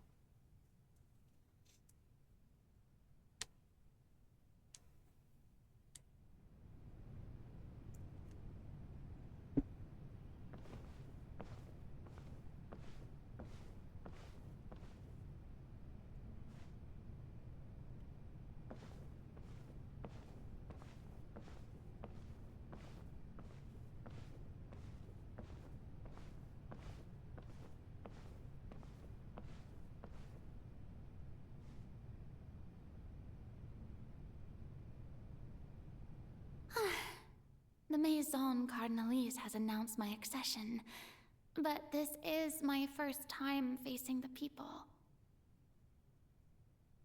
What should I say to most appear like a god? To be honest, I still don't know. Perhaps I should first try to act natural. Ladies and gentlemen, good evening, and welcome to the Opera Epiclese. I'm sure you've all heard about how I have taken on the role of Hydro Archon. Indeed, I am Verena de Fontaine, your new Archon. In truth, I know little about becoming a nation's new god, but it will be my honor to guide you all. As the god Focalor, the god of justice, I shall do all within my power to lead you into an age of fairness and justice. Once again, thank you all for coming. If you should have any questions or suggestions, please send them to the Maison Cardinalise. The future of Fontaine will require us to work together, after all. This should do it. I thought I might stammer, but thankfully, I was able to convey my thoughts just fine. That's the new Hydro Archon. Is this some kind of joke by the Maison? I would have thought that a being that surpasses humanity would be a bit more assertive. Hey, did you hear that? She even told us to send her suggestions there at the end. Shouldn't gods be all-powerful? She's being so modest. What's the difference between her and an ordinary person, then? They're so mean. Perhaps the succession didn't actually happen. She might just be a Maison-back puppet. Wait, what's going on? Why is everyone suspecting me of being a fake? Oh, this is bad. If I get exposed here, there'll be no saving the people from the prophecy. Right. Mirmi said that I just need to play the role of a god as humans imagine them to be. Calm down, Verena. Think. What do the people want? How would they imagine a god to speak and act? Assertive, with a strong sense of presence. One who can dispel all doubt. That is the character I'm fated to play.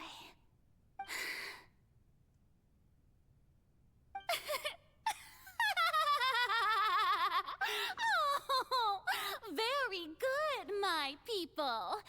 Only ones such as you are deserving of my rule. Now, I was wondering if some weak puppet were to one day come onto the stage and claim ownership of this opera house, would the children of Fontaine follow them? Well, it seems that you would all see right through them. Having passed my test, you are qualified to witness wondrous trials alongside my august self, here in this opera house. You may consider Leah's a my good previous actress. act a door gift of sorts. I thought it was a debut that suited the atmosphere. Now then, let us be reintroduced. Ah, so that was just a performance. How could I have forgotten that we were inside an opera house? Her personality. It's quite shocking, to be honest, but I suppose it's a better look than before. Such a fascinating and bold deity. How wonderful! Our future may yet be bright after all. It seems I've turned them around. Best follow this flow and restart my accession speech. My dear people, whether you acknowledge me or not, whether you trust me or nay, I say to you, keep faith in your ardor for justice. We have heard it said that this nation's sins can no longer be washed away. Well, I say that justice is most fragrant when it blooms amid sin. That's kind of a weird line. The scales of justice should not weigh heavy in the hands of its God. On one side, it must carry fairness and justice. And on the other, praise and applause. May law be the prayer on our lips. May judgment be our worship. Let us light the fires and drink to the future of Fontaine. There is no trouble in this world that justice cannot solve. All that is needed is for you, my people, to believe in it, heart and soul. So long as I, the Archon Focalor, stand within the Opera Epiclese, so long as I stand before the Oratrice, I shall even judge the gods of this world!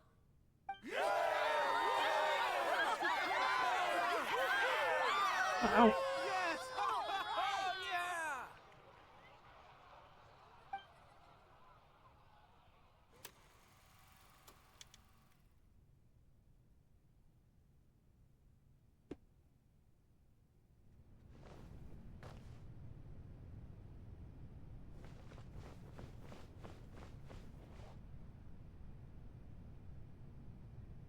Lady Farina, here are today's case reports, as well as a summary of the follow-up for your perusal. Come now, was I not just at the Opera House in person? Leave these kinds of things to Neuvillette. Besides, none of these trials were the one that I'm looking forward to the most. If I may be so impertinent, what kind of trial are you truly looking forward to? A magnificent, dramatic, and wondrous trial. A trial to end all things. How could you hope to understand? That's true. I fear I lack the ability to grasp your divine thought, Lady Archon. No need for fright, and do not take what I said before too seriously. Go now, do your duties. The trial I await. It will come one day.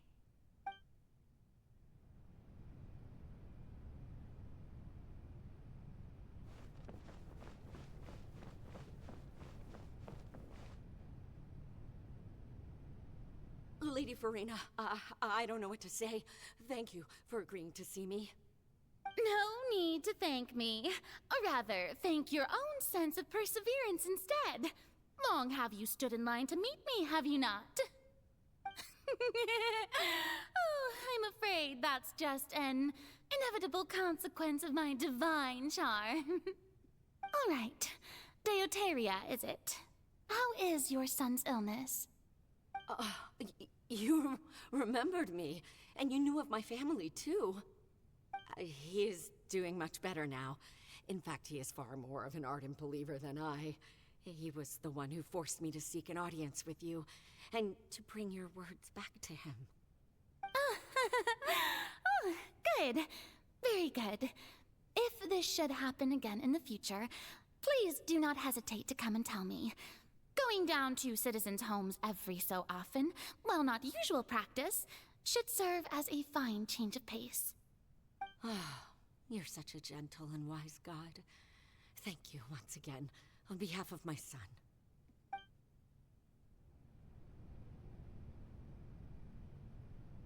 We're going all the way to the other side now.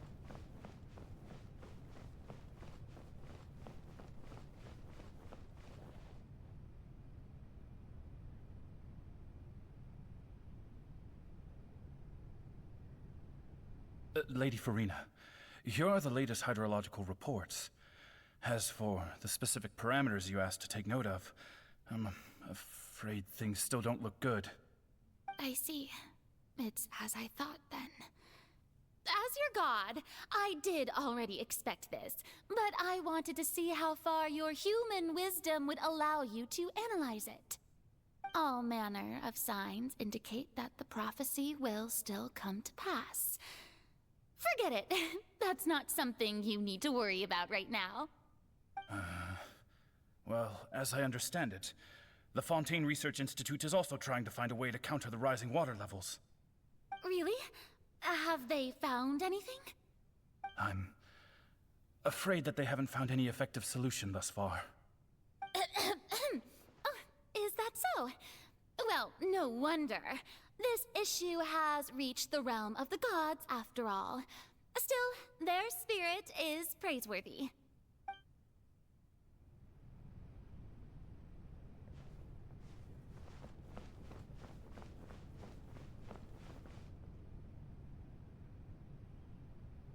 The day is finally over.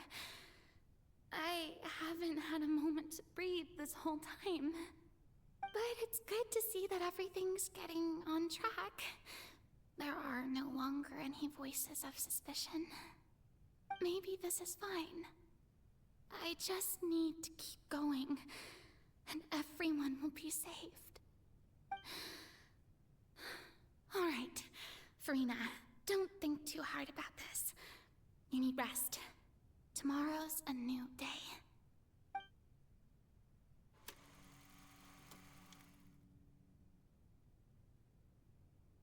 This is so sad what she's had to go through. Lady Farina, here are the new trial reports for the latest cases, as well as a summary of the follow-up. There'll be no need for that. I've seen them already. There's no need to go back over scenes I've witnessed in person before. Lady Farina, I've waited so long for this chance to see you in this manner. Indeed, my dear, loyal citizen. This joyous moment is an honor for us both.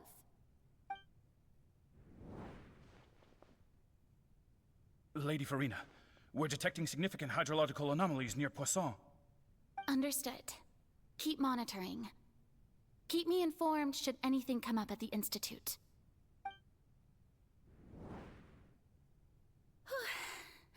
I don't think I let anything slip today. I must show the people that there is nothing to worry about. I just don't know when these days will end.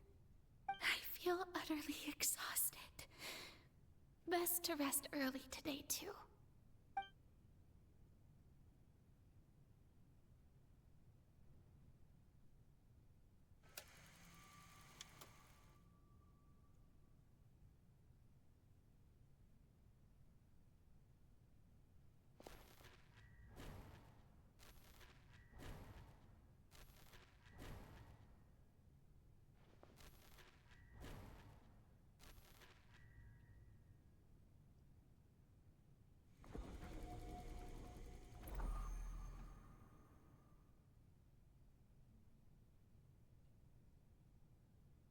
Farina.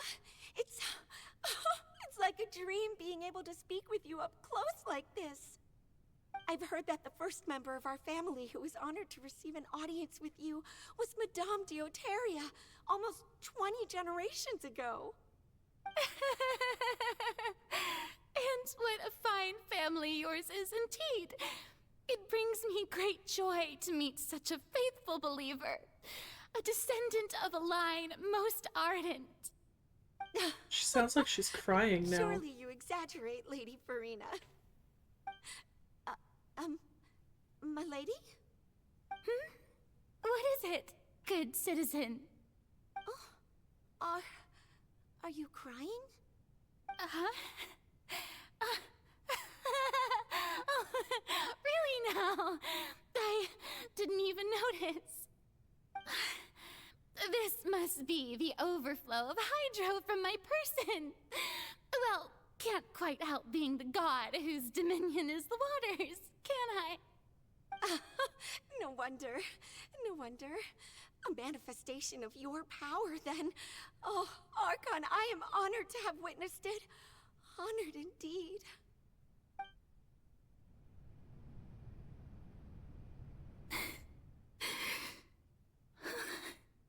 So interminable. So lonely. Just how much longer? Hundreds of years must have passed by now. Perhaps the show must go on for hundreds more. I never imagined that it would hurt so much. Have I reached my limit? No. Perhaps I reached it long ago. Today I didn't even notice my own tears. I want to tell someone, anyone, about this. But would that not destroy all I've done so far? I've conducted so many investigations across the centuries, but there's not even a sliver of hope that we might break the prophecy. All I can do is keep heart. I must maintain this act. It is the only way to save Fontaine. Please, mirror me. You have to succeed.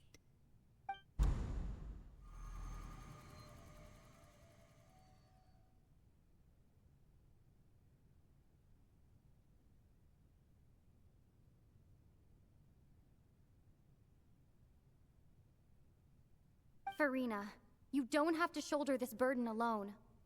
Although I don't know what you might be keeping from everyone, your people are more than willing to share your burden with you.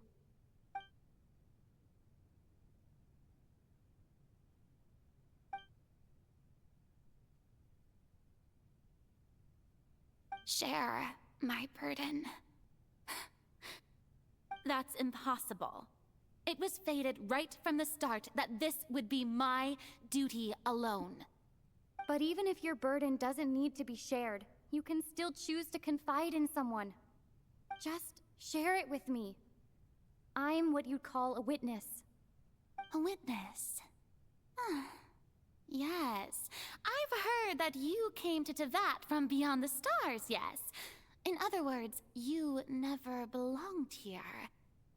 And if Tevat is, in its entirety, a show on a stage, then you're just a spectator, aren't you? If that's the case... She's right. I could confide in her, couldn't I? But if things don't play out as expected, the people of Fontaine will be the ones to pay the price. No, Farina, you shouldn't be selfish.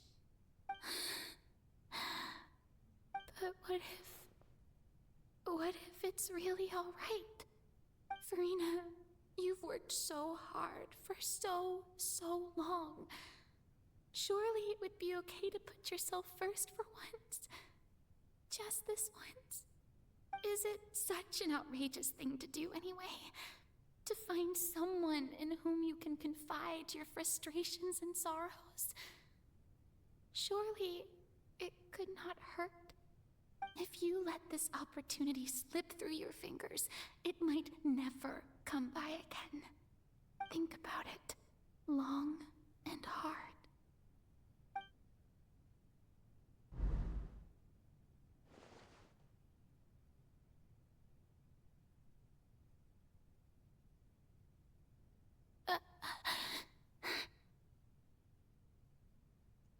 No, I have nothing to say. I am Farina, the Archon of Fontaine. Everything will surely get better. All you need to do, dear spectator, is to witness my performance until the curtains fall. I definitely thought she was about to tell us something, though. Fine.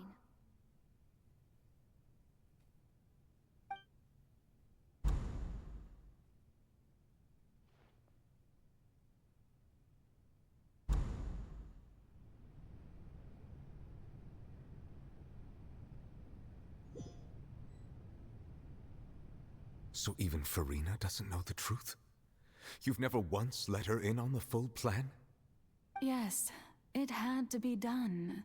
To deceive the heavenly principles, you must first deceive yourself. She did very well. If she had let her resolve falter even once in these 5 centuries, Fontaine would have been doomed to the most tragic fate. It seems that trusting humanity was the right decision after all. I believe that I understand how your deception works, but that is only half the truth, is it not? How would you build on this foundation to save the people of Fontaine? That is the most important thing. Ah, good. Of course, the Iudex of Fontaine has pinpointed the crux of the issue. I'm sure you've long sensed that the Oratrice is no simple machine, yes? I've always suspected that it had its own consciousness. And Lenny did mention that he heard a human voice within the core chamber. It now seems that that person was you, hidden within the machine all along. Am I right? And then I became one with the Oratrice, taking Fontaine's gnosis with me. Yes, it would seem so, wouldn't it? Alas, your understanding of this device still lacks sufficient depth. In truth, it is no enactor of justice. It is, in fact, a device created to kill the god of justice. I beg your pardon? Oh, you have it. And to be more precise, not only will the Oratrice take down the god of justice, it will also take down the divine throne upon which she has been placed. I mean, did you think I would be the sort to enjoy peaceful repose while Farina suffered? My work over these last 500 years has been to constantly accumulate indemnitium within the Oratrice. But really, some have already discovered that only a small fraction of the energy generated by the device was ever used to provide power to Fontaine. The vast majority had to be, accumulated to enact this death sentence. It was all a part of your plan, then? Both the trial and the sentence? Indeed. This power, accrued over 5 centuries, could have sustained Fontainians for millennia, had it only been used for that purpose. Almost all of it has now been stored within the Oratrice. But only power of this magnitude could hope to destroy the Hydro Archon's divine throne, shaking the rules established by Celestia, and breaking through the institution that is the Seven. So the Oratrice's call for death was for neither Farina nor Focalor, but for the Hydro Archon. The destruction of that divine throne. If I do not misunderstand your intent, you must be... Returning what's rightfully yours to you, of course. In other words, this was all done to return the authority of the Hydro Archon to the Hydro Dragon of this planet. But...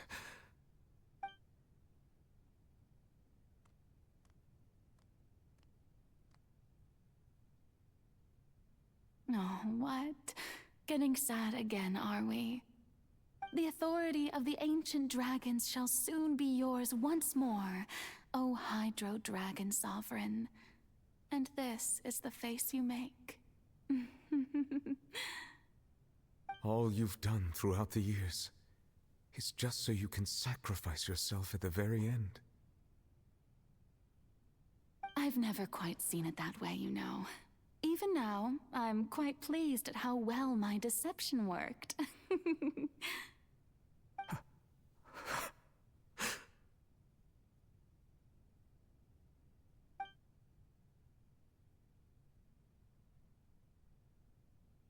Hydro Dragon, don't cry. I must say, had it been within my rights, I would have loved to judge the heavenly principles themselves.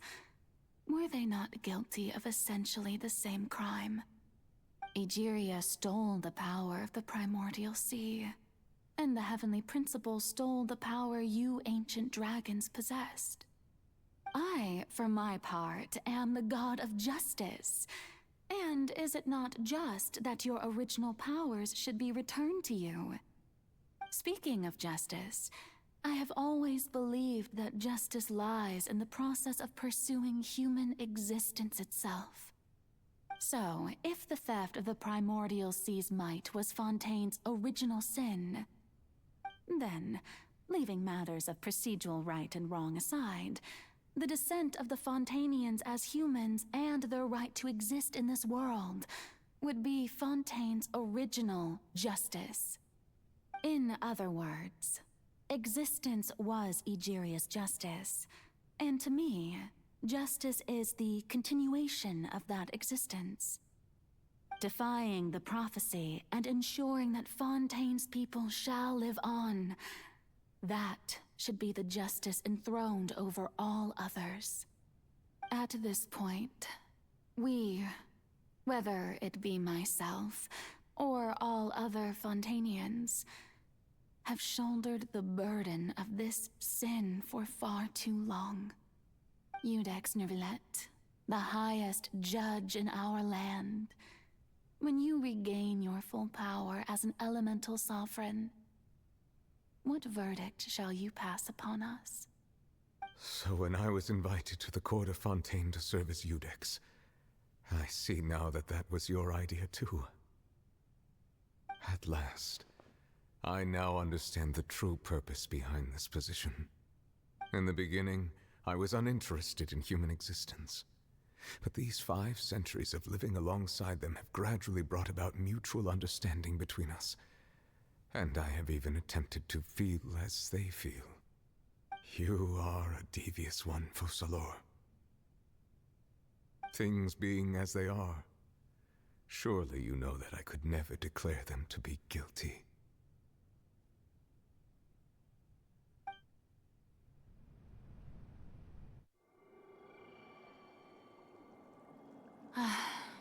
The hour of my execution is almost here. For the sinner, the curtain call has come. I know I may not sound it, but faced with death, I find myself a little afraid. Perhaps this is one thing both gods and humans have in common.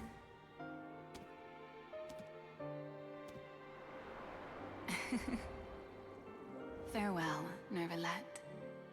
I hope you've enjoyed the part you played these 500 years.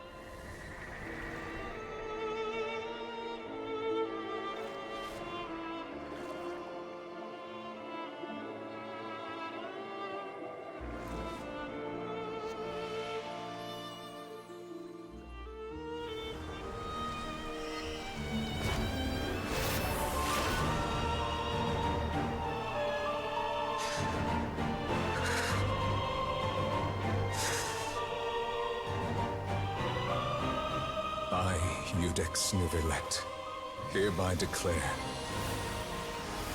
people of Fontaine, your sins are forgiven.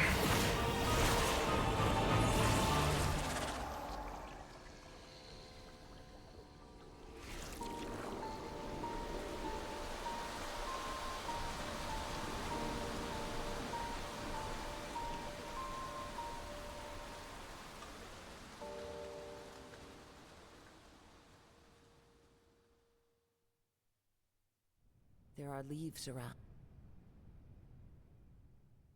Really, Kazuha?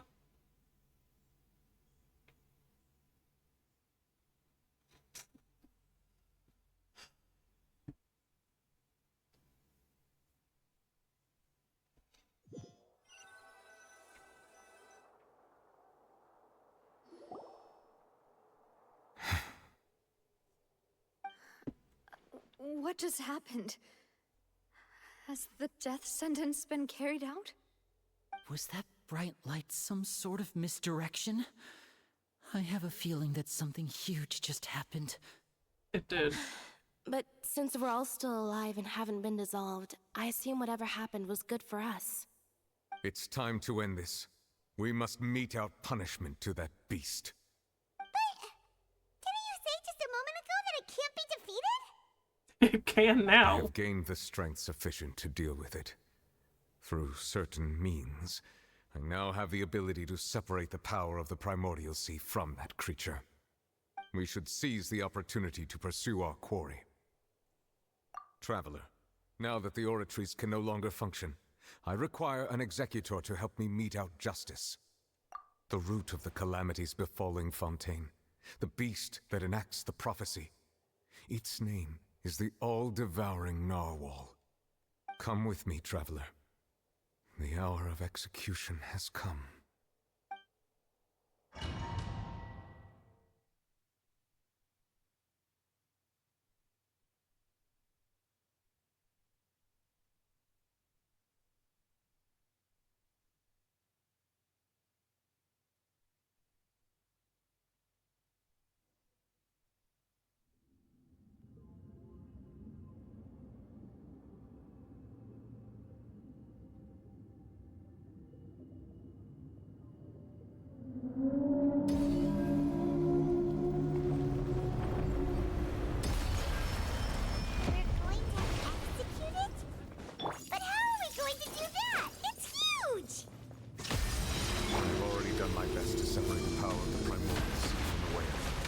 Considering the size of the beast, I cannot reach the power source. Unless we can find a way to attack it from within. We shall share a part of the ancient dragon's power. Ouchie. We shall look for an opening together.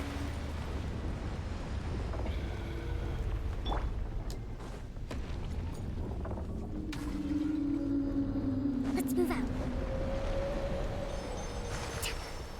I think I can hit it. I can feel its sorrow turning into hostility.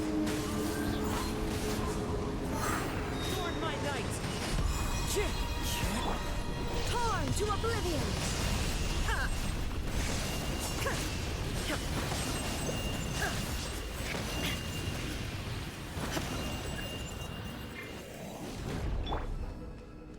I don't have human as a... resist its instinct to devour.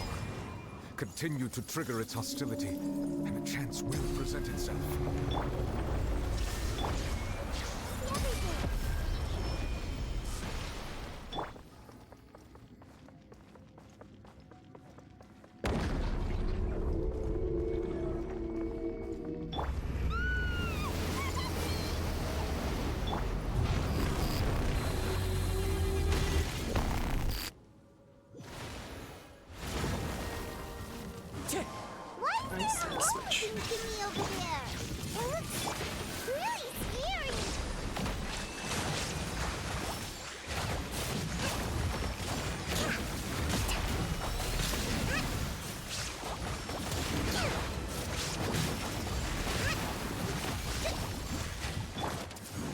Granted you my protection.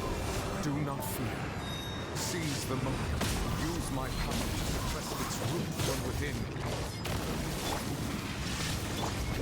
Whoa, whoa! Share my knowledge!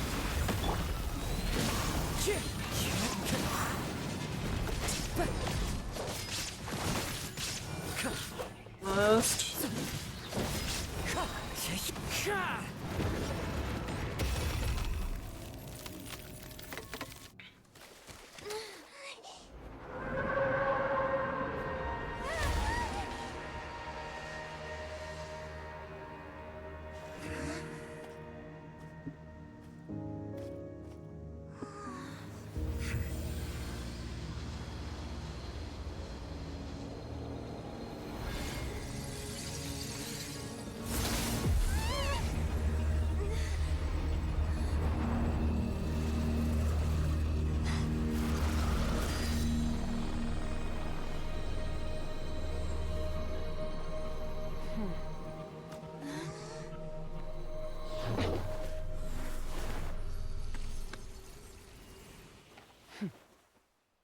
Why did she just yeet Child through the portal?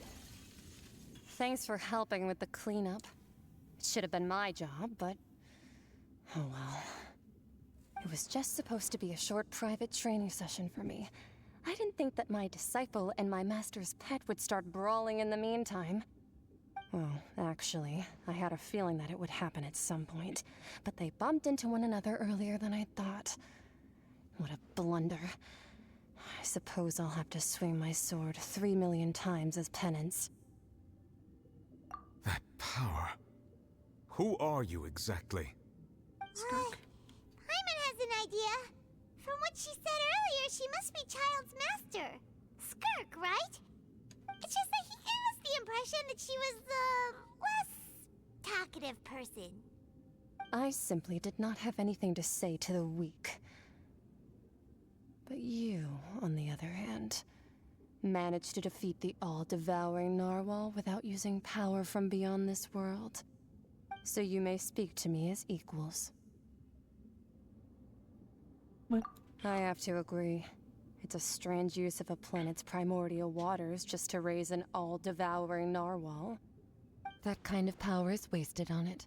It's not cooperative. It eats too much. And I have more important things to do with my time than pet sitting. The only thing that creature has going for it is its looks. All in all, it fails as a pet. Miss Skirk? I think you might have missed the point. The point being?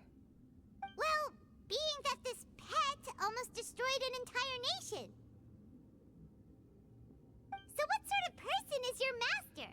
Well, Child's master's master. Wait, is that right? Oh, right. So you don't know him. Sorry, I assumed you did. His name is Sertologi. Who? I am unfamiliar with that name. Huh. So Master isn't sufficiently famous. How should I describe him then? Have you heard of the name The Fowl? The Fowl? Still nothing? Well, how about the Visionary? Vetterfulnir then? Or Gold Rhindaughter? Ooh, that one we've heard. Rhindaughter's part of the Hexen Circle. She's Albedo's mom, right? Oh, so you do know that name. To be honest, I also heard all of those names and titles from my master. I don't actually know them either. But I suppose you understand now, yes? My master is likely a similar sort to Rhindaughter. They are both pursuing some form of perfection. Wait, didn't you also mention a visionary person? Paimon didn't quite catch their name. Actually, never mind that. I believe it expedient to inform you that the all-devouring narwhal used up nearly all its strength fighting you. Such roiling hydro energies will prove difficult for the planet's deep seas to digest. As such, the Fontaine back on the surface has most likely been thrown into chaos. In other words, the prophecy that you've been fretting over should now be in full swing. What?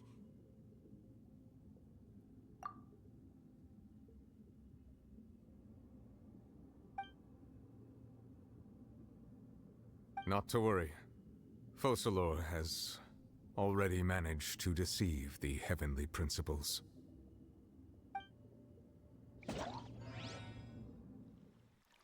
In the end, the people will all be dissolved into the waters, and only Farina will remain, weeping on her throne.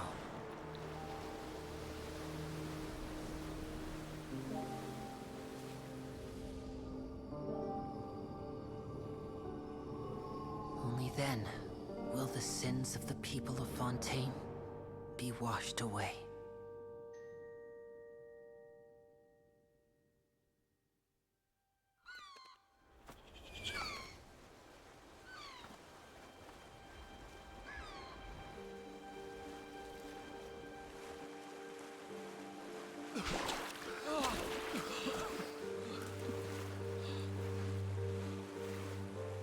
Hey! Help! Over here!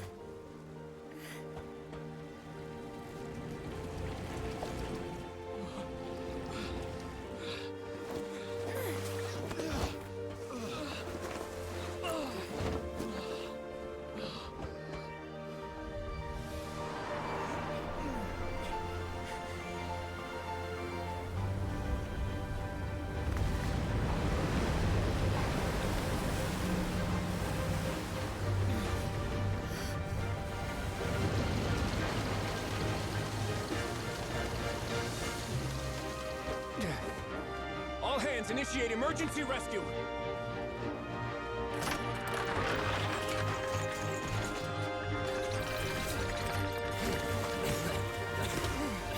Hurry!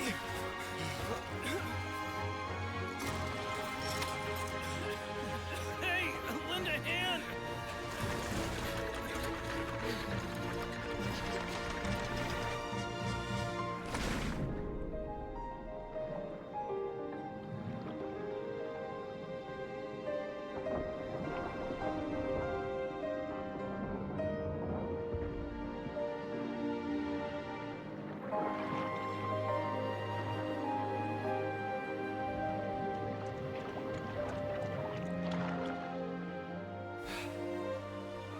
Look! The water's receding!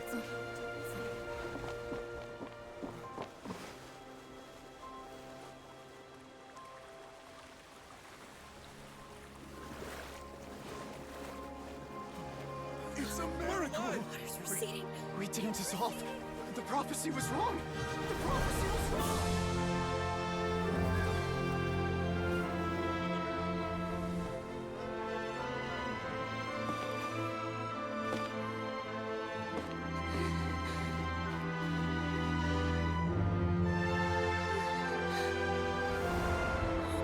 Are you alright? We're saved. The prophecy was wrong.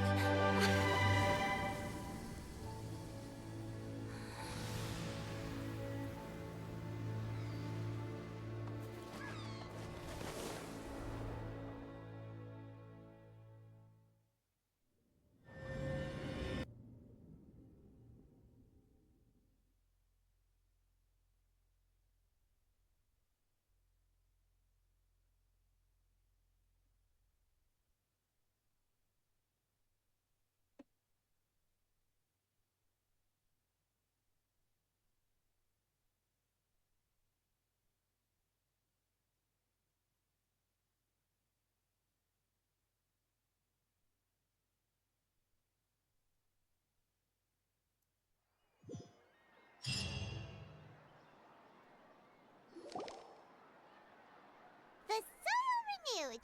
The Spina di Rosula attacks post-disaster rebuilding. I recently visited Poisson to meet with Miss Navia, spokesperson of the Spina di Rosula, and we spoke about Poisson's present and future. Old soil can still give birth to new bloom, Miss Navia stated. Hope is like seeing a small cookie when you're starving late at night. You just need a little of it. Skyship Winglet, lunar brain of the Fontaine Research Institute. The various disputes that have arisen on account of Mr. Edwin have suddenly become a shield over the Institute, with Jurier turning out to be a once-overlooked hidden gem. People always call the first researcher mad, but few know what to call the second. And should that latter person achieve a miracle, they would find it all the harder to find a word with which to classify him and his team.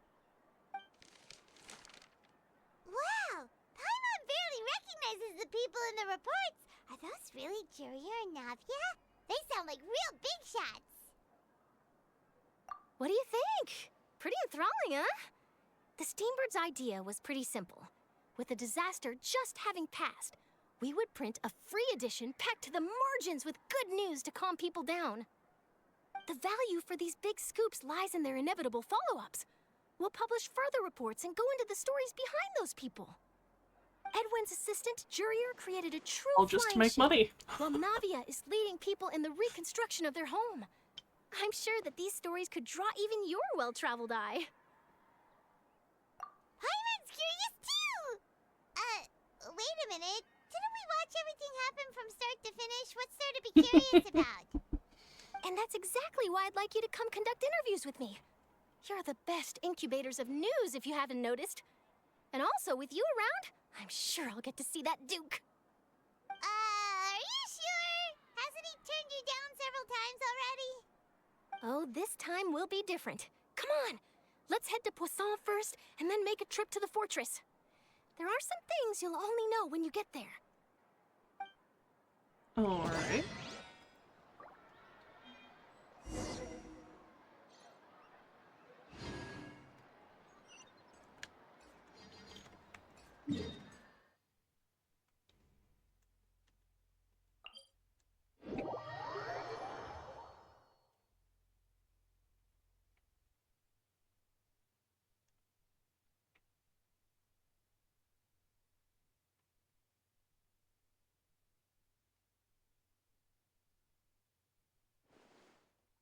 Time to go.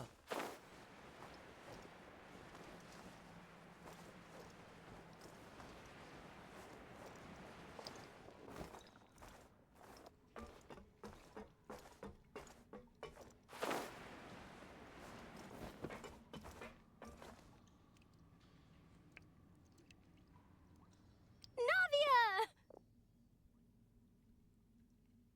Who's Oh, this? it's you. What brings you all here? Hey, we're just having a look around. I'm here to update myself on how things are going here. Oh, the Fatui are here too. Let me introduce you. This is Mr. Garunt Snezhevich. He represented the Knave in sending us a large amount of supplies, and is helping with our work. Our residents are hard at work as well.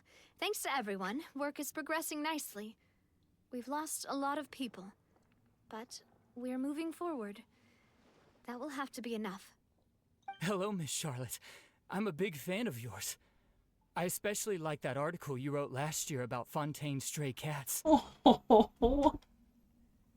But if you don't mind, could you not emphasize our role too much in your report? It's not charity we're doing here. We just happen to share the same interests as the Spina. I get where you're coming from. I'll keep it as simple as possible. Or would you be willing to feature as friendly neighbors? That would be fine. Thanks. Oh, you're back too. How are things? We finished laying down the construction materials. It'll be another hour before the workers are able to go over there. Huh? You're here too, Clorinde? Well, her reputation's greatly risen after that whole duel business with Miss Farina. So she's here in Poisson to wait out the heat. All right. She really came here to help me out. There's too much to consider in the reconstruction of Poisson. The Spina has need of more decision-makers. And, well, I do already happen to be connected to Mr. Callis. Oh, wait just a moment. Do you mind me asking a few questions? You know, about how you felt before the duel, about what it was like facing down a god. There's lots of exciting material there, I bet. Forget it. I'm sure you can find a better theme than that, Miss Charlotte. I see you're the same as always. Couldn't you do me a favor, for Navia's sake? Well, if we're talking about doing things for my sake, you might as well just take a few more photos of me. Or of the Traveler. It's better than wasting time persuading Clorinde, at any rate. Of course I will. I'm not gonna let her off that easy. All right, then everyone who wants to be in the photo, gather up. And smile. How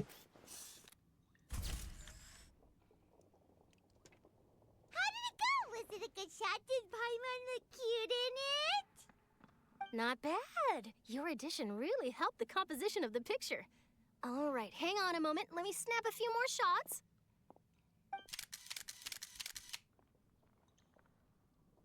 All right, that should do it. I'll be back here later anyway, so let's call it a day. You're very quick. Speed is of the essence when it comes to the news, and freshness is the key. Also, not to brag, but I'm pretty good at building connections. Who knows? I might eventually get that interview with you after all, Miss Clarend. Wow, you really do have that never say die spirit. I'm impressed. I'll hazard a guess that this is how you got that interview at the Fortress of Maripede. Whoa, you're well informed. Let me make a guess too. I asked Sijuin, who told Monsieur Nervillette, and he told you, right? That's a very complete information chain. In truth, all Monsieur Neuvillette asked me was, when did the fortress become so friendly towards the media? I told him that it was best not to speak too soon. There's no guarantee that Ridesley will make a personal appearance. You're right. I've got to treasure every moment I have with them. In which case, I'll be making a move first. Stay safe now. And tell me if you hear anything interesting. I'll treat you to afternoon tea in exchange.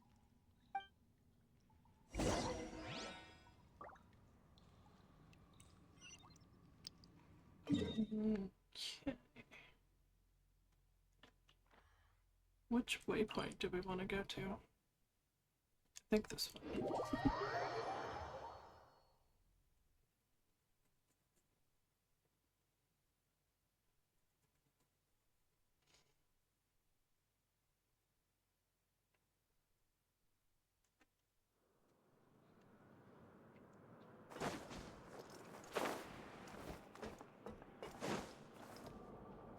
Follow the wind.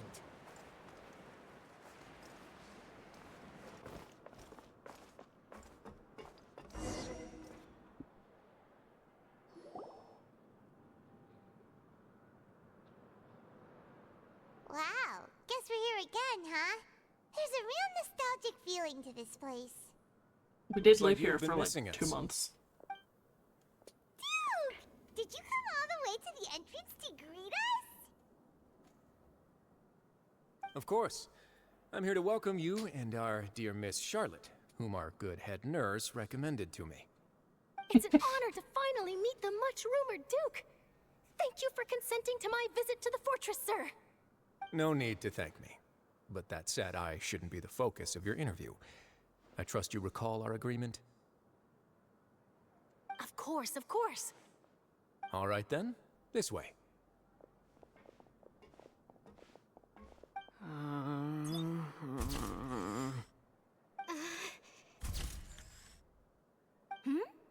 Hey, no need to be so nervous. I've already taken all the photos we need. Miss Charlotte, do these pictures really need to be published on the cover of the Steambird? It would seem that Miss Lorvine doesn't want her face to appear beside that of Mr. Jurier. Sir, please don't say things like that. But it There's looks like dear definitely Mr. a Jurier thing. denies it. Might this interview be very important to you then? No, I just... This is my first time being interviewed, and I'm very thankful to the Steambird for... Now, I might not look it, but I actually did meet Mr. Edwin once. And I'll be honest, I enjoyed chatting with you more. You've definitely got more of that genius vibe going on. The boat that brought about a miracle, the ark that saved the people. Why, you recreated a myth back there, like an emissary of legend.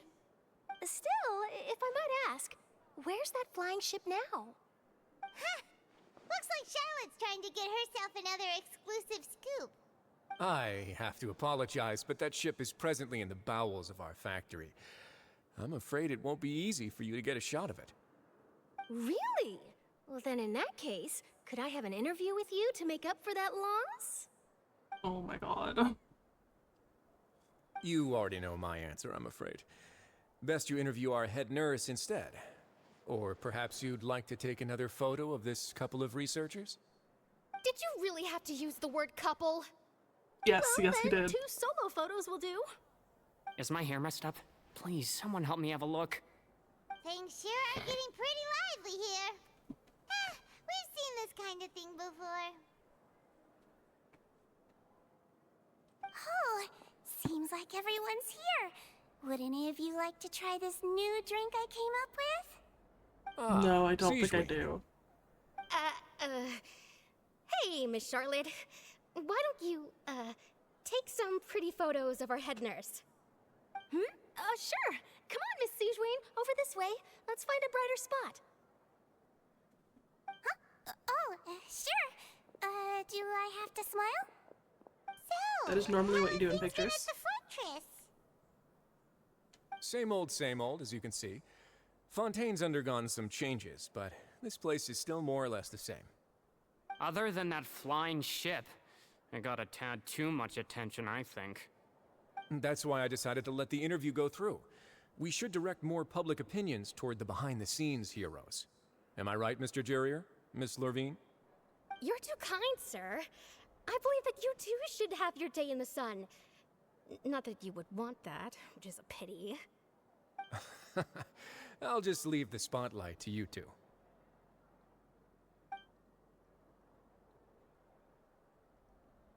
I see.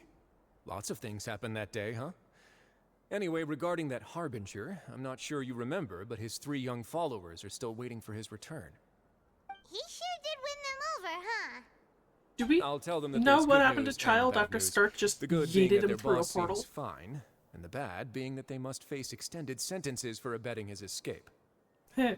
Oh, actually, what about you? Are things gonna change for you too? What change can there be? The fortress will keep chugging along, and so will my duties. As to what Miss Farina's departure will mean for the nation, and if our laws and governance will be transformed, we'll leave those to the folks in the overworld. Hey everyone, the photo shoot's done. Good. In that case, let's call it a day here. Thanks for your cooperation. Come on, Traveler, let's go. Till next time, everyone. There'll be a next time? Maybe. Who knows? I might write a As story long as about she the can help it, there underwater will factory definitely be next time. Until then. All right. Last stop, the docks.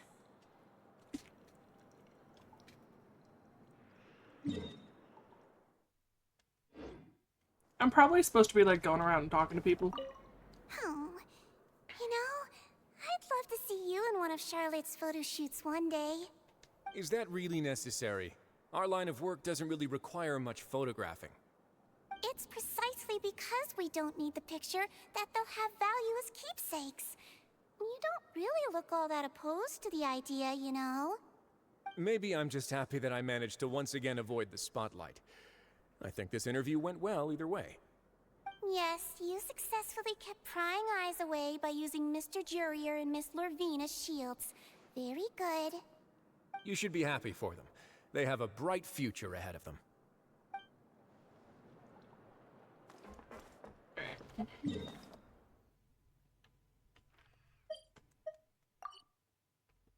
Jeez.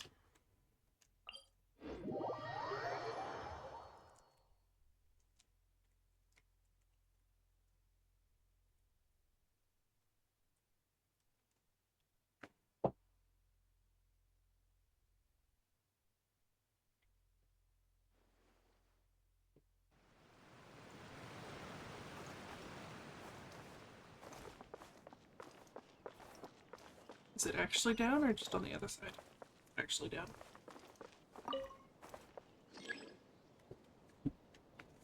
Alright, now we wait.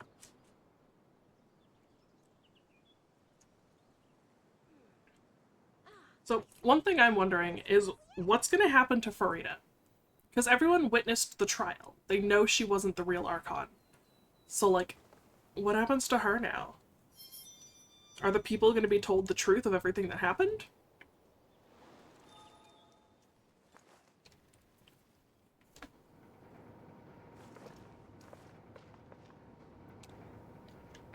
Is it still coming? Jeez, this thing takes a long time.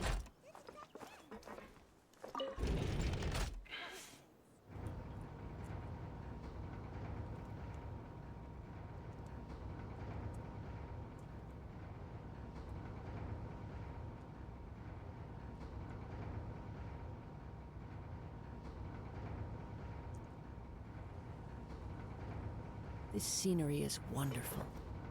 Surely enough to convince anyone to become a wanderer. Could be this way.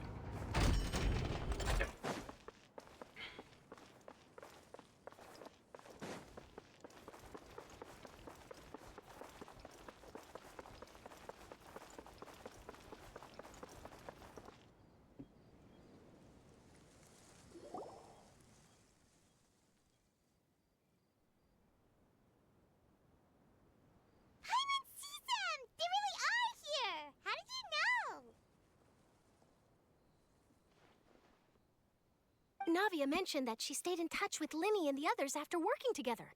Apparently, they've been at the docks distributing these strange pockets the whole time since. Traveler, Why do Paimon. people still need the pockets? And Miss Charlotte, too.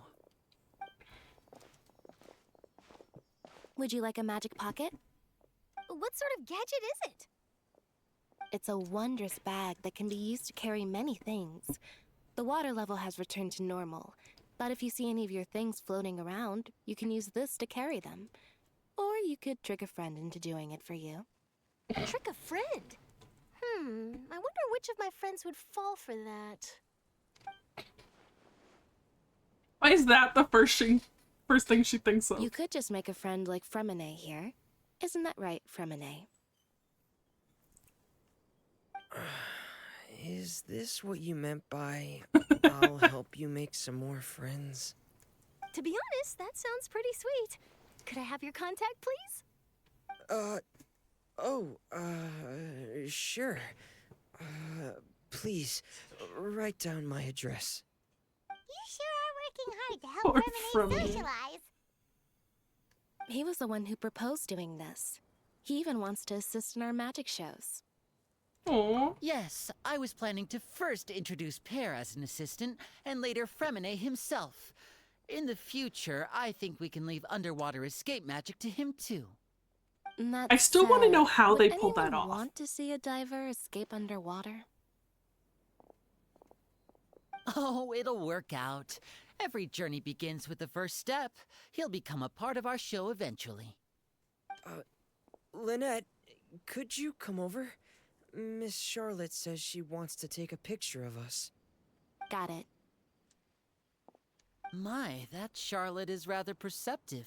She got rid of everyone the moment she realized I had something to say to you. So, how have things been, Traveler? Father says that you did a great deal during the latest events. She's very grateful for your contributions to Fontaine. That's all right. We were more than happy to help. So, what's she doing now? Oh, I guess you haven't heard. Well, after Lady Farina left, Father and Monsieur Neuvillette opened negotiations, during which he gave Fontaine's gnosis to her as a diplomatic gift. Of course. A diplomatic gift? A gnosis? Yes, I was quite surprised at first myself. But when I thought it over, there were actually Does the a Gnosis number even of still things hold going any for it. power if all of the It power could have was been returned done to as an him? apology for the incident with Lord Child, or as thanks for his help in tying the all-devouring narwhal down. Furthermore, Father did also lend significant aid to Fontaine and Poisson. Well, that's true, but this is a gnosis we're talking about. Doesn't this seem a bit irresponsible? I would agree, but I've also heard that it seems that Monsieur Neuvillette has had a significant change of heart regarding the matter. So there's some reason for this that only Neuvillette knows about? I suspect you'll have to ask him about that yourself. Yes, speaking of which, I did see him strolling around the entrance to the Fortress of Meripede a while back. Isn't he real busy and stuff? Paimon didn't think he'd have the time for that. But back to the topic. The gnosis was given to the knave, right? What about Child? They say that he's returned to Snezhnaya to recover from his wounds. I hear that the recent disaster really did a number on his health. That's true. When you think about it, we've had loads of run-ins with the Fatui. To think we'd be allied with them this time. So shocked by such a simple switching of sides?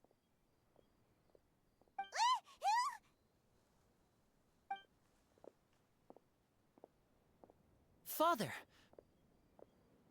Still don't get why they call her what father. do you know? Come to the docks to see how my children are doing and meet the traveler by chance. Please do not pay my accomplishments in Fontaine too much mind. I would have done them regardless. Are you going to take the Gnosis back to Snezhnaya? That is our duty as harbingers, yes. Don't be too preoccupied with sides. The goal of the Fatui concerns not a single place or person, but the entire world. With such a grand goal in mind, it is inevitable that we must wear many masks. Switching my masks is something I've always done. Well, that depends on many things. No one truly knows what the future holds. What good is honesty if you can't rely on it forever? As for you, I very much look forward to our next collaboration. Good things cannot be achieved alone, and you've proved yourselves to be great partners. A vision? All right. I'll remember to return it. Thank you for keeping it safe for him this entire time. And that's a wrap for me. Huh? You're... Greetings, Miss Journalist. Hello. If I'm not mistaken, there are diplomatic channels I'll need to report to take a photo of you. That is correct. So forgive me, but I will not be able to serve as a subject in your article. However, feel free to write as much as you'd like about our dear magicians and our upcoming rookie talent. I will. The sea breeze is quite pleasant. I shall continue my walk while the weather remains so agreeable. Farewell. Farewell, Father. Oh, she has such an intimidating presence. I didn't even dare to take a picture. Thankfully, I've already wrapped up all my pre-scheduled interviews. Thank you all. This'll be more than enough for me to write about, I'm sure. Don't be too nervous. Why don't you take a magic pocket before you go? Here, Traveler, Paimon, you take one too. To move things about? That's right. Funny. I was giving out magic pockets when we first met too. And what do you know? I'm doing the exact same thing right now. So many things have happened, but the pockets are still the pockets. I guess this must be life. We will all follow our own paths, and serendipity will lead you to your fated friends. All right then. We'll be handing out pockets in some other districts later, so we'll get going now. Have a good day, you two. Well, guess we sent Charlotte off. Shall we go see how Neverlette's doing? As long as he's not so busy that he doesn't have time to chat anyway.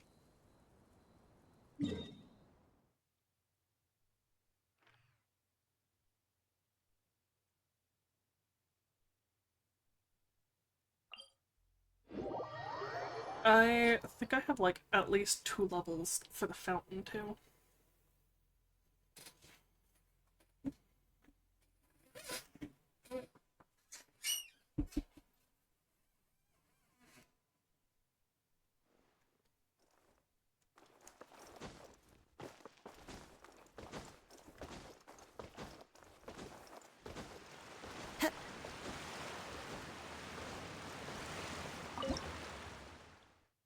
Yep, 2 levels.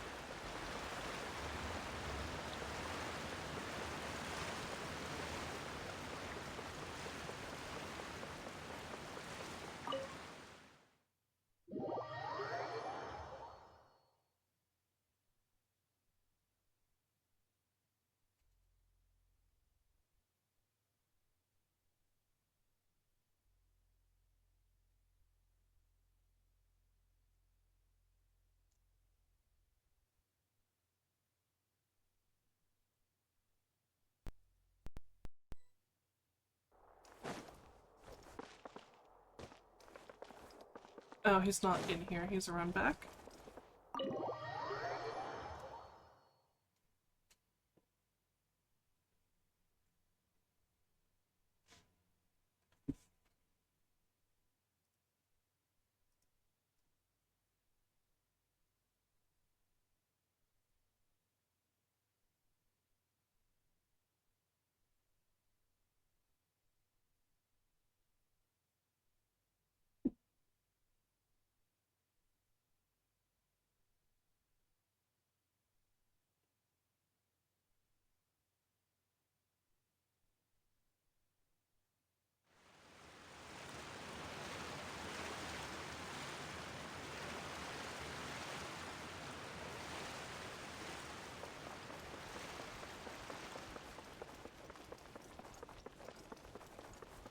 The entrance to the fortress! Ooh, he really is there!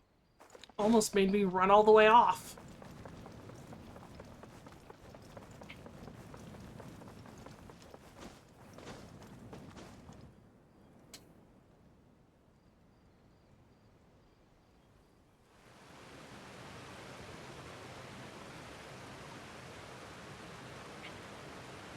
So, you really are here, Neuvillette!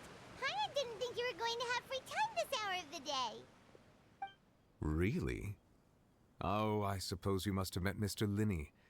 He took the time to greet me earlier when he passed this way. In any case, you came at a good time. I was just considering reaching out to you to set up a meeting, so I may explain some things that I haven't had the time to before. Aw, Paimon's glad that you remembered. Thank you for keeping us on your mind, what with you being busy and all. Alright, let's have it then. How was Fontaine actually saved? The whole business is still quite the mystery to us. It is strange how words can often leave a bitter taste in the mouth when it finally comes time to say them out loud.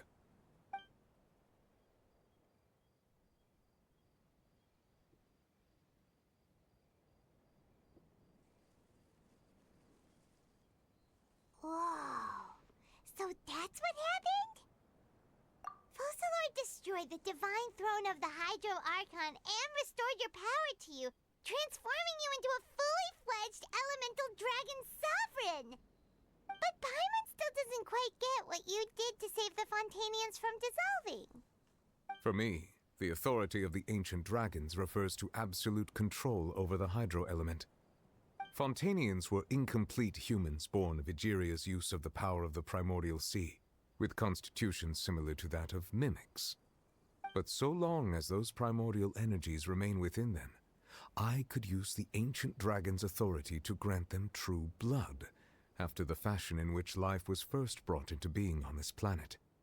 In other words, when I gave my verdict, Fontainians became true humans, and thus would naturally no longer be dissolved by water from the primordial sea. Focalor must have counted on you to make that decision as well. Your verdict was the key to making the prophecy appear to have come true while saving everyone. Yeah, and in a manner of speaking, Focalor finally managed to fulfill the original Hydro Archon's wish to turn Oceanids into real people too! It seems from your expressions that you still have more things you wish to ask. Ask away. I will tell you the truth as I know it. I have investigated his case along many avenues, and I have learned that he once fell into an unknown chasm when he was young. There, by chance, he awakened the all-devouring narwhal. But whether it be by sentiment or reason, that should not have been enough to consider him the root cause of the disaster. At most, he would have had tangential liability. As for the judgment passed by the Oratrice during the trial, whether it was due to that liability by association, or Focalor deliberately using him to buy time for us on the assumption that he would be able to hold the creature off, I cannot say. Guess Focalor had Fontainians in mind the whole time. In the end, it was thanks to her that they finally became real humans. Hang on a second. Paimon suddenly got another question. Back when Fontainians hadn't yet become real humans, were the children they had also transformed Oceanids? Life has always flowed like water. Do you recall how Fontainians would often come to the Fountain of Lucine to pray for children? Yeah, Lynette said the fountain is where all the waters in Fontaine converge. In truth, even those couples did not know that such prayers were no mere custom, but instead a form of ritual. Those Oceanids who were blessed within the spring water would later descend as new humans in the coming months. Paimon sorta gets it now. Either way, seems like this ritual won't be of any further use, but it'll probably live on as a local custom. Ask away. I will tell you the truth as I know it. Yeah, about that. Risley said Farina has already left. What's that all about? Ah, Lady Farina. The people are only aware that her death sentence has not been carried out. She abdicated the post of Hydro Archon and left affairs related to that title to me, before leaving the Opera House. I related So where does she Focalor's go? words to her faithfully and completely. After hearing them, she seemed neither saddened nor comforted. She simply said that she was tired and needed to rest. Having said that, she then packed her things and moved out of the Opera House, not unlike how an ordinary person might. But she's still got a place to stay, right? You need not worry. I will make arrangements to ensure that she will not want for food, clothing, board, or travel. In truth, I am somewhat happy for her. The wear and tear on her spirit will, of course, take time to heal. But now that she no longer has to play the role of Focalor the Hydro Archon, she can finally lay down her burdens and lead a normal life. What about you then? What are your plans now that you've regained your full powers as the Hydro Dragon? After Focalor passed on, the Oratrice also ceased to function. This matter will directly affect our trials. After much careful consideration, I've decided to take over its role in our courts. From now on, I shall hear cases and pass verdicts by myself. Looks like you're still considering stuff from the perspective of the Udex, huh? As an elemental dragon, there are indeed many things that I must do. But this power and this duty, in a manner of speaking, you could say that both were granted to me. As such, before I attend to my other responsibilities, I must first and foremost continue to serve Fontaine as its highest judge. The duty of the Hydro Sovereign and the duty of the Udex shall coexist within my person. Additionally, the Hydro Archon's departure has brought about another problem, which is that the Opera House shall no longer produce indemnitium. That's true. That power was derived from the people's faith in the Hydro Archon, wasn't it? Wait, but the various mechs and machines in the city are all still okay. Where are they getting their energy from? As I am now, I have full command over New Musia, and it can serve as a complete substitute. Another reason why I cannot quite leave Fontaine immediately. Wow. This ancient dragon's authority stuff is really quite useful, huh? Ask away. I will tell you the truth as I know it.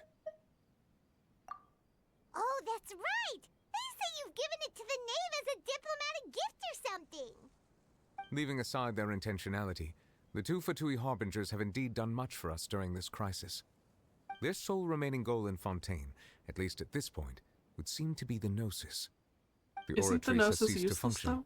The Hydro Archon's divine throne is now no more, and I do not need the Gnosis's power. As such, it has lost all meaning for Fontaine. If the Fatui have impure designs, then we might as well accede to their request now, and avoid unnecessary conflict. What complicated considerations? Paimon thought you were just giving it to them out of gratitude to the knave and as an apology to Child. Ask away. I will tell you the truth as I know it. You will soon be heading to Natlan, I presume? I'm afraid that I have little talent as a travel guide, so all I can do is tell you what I know about that land. As far as I'm aware, Natlan can be said to be a nation of dragons. A nation of dragons? You mean like you? Oh, so... No, I suspect that I would not find myself welcome there. Unlike ancient dragons such as myself, the dragons of Natlan have undergone long years of development and evolution. Large numbers of them have entered a form of coexistence with humanity. Natlan is also the nation of war. War ravages those lands like an undying flame. There is one other piece of information I got incidentally from my negotiations with the knave that I believe may be useful to you. The harbinger known as the Captain has thrown his hat into the endless ring of war. captain. Sounds like a real tough customer. Seriously, everywhere you look, there's a Fatui Harbinger doing their thing. I suggest that you fully prepare yourself before going to Nathlon. In the meantime, Fontaine's doors will always be open to you. Ask away. I will tell you the truth as I know it. Hang on a sec. Paimon's still got a question about the Gnosis. When we spoke to Linny earlier, he mentioned that your attitude towards giving away the Gnosis had clearly changed. We guessed that there might be some reason for it that only you were aware of.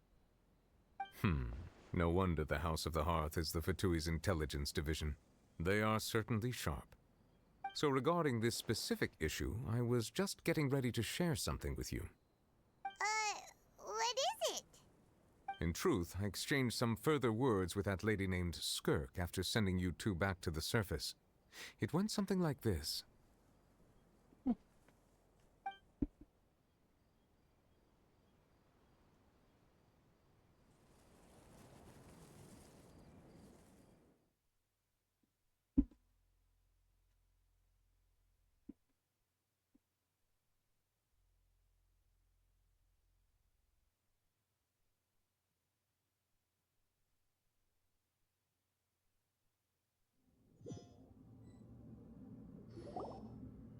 Well, we're going to head topside to see what's going on. You hurry over soon as well, all right, Nervalet? What next? The all-devouring narwhal isn't here, so I'm no longer getting any interference. I can finally catch the scent of your power, what it's made of. It is the authority of the planet's primordial dragons, but with something very similar to a god's curse mixed in. It's quite a novel blend. I'm sure I've encountered something like this before. What was it again? I do not know what you speak of. Ah, of course. How could I forget?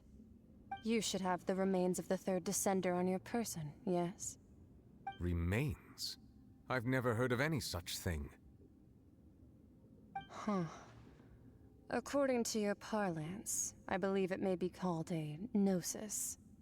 Well, that much is true. After Focalor's divinity faded, she handed her gnosis to me. But I fear I have never heard of it described in the manner that you just did. I've been training with my master, the Foul, ever since I was young, and I have never returned to the surface since. So most of the information I possess, I got from him. It is only natural for those who are greater than humanity to possess a different sort of common sense, which is why there are so many problems in our attempts to communicate with humans. Regardless, you should probably get rid of objects of misfortune to prevent any disasters from befalling you. To live in itself is a blessing, but once a person dies, the bonds he once had with this world shall all turn to curses. What do you mean by that? No need to fret. These are just my personal thoughts, and my reason for no longer wishing to return to the surface. This third descender you refer to, who are they? And when did they die? Master never mentioned them to me. Perhaps it just wasn't that important for me to know. If you're interested, though, I could ask him. I'll be sure to pass the answer on to you next time. Next time? You believe we will meet again? I do. Wait. I have a disciple of my own, don't I? He can be the messenger then.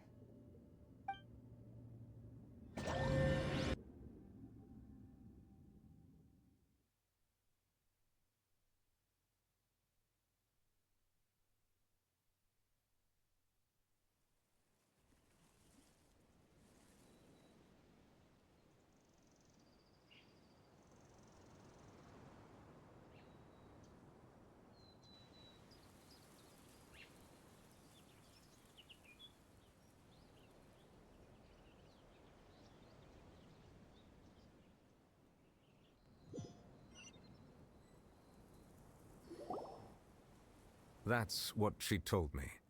Whether it would prove useful or not, I wanted to pass that information on to you. The third descender? So that's what the no-seas actually are. Paimon just thought they looked like chess pieces. How could they be a person's remains? All the same, assuming that there was no misunderstanding or special metaphor at play, is what she meant to say. And she said that it would bring misfortune and that you should check it, which is why you gave it to the Fatui. If she speaks the truth, then I would simply be putting Fontaine at unnecessary risk by keeping it here.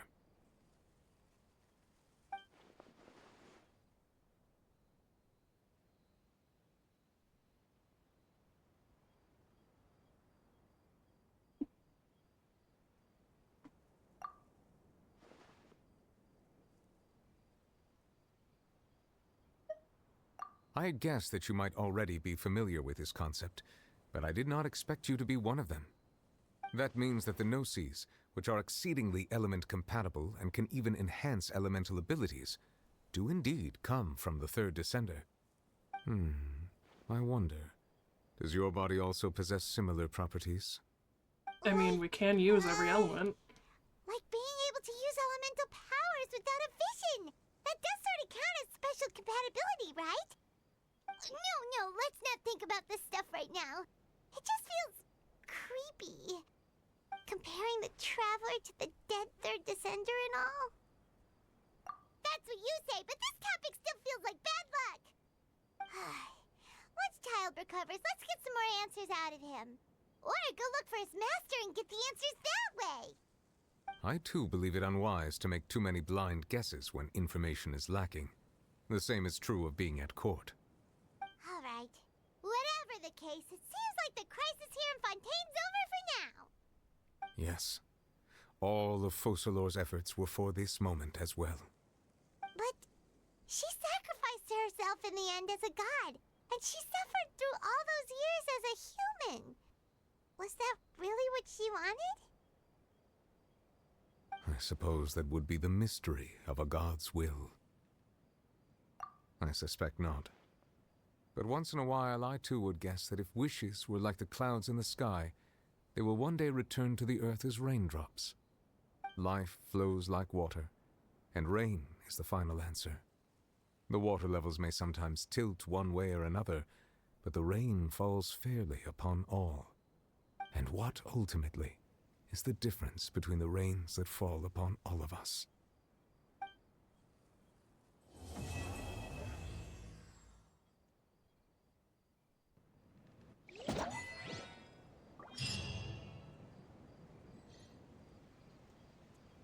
Alright.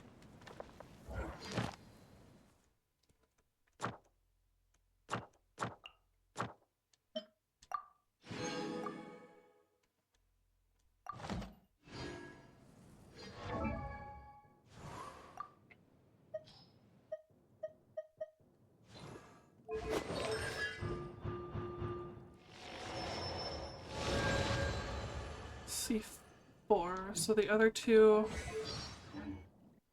are probably locked behind the statue levels. I know the next level on the statue is one of the constellations.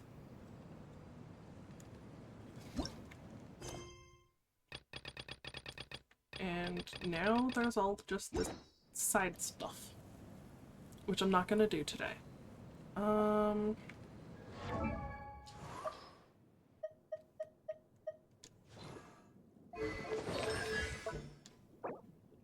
I did good stuff.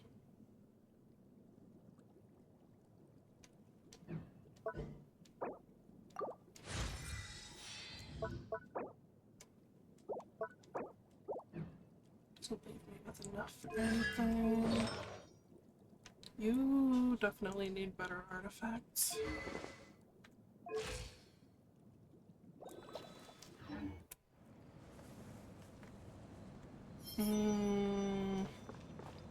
I need to use my resin, but like, I don't know who to work on. I got you to 80. Who's next?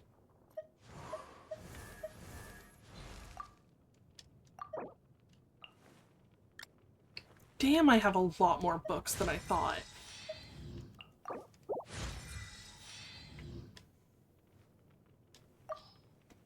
there anyone else in between levels? Don't think so. Kinda wanna work on Remedy.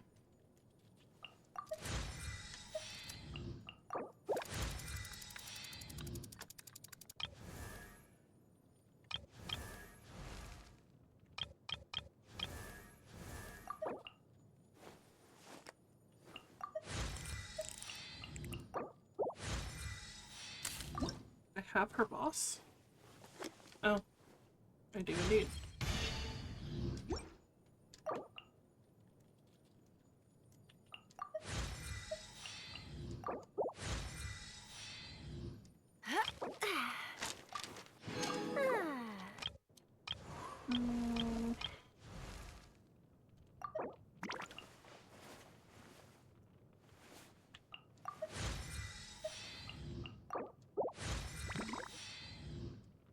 What do you still need? Oh, I just don't have any of her drops. Cool.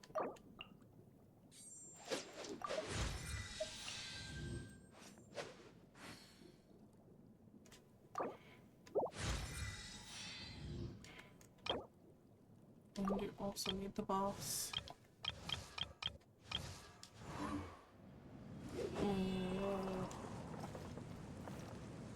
How am I doing on money?